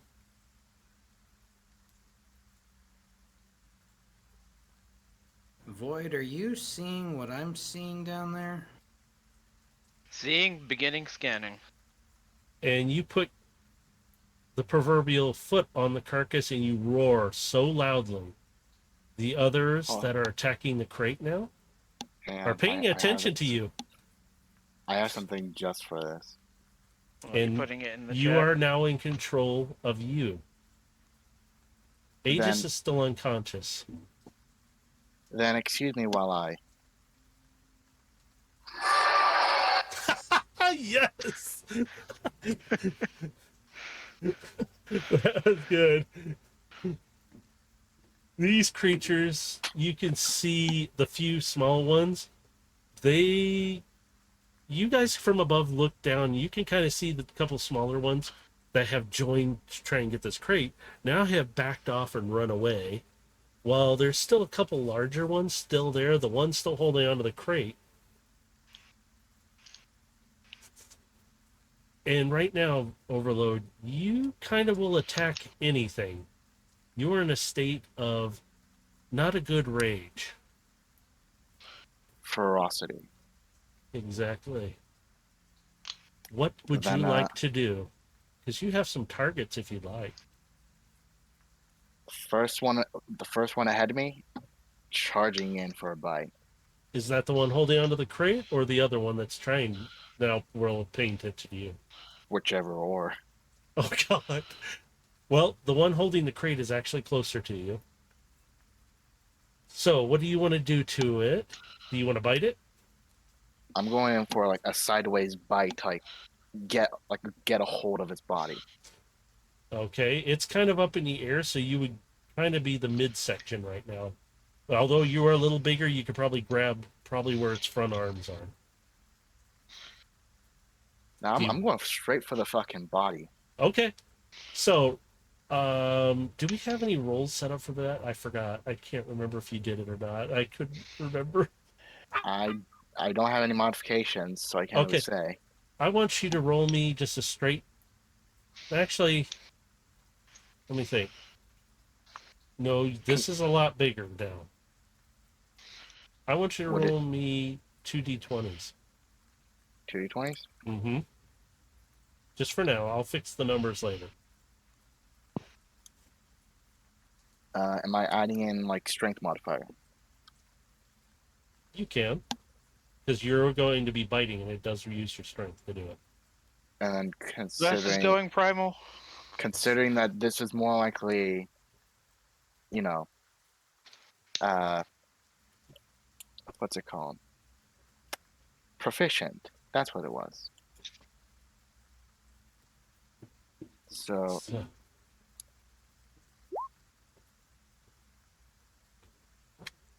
sorry, dude. As you do, you slam into this thing because it is a disadvantage also. Sorry, mosquito. You slam into this thing. You're biting into it? yes. All right. As you bite into it, roll me. This is going to be an interesting one. I'll just have you roll 3d20 for me. Because your bite is immense.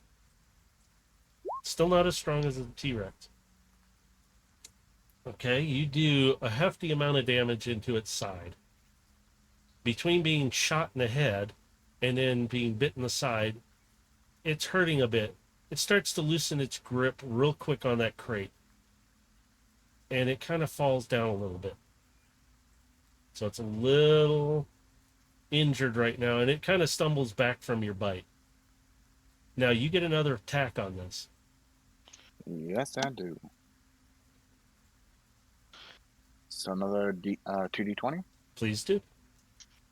And if you want to attack that same one or the other one, which is kind of off to the side and back a little bit, it's up to you. Okay, so this is to actually attack. The second one is for the damage. So then it'll be a +9 then. Why is that not? What did I know? I gotta click Yeah, on if I go by that, it's a +9 to attack, +5 for damage.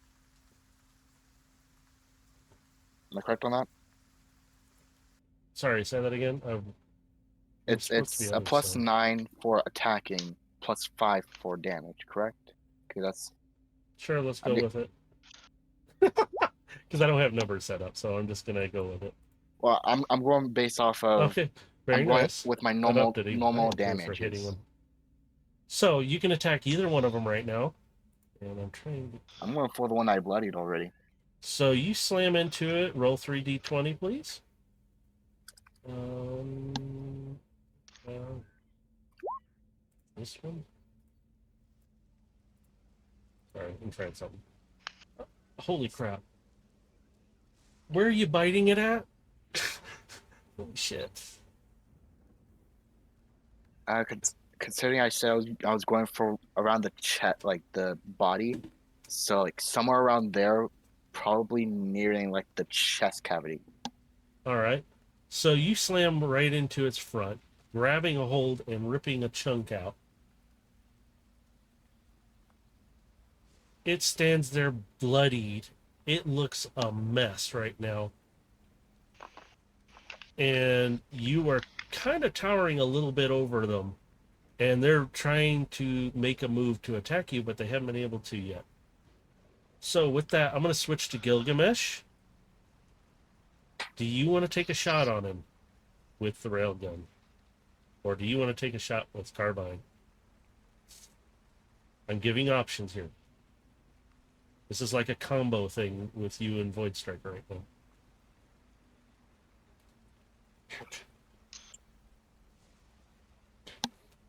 Sorry, I've got mosquitoes coming around in here. You went outside and a whole bunch came in. Holy crap.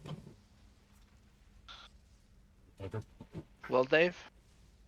You there, Dave? Did your internet? Oh, internet going out again. Hang on. He'll be back in a second. Void Striker, do you want to shoot it with a railgun then? I mean, I've got 3 more shots with my railguns, yeah? Yeah. Yeah, I'll take a shot with my railgun. Roll to hit. And which one do you want I to think hit? I hit. Oh, no, I don't think you did. I don't think that was high enough.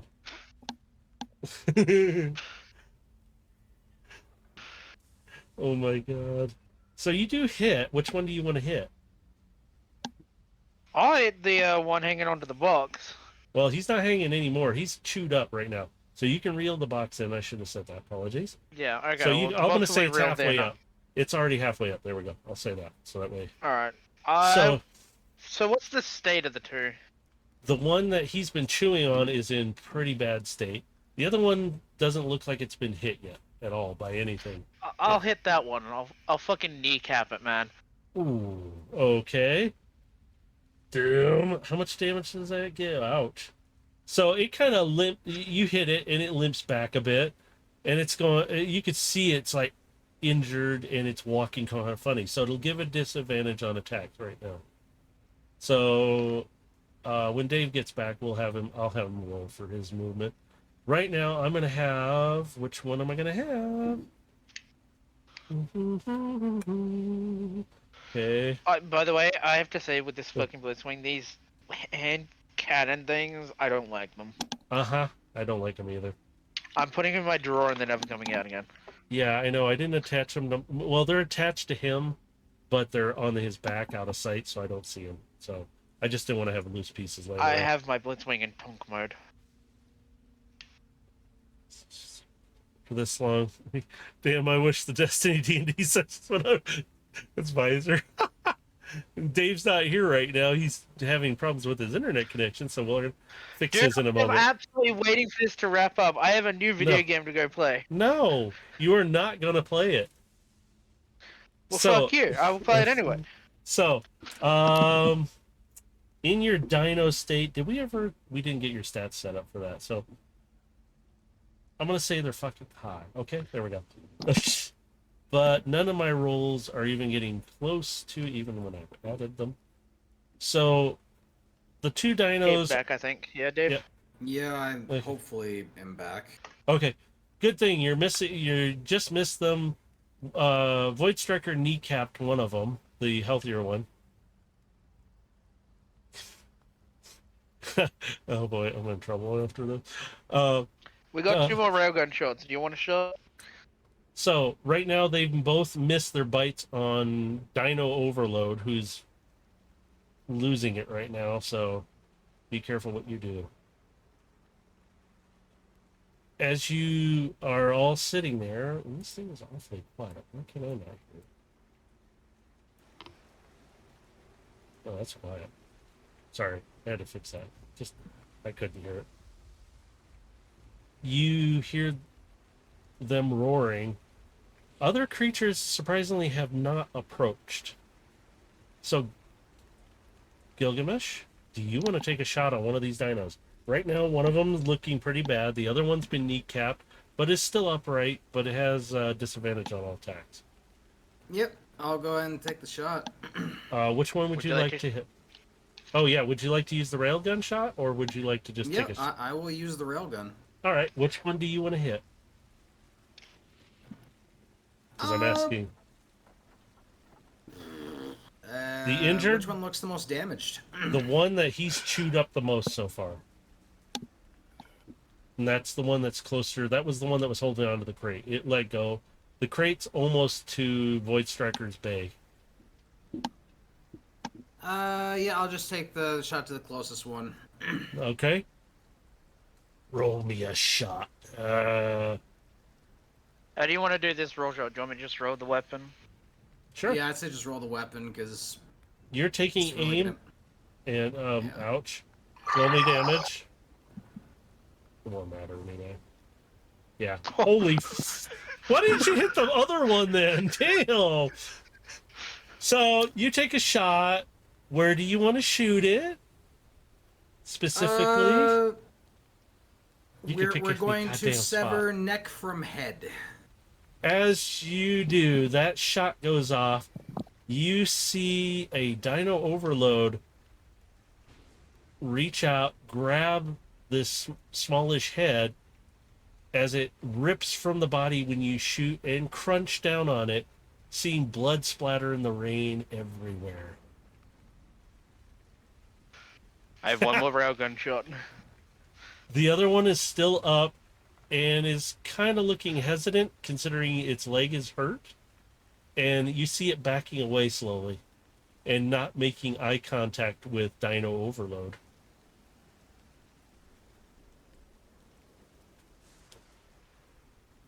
What would you guys like to do? Who would like to do something if they want to? Or they can let this thing slink away shamefully to die by the teeth of other creatures. Gilgamesh is going to be kind of more still surprised by what he's seeing in Overload. I mean, here's the real question. It's in range of me, yes? Oh, yeah. And it's trying to flee? Mm-hmm. It doesn't can't that move mean I very get an fast. opportunity? Uh-huh. Because funny enough, I have an ability that if I do an opportunity attack, I can cut off their exit. If you wish to. Sentinel, I believe it is, yeah? Right now, Overload. Relentless Avenger. But the thing is, I will explain to you, Gilgamesh and Void Striker, Overload is not your comrade right now. He is Dino Overload losing his shit, and he will attack you if you're not careful. Why So do you think I haven't lowered? Hmm? Why do you think I haven't gone any lower? Oh, come on. You know you want to say hi to the new guy. I'll say hi when he speaks. So, that dino that's trying to escape, Mm-hmm. Relentless Avenger. When you attack, you can move speed immediately after the attack. Okay. Yeah. He's injured already, and you can see it trying to back away cowardly, like, I don't want to fight you, I'm gonna die. Yeah, so, roll an attack? Oh, sure, go ahead. Yeah. Mhm. Oh, yeah. Mm-hmm. Do whatever damage you, yeah. Yeah, and It's I'm hurting. going to be cutting off its exit. Okay. Go ahead. You can cut off its exit. How much damage do you want to do to this thing? Yes. Oh, why bother cutting off its exit when you can just chop off its head with your teeth? Ooh, wait, no, I got a better execution. Oh shit. I'm circling around to cut off his exit, and I'm going to bear down my fangs into the neck, crushing, and then tossing the body away. All in one fluent motion. You just heard it. He killed it. And it was bloody and gory. You guys from above are looking down, and Carbine's like,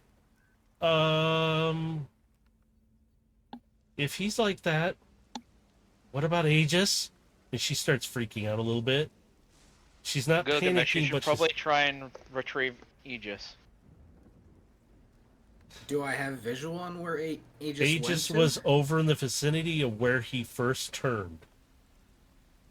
He's not far off, but he's because Overload was able to I hear will lower him, so. another cable so Gilgamesh can drop and immediately be repelled back up after he's got Aegis. So are you guys hovering over to where he is at, or approximately at? Yes, I will immediately go over that way, yeah. All right. Overload, can you roll me, let me see, perception. Just roll me a perception issue, and I'll do a little bit of math here. Oh, fuck. Never mind, I don't need to do any math. Okay. You, as Dino Overload, see this thing hovering above, move over. Do you wish to How follow far it? away is he from me? He is approximately 60 feet now. Actually, 70 feet, sorry. Because he moved over and... Ah, what? Okay.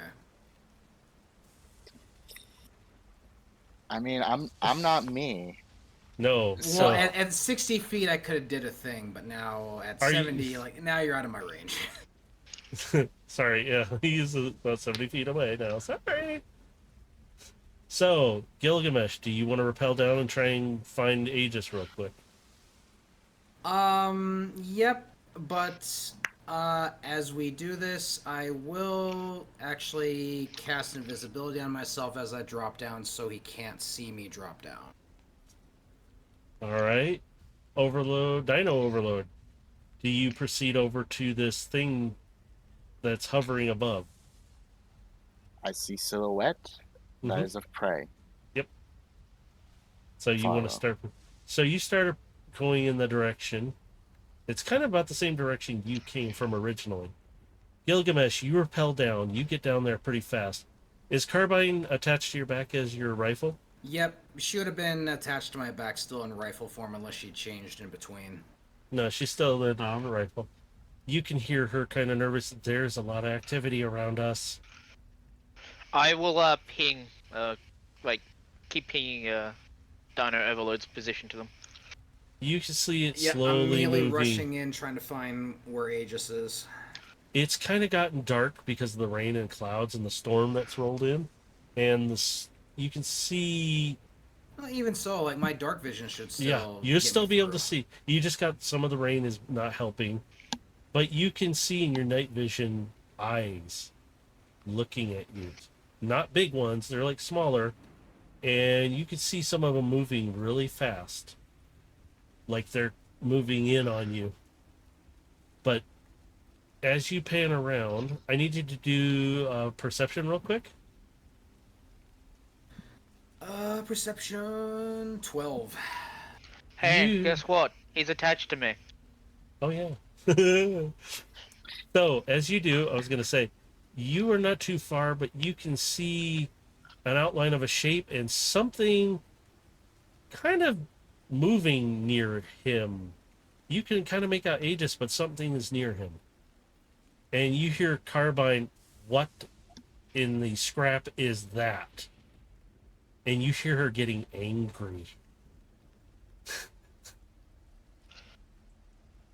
You can make out what looks like it's smaller than you, but it's about the size of Aegis as is. And it looks like it's kind of picking at him a little bit. Aegis looks pretty messed up right now. So as soon as I get in range of that thing picking at him, I'm going to immediately stab at it. You slice at it. And it cowardly runs away, getting cut at the same time from you. You can hear that and it runs off. It sounds weird as hell. So as soon as it's gone, I'm immediately reaching for Aegis and attempting to pull him out. You try to start picking him up, and he's kind of broken. He's not dead. He's just, his wing is shattered. His lower leg one of his legs looks like it's broke. Carbine transforms and grabs his leg and quickly like throws a wrap around it and says, "Let's go." And she transforms up to Caracol and wraps around your neck. And she goes, Yep. Tugging on the cable and signaling to pull us up. As The moment I you- get the tug, I'm immediately pulling it. Dino Overload, you see something of a weird stringy thing hanging, but you don't see what's on the end of it. But you do see some sparking coming from whatever's hanging, but you can't see what it is. What do you want to do? Investigate. Doesn't look like food.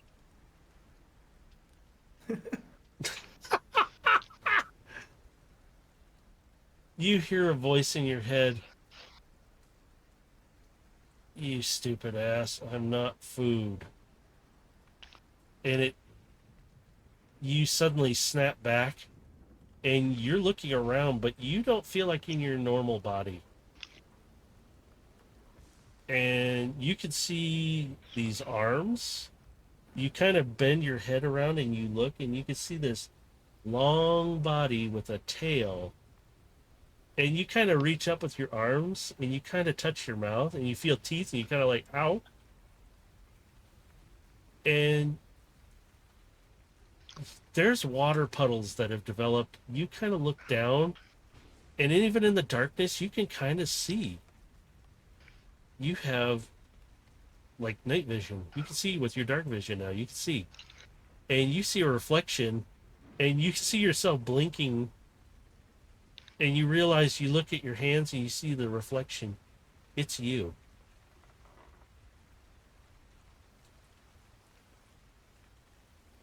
You hear above you, and you can see Void Striker.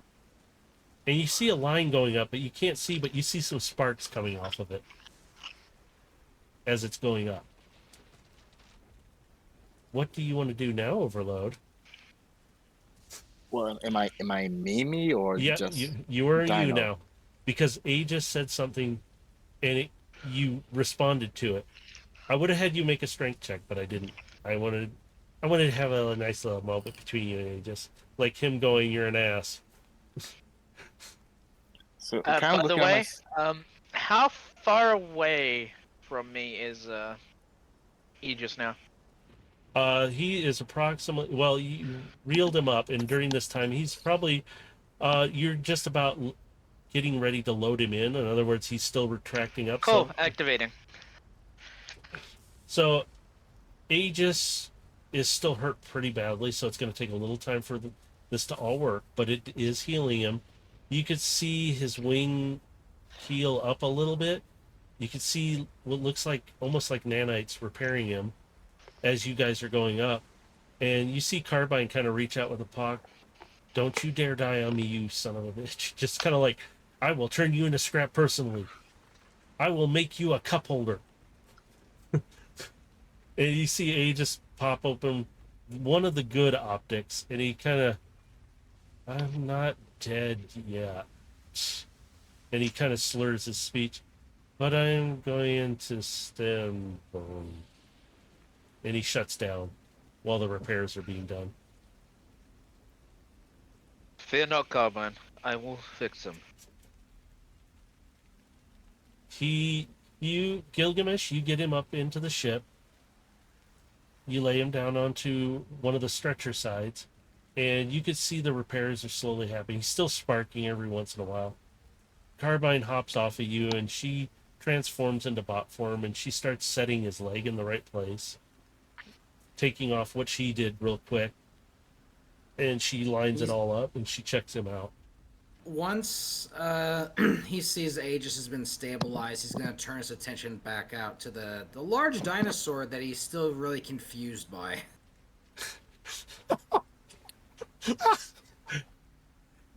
The large unknown Dinobot. Overload, you're still in dino form. You can see them above you. You see Gilgamesh pop his head out. Do you want to say anything to him in dino form? I'm gonna throw up. Staring contest for 5 seconds. Giant Dino. Yeah, he looks up. I'm gonna throw up.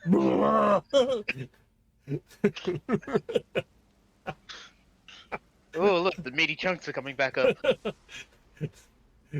Gilgamesh, Void Striker, you're both seeing this, and it's like, oh my god, how much did he Fascinating. ingest? Of all the things to see today, this was the least thing I seriously thought I would have seen. But here it is. He's hurling in the bushes. It looks like a river of red. Oh, yay. Blah. I just imagine Is he hunched over now, vomiting? Yeah, a little bit. He's kind of, oh. I imagine one of his arms on a nearby tree as he's throwing up.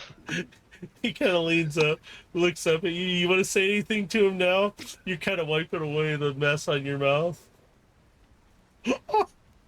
What the fuck happened to me? As he's saying that, you see this dino talking to you. Is I believe that- we found Overload.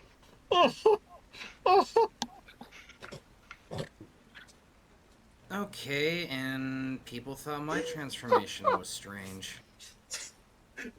I'm going to drop a heavy-duty cargo cable down for Overload. Are you sure you're gonna have enough thrust to lift him? He is a bit bigger You now. underestimate my thrusting. My thrusters I lift don't capacity. underestimate your thrusting. I'm overestimating his weight. As I'm just pointing down to the giant dinosaur beneath us. Well, it Overload. looks like you just threw up a couple tons, so we should be fine. Overload, are you ready to fly? Do you want to transform? I'm pretty sure I'm in a state of shock and I can't remember how to transform.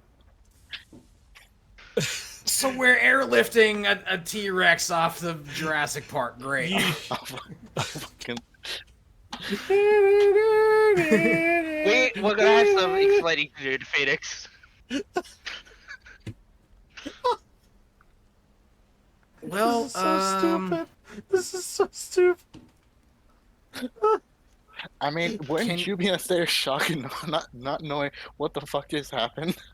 Well, to be fair, that is what happened to the Maximals and Primals in Beast Wars. They were in such a shock they forgot how to transform. So, my Carbine- reaction is quite suitable. Carbine kind of steps out the back of the cargo bay door and kind of looks down. Is he him now? As she yells back at you guys. Because she's looking down. I think so. He seems to be in a state of panic, so that sounds kind of like him in the moment. She can hear you talking, Overload, and she kind of like, oh, for fragging sake, oh, come on. Can't just transform. It's not that hard. Have you looked at me? As I'm like Jesus. waving my fucking hand. Waving his tiny dino hands. Look at me! Look at, and she leans over and she goes, look, I know you have a big head and little arms, but come on. So she goes, hang on. If you're you, I should be safe, right? And she looks at you, Gilgamesh, and she kind of jumps out the door and kind of, you don't see her for a moment, and you see this little thing, and her tentacles kind of grab out at the trees and rips around, and she lands on top of your head, Overload. And she looks at you, and she slides down, looks at you in the eyes. You're looking at her kind of cross-eyed right now, by the way. And she goes, look it, just calm down and concentrate. It's gonna be fine. Aegis is better at this than I am, but he taught me. Calm down. Breathe for a moment. Suck in the energon air here. Come on. And she kind of like thumps you in the forehead. It's like, come on, do it. Kind of hard to calm down. I'm doing something I haven't done before. It looks ridiculous right now because you see this dinosaur. Yeah, he's cross-eyed looking at this small cat figure sitting on his nose. More of I'm just staring at them with one I'll eye because the other eye record can't this see them. entire interaction. Because let's be honest, Kiara would want to see this later, so I'm recording. So, Carbine kind of goes, look, you got to calm down. You can't freak out on everything like this. I hardly forgot at all. Yeah, I know. We all kind of didn't expect you to do this. And she kind of Neither did gestures down I. at the mess. Kind of like, ew. As long as you don't start freaking out on us again, you can come back with us too, okay? Just like, you're not going to do that, are you? Right now? I mean, I don't feel bloodthirsty, so. You hear the voice inside of you, and it's Ashen kind of speaking quietly. She sounds weak. Just transform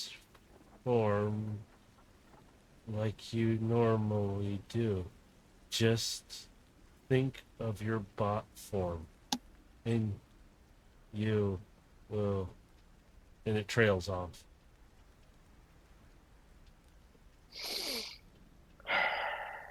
And Okay. Carbine's sitting there yelling at you, calm down. Just like,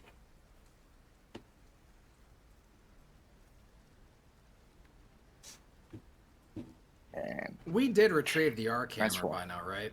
yep, it's in the case in the cargo bay. Okay. Okay, I just want to double check to make sure it was stowed away. Carbine's kind of you see one of her tentacles reaching up to the cable to pull herself up, and she's holding on to it.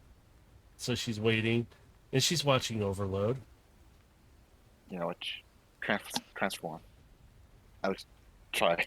And she kind of Transform. she kicks you in the head. Don't say it out loud. Just feel it. You're an animal. You're not just a Cybertronian. You're not just a bot. I You're mean, both. historically, if he's now a Predacon or a Maximal, he could try Maximize or Preterize. They don't know those commands yet. These are natural commands. The hell are even those things?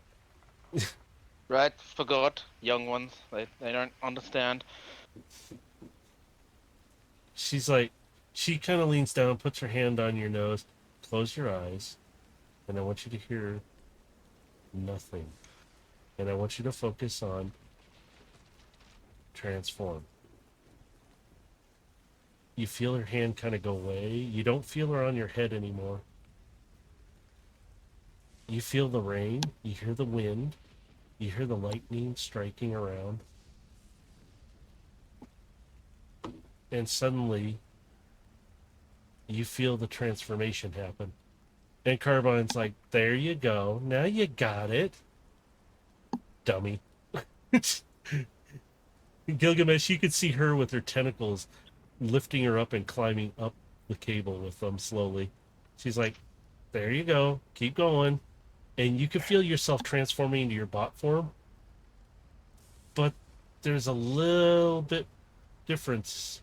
As you transform into your height, Carbine hasn't gone up that much further, and she goes, okay, you're bigger. And you look a little different. For now, let's just try and get you out of here. And you could kind of hear over the comms, hey, can Phoenix handle this kind of weight too?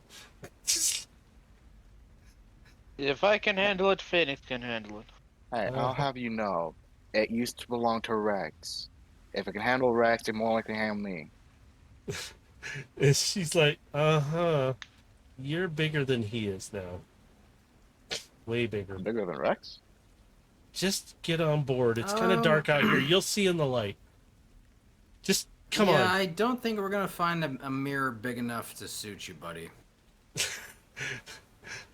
So just grab on the cable. Carbine's like swinging it at you and slapping you with it a little bit. Like, come on. So is Overload finally bigger than Void Striker and Bot Mode? He's about the same size as you. He is big. I guess I'll go ahead and grab on. Yep, you can grab onto the cable. Carbine's like slapping you with it. Like, come on, grab it. Let's go. The moment he grabs it, I'm gonna start pulling him up. Overload, you start getting lifted up. Void Striker, you feel a bit of weight now. You have to kind of increase the I thrust just a guess I'll little. finally, stop, doing, Yeah, you 20% power to my thrusters. yeah, Let's you go. actually have to increase just a little. Void Void Striker's lifting you. Overload, you kind of look around and you realize that you see everything in kind of a yellowish tinge right now. And you're looking around and it looks kind of almost like it's daylight out, but it's all yellowish right now. Oh, I see yellow. Does anyone else see yellow? Carbine just looks down, grins at you, and just starts laughing. She doesn't say anything, she just starts laughing. And she's like, "It's dark out, dummy." Is it? I can't tell. Yeah, you have to kind of turn it off if you want it off. There's an off switch? Yeah, you just. Oh my god, we gotta teach him. Gilgamesh, we gotta teach this one how to operate this. Oh god. She's just like walking. I'm a soldier. You're showing us. You're more or less showing someone from the 1800s, from Yeah. the 2000s. Like, she how the fuck gets do I up before operate you this? do, and she just looks over at you, Gilgamesh. We got to show him how to operate everything now. This is like teaching a youngling here. Oh my god. She's like, I'm too old for this. She just kind of walks over. Aegis is okay. Well, he looks better, but he's not, his leg's still detached. It's not doing it. Go to bed, Visor. There we go. Hey, go sleep, Visor. Go smack your head on the We should pillow. really wrap up soon. No, Yeah. he wants to play a game. So, you hop on board, and you're a bit bigger. You kind of bump your head a little bit, Overload. There's lighting on the ship, and describe your coloring of when you're in a dinosaur mode, because that reflects in your bot mode. Alright. You're a little more scaly, too, and you have some Yeah, I was teeth gonna in say, certain places that don't look normal. I would say that my skin would definitely look rougher with having scales now. Mm-hmm. So What does color he am I look like Killer more? Croc now? I don't know, do you? Honestly, that probably isn't. He's got a too little far toothier off. grin. I mean, he's I would got a little definitely say I have a fang, darker yeah. color Mm-hmm. because of it. So, And I guess the mask plate is now replaced with sharp teeth. yeah, you got like a little bit of sharp teeth there now. Makes you a little more intimidating now. We need to up your stats a little bit, by the way. Because you've got all Because this. the way I kind of picture it is that I'm darker colored, I have rougher skin, a bit more sharper edges, Mhm. and then the mouth plate has completely changed. And you're also a bit bigger, so that crate that's next to you while you're sitting there looks a little smaller to you now.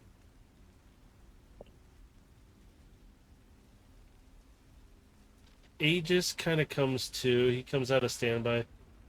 Ow. And he looks over at you with the one good optic and he goes, "Who the hell's the new guy? Where's Overload?" Carbine's just like, "That is Overload." And he looks at you. So Bull scrap. And he just kind of, I'm going back to standby. This is too confusing. And his head thumps back and goes offline again. So you I have really the want that crate now. different. Just gonna. I'm just gonna show him a hologram of what he looks like now into the bay of myself.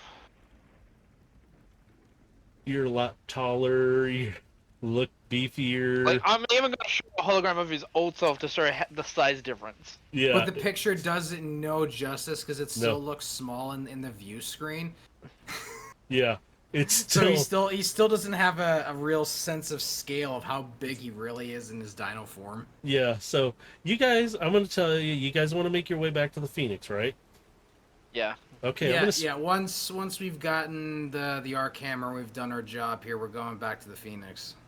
You guys fly back to the Phoenix. I'll be wrapping up here real quick. Sorry it's taking a little longer. I just kind of wanted this to happen, so it was fun. 5-hour So sessions I for figured I woke up on Transformers this is pretty planet. normal for us. So The moment we knew we were coming here, I kind of figured Overload was getting his dino mode, man. as soon as you guys get back to Phoenix, Void Striker, you kind of get everybody off. Aegis, he comes out in a hover thing, stretcher. There we go, and he's still being repaired. His leg is slowly being reattached. His wing looks a lot better. His one optic is being repaired. It's taking a long time for him, and you guys are all in the cargo bay. Overload, you reach in and grab the arc hammer case. It doesn't phase you hardly at all. You like feel a little tingle on your fingers. You pull the case out like it's nothing and set it in the cargo bay. You guys are all standing there watching him lift this case like it's nothing and move it in and set it down. You notice you're Let's get this kind thing of into quarantine. standing a little taller also. You can kind of match height with the steps and everything.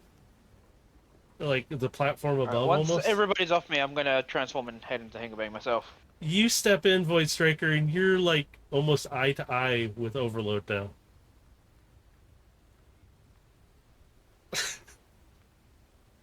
You're still smaller. As I continue walking.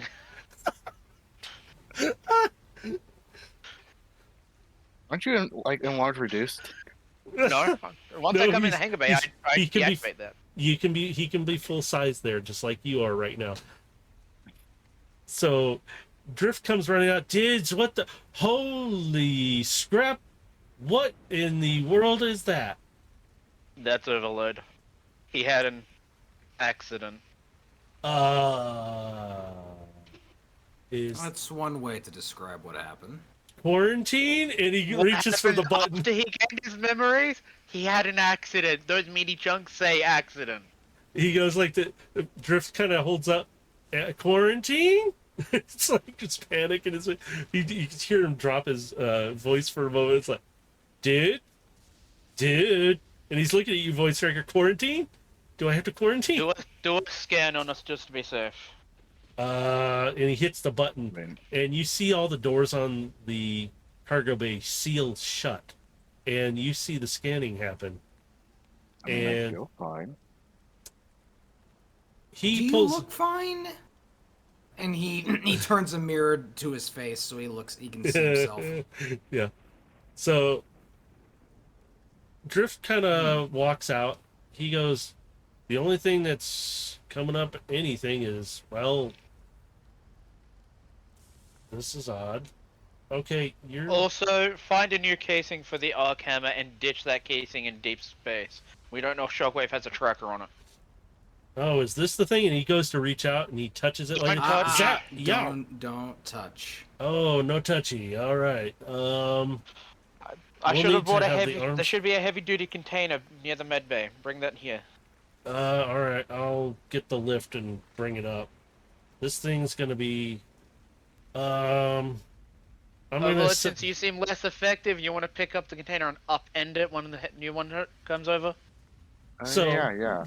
Drift Damn, that runs was back. good. He grabs the container. He comes up the thing with a lift. This thing is big, so he slides it through the door and he goes, "Here it is," and the lid opens up. He doesn't open it; it automatically. He hits a button and it opens. He goes, "This one's insulated, so hopefully it'll contain whatever that is." Alright, Overload, transfer containers. Yep. I'm gonna pick it up, open it up, and put on in. As you pick up the container, Overload, you feel it shift, and the lid slides Oh. off, and the arc hammer slides out before you can get it to the case. And Uh-oh. it kind of starts to slide out of the case. What do you want to do?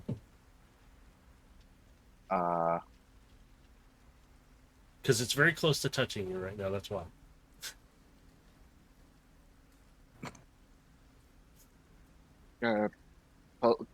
Pose.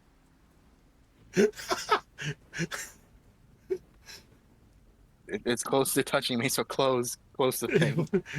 It won't. You can't close it right now because the lid has slid You off the only have blade. to dodge or catch, bro. Yeah, pretty much. Try and dodge or try and catch, whichever it is. I think it would be instinct for me to catch. Fuck. Okay, so you go to catch it, So if your instinct tells me to catch. and you drop the case with the other hand, and you grab it by the hilt, right underneath the top of it. You guys see this hammer arcing and shocking.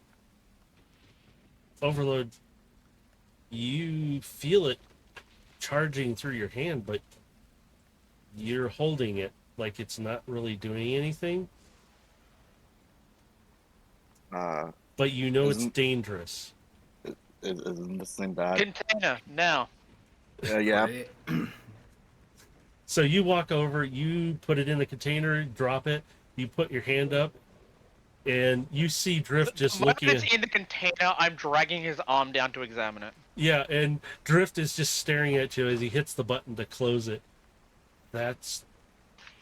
What in the world are you now? He just looks at you in stunned shock. Carbine's don't like, know. that's not possible. It Is it? seems his organic membrane type areas allow him to hold the hammer. For how long? I don't want to test. You can see, as you examine it though, you can see it kind of singed his hand where the organic part was. But you see it healing as you're standing there observing. Well, I it. mean, I still do have my aura vitality active, Yeah. so Yeah, so but you can see it automatically healing, like it's part of the nanite system. But you see it doing it, and it's organic as well as. if we need to transfer the container, Overlord's the one to do it. He has a natural healing factor by the fears of it. Well, and now that it's in that container, you guys can transport it safely. You I'm see. talking about out of the container if we need. it from Oh the yeah, container, if you ever needed to. That's why Drift was talking about adding insulation to the claw lift in the bay, just in case if they do need to transfer. I believe everybody's in agreement when I say that only people on board this ship should have access to the container. And you see Drift look over, dude. I agree totally with that. And he punches in a code, and he immediately sends it to only the ones who are here. No Phoenix- one but us is going to know that we've retrieved this artifact. We're going Phoenix, to can you do a drive-by by a star real quick? We have something to drop off. Copy that. Calculating near star will only take a few moments. After that, do we want to head back to the base? Or do we want to I would continue say on? yes, but take the scenic route. Aye, I understand. Silent mode it is. And you feel the ship kind of... It almost sounds like it's powering down for a moment, but you feel it move out of Atmo and start to move out. I'm just gonna like go back to that mirror, like, damn. You sit there and look at your teeth. By the way, when we fly past that sun, I'm just gonna fucking spot and kick that container out the back of the hangar. As you guys do, you hear Phoenix. We have a perfectly good star for disposal. Here's your voice change. I hope you enjoyed Phoenix Airlines. I hope this thing never comes back. And he opens the bay door, and he's aimed the butt end of the ship right at it. And you guys can feel spot the kicking it intensity. straight out the back. You feel the intensity of the star's heat coming out and hitting you guys, and you see its brightness, and it's one of those. You just see the case tumbling toward the star faster and faster as gravity starts to grab at it, pull it right in. And Phoenix is like, on our way back to base. Closing doors. Sorry for stealing command over Phoenix from you there, Gilgamesh. That just had to be done. He shrugs. I mean, technically, it's not my ship either. It's Overload's. I believe Narcissus is a bit busy over there. He's still looking in the mirror. And you All hear, I noticed is I look cool now. you hear Well, Phoenix. cooler. I would have still listened to you anyway, Void Striker. I don't want to be here too long. This place is making me uneasy. The sooner we get back to base, the better. Once we get this thing under quarantine and lockdown, we'll plan our next move from there. You hear Phoenix briefly for a moment. You guys did see the things eating the ship, right?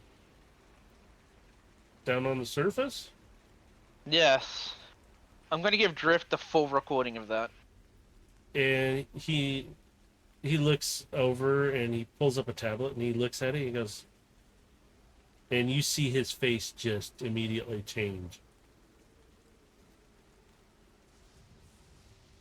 Do not leave this cargo bag. Immediately comes out of his mouth. None of us leave right now. Who was on the surface? Overload and Gilgamesh. Yeah.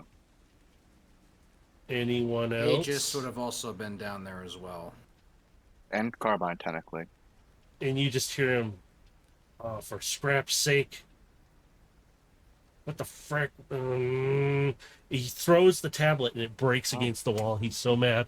But he pulls out all the scanning, stand still and do not move. And he's literally, it looks like he's going to shoot you all. But he pulls out these scanners and he starts scanning you all up and down very carefully. Turn around and he scans you again. And he scans Carbine. He does the same thing to Aegis, even though he's out on... And he's worried now about Aegis because he really sees him. And he goes, all right, Void Striker, I need to do you too. And then you're going to have to do me. And he scans you with both at the same time. And you turn around, he does the same thing. And you see his shoulders kind of shrug down, like a relief. And he goes, go ahead and scan me quickly. I'll scan Drift. He stands there, arms out, and he scans. He turns around. It's all green. Just to be safe, Phoenix, activate quarantine cleansing procedure. You see the cargo bay go almost like a red, but then it goes into a blue light. And Carbine's like, what's this all for? What's going on? Just a safety measure. And Drift looks over at her and he goes, scraplets. And her optics go super wide and she goes, oh God, do you think and she starts kind of like freaking out, like grabbing around her. Did I get any on me or in me? And he walks over and he's like, stop, you're clear. I scanned you. There's not a single one. But just in case, this will sterilize them. If there are, they'll die off. And Phoenix comes across, it stops, and all clear. We have a few days trial before we get back to base, so that'll be plenty of time for us to clear any quarantine issues before we arrive. Phoenix chimes in again. He goes, as for quarantine, I did my entire self as well. The entire ship. The Including Black myself. Station will have a more thorough quarantine procedure, so when we get back, we'll have to go through this again. Yes, sir, Phoenix replies. As is, you see the cargo container that the arc hammer is sitting in. You see it lock into the floor, and then it lowers down into a compartment down underneath the cargo, and it closes the floor up. And it seals. You hear Phoenix, quarantine enabled. So, at this point, we're going to end here with Phoenix driving them and flying them back to their lovely little abode called the Potato Rock, where they will enjoy some freshly mashed potatoes, sliced potatoes, boiled potatoes, baked potatoes, French fries, any kind of potato you can think of. There we go. Scalloped? We got them. Hash browns. So I do apologize, guys. I really wanted his dino form to actually come out. I didn't want to make it any further because I was excited for this part. And I wanted somebody to have his dino form. Well, And and now he's I mean, bigger. I only learned about this a week ago, so. Yeah, sorry. I knew this for like what, 2 months now. It was kind of dropped everywhere anyway, but yeah, it's something I wanted to have you guys introduced to, but also I needed to resolve the arc hammer issue because I already had it set in place for this. It didn't make it to its location. So, You already Chekhov's did. gun. You had to solve the arc hammer, man. You couldn't leave it Mm. hanging. nope. If I did, it would just be really bad in the end for all of you. As If I well did. as, woo, I can wield it. You sort of wield it. Right now, you're insulated somewhat from it. It's not something you can. You didn't go swinging with it there, son. Yeah, if you Well, swung I'm with it, saying you would I have can felt wield different. it, not actually like use Like it you as a could pick weapon. it up and move it, but you can't. If you kept I holding can't use it as onto a it, weapon. if you kept holding onto it, I will tell you the arc hammer will start sapping your HP. I mean, Yikes. Yes. I mean, I have a good amount of HP. He's not. God. Don't ever DM Matrix during a session. You'll never see it. I have a good amount of HP. Yeah, no, I he's think gonna I read. do He's gonna fine. read the DMs Fine, after I'll this read- session, and he's probably gonna be No, like, no. "Guys, help!" Oh, yeah. Did you not see enough action, by the way, Galaxy Star? Come on. You are in this situation. Oh. Oh, I guess I'm not talking anymore, guys. I guess sessions are over now. Don't worry, Galaxy Star. I'll Uh, recruit some Seekers to help me at some point, because I do So- like Seekers myself. So, from the Bumblebee movie, it's the one where B's getting his butt handed to him by Blitzwing in the beginning, and he gets his voice box ripped out. So he's getting his butt handed to him and thrown around and beat Do around. not call that fuck. No, that is not Blitzwing. No. No, hey, I'm just saying that's what they put it as. I don't care. I know that is not Blitzwing. It will never be fucking Blitzwing. No, I have that Blitzwing, and no, it isn't him. And then she puts down Yeet, because that's what's happening to me, I guess. How could you destroy my Seekers? I trusted you. Again, I have to read Galaxy, these I 'cause- will recruit some Seekers for you. They'll be part of my team. I don't know who to trust anymore. I shall go hide before I witness more wings getting ripped off. Don't worry. See, I love Seekers too, but I also have no qualms about killing them dead. I like Skywarp. Especially as well. Skywalk and Be glad I what's didn't her name? introduce, like, prominent ones, because then I think you really hate me for it. Like, Yeah. if there was an opportunity, I would have straight up raided a fucking one of Yeah. those Seekers right in half. Yeah, and there was opportunities to do many things. If you guys I was mentioned it, I would have tempted to probably... attempt to recruit the Seeker leader, but my opinion was he was probably too brainwashed by Shockwave to attempt, so I just grounded him. Yeah, actually, you would have had a lot more trouble. His numbers were a lot more than the other two. So, Yeah, that's why I used the surprise attack to just ground him and end the combat. yeah, you hit him in a good I was spot. not confident in a fight to fight him one-on-one. I'm a gunship, he's a modified Seeker. He could probably wreck me. Yeah, because in the bot states, if the one behind you had to shoot you, you probably would have gone offline after a few shots, because their guns, I will tell you, are not nice to play with. Okay, fine, just now. She's watching Oh, you I'm closely, watching closely, very closely. closely. Don't worry, there are some Seekers out there, but they're not bad ones. They're just there. I want to recruit I some still have- Seekers, because most Seekers aren't stupid. They're actually very intelligent scientists. Mhm. I would love to have someone with Yeah, me. the ones you ran into are more like drone ones, so they all kind of look alike. The only thing that gives them difference is, if you look close enough on, like the commanding one, it's like that stripes ups and stripes down. You kind of see an extra stripe on him, so it gives him more charge over the other two. But they're pretty much drone ones, so they're really, don't worry. We're not taking the prominent ones out yet. Nice. Speaking of Seekers, I'm getting the new pre-order one. Nice. I tried to pre-order today, and that did not happen. No, I got nothing. I'm ticked. So I might just do my good luck thing and go. Alright, are walk we around. wrapping up here or talking like old ladies? I don't know. What do you want to do? Just go play your game. Do you want to promote anything before you go? No, get out. There we go.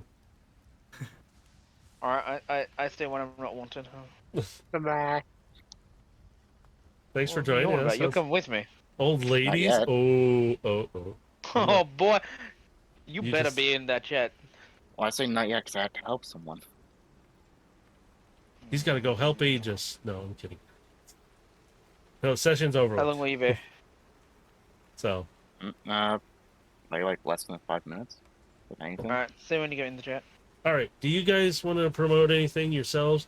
Frosted Bye. Merc at Twitch. Get the hell out of here, Potato Lord. There we go. And you got Space Coast Dave on Twitch as well. The links are down below for them. So, are you doing one tomorrow, Mercer, or is that next Saturday? That's next Saturday. Okay. Yep. So Next he's doing a Saturday. session next Saturday. All the links Or at least and try to, because oh, it yeah. is easy to burn out for me with that. It's good that you keep it like that, where it's every 2 weeks, though, because it's kind of easier for me to do this every 2 weeks instead of every week, because I think I'd lose my mind. As is, I'm already losing it, so it's okay. But links for these are in the YouTube channel, so if any of you catch this, go check out the links. There's links to these guys also in the YouTube channel, and there's Swerve Bar Podcast in there as well. You can check out their links. They have Spotify podcasts as well. They have a YouTube channel. Oops, excuse me. As well as I can't remember what else. My brain checked. Just check out the links. They're there. And Winter's link is also in there. She joins us for the D and Destiny as well. So, bye, all of you crazies. Yes, I know. We're going to destroy my Seekers next round. No, I'm kidding. Actually, I don't have anything planned for this Seekers in the next round yet. So, but anyway, catch us next Friday for D and Destiny, where we will Yep. pick up with Eros, Elias, Theo, Ash. God, I can't remember everybody's name, so all the rest of the gang. There we go. Raven, who was the Potato Lord, who was just here. So, check us all out on next Friday at 4 p.m. Pacific Standard Time. And anytime I will probably randomly stream box openings, which I may or may not be able to do tomorrow or Sunday because lots of stuff's happening. So we'll see. This weekend, supposed to go see the new Indiana Jones tomorrow. We'll see. Friends are going with us, so I don't know. Good We'll luck. see. Yeah, I've already seen previews, and I don't know yet. I'm like, eh, and eh. So we'll see. I'll give you my update and give you spoilers. Yeah. But everyone, you all have fun there. But do you two want to say bye first? I'm not going to do it. I always leave myself off. We'll see you next week. Get some sleep. May the Yes. calming cold guide your heart. And then with mine, as always, wherever you're at in the world, have a good morning, good afternoon, good evening. Be safe out there. We'll see you Friday. Bye.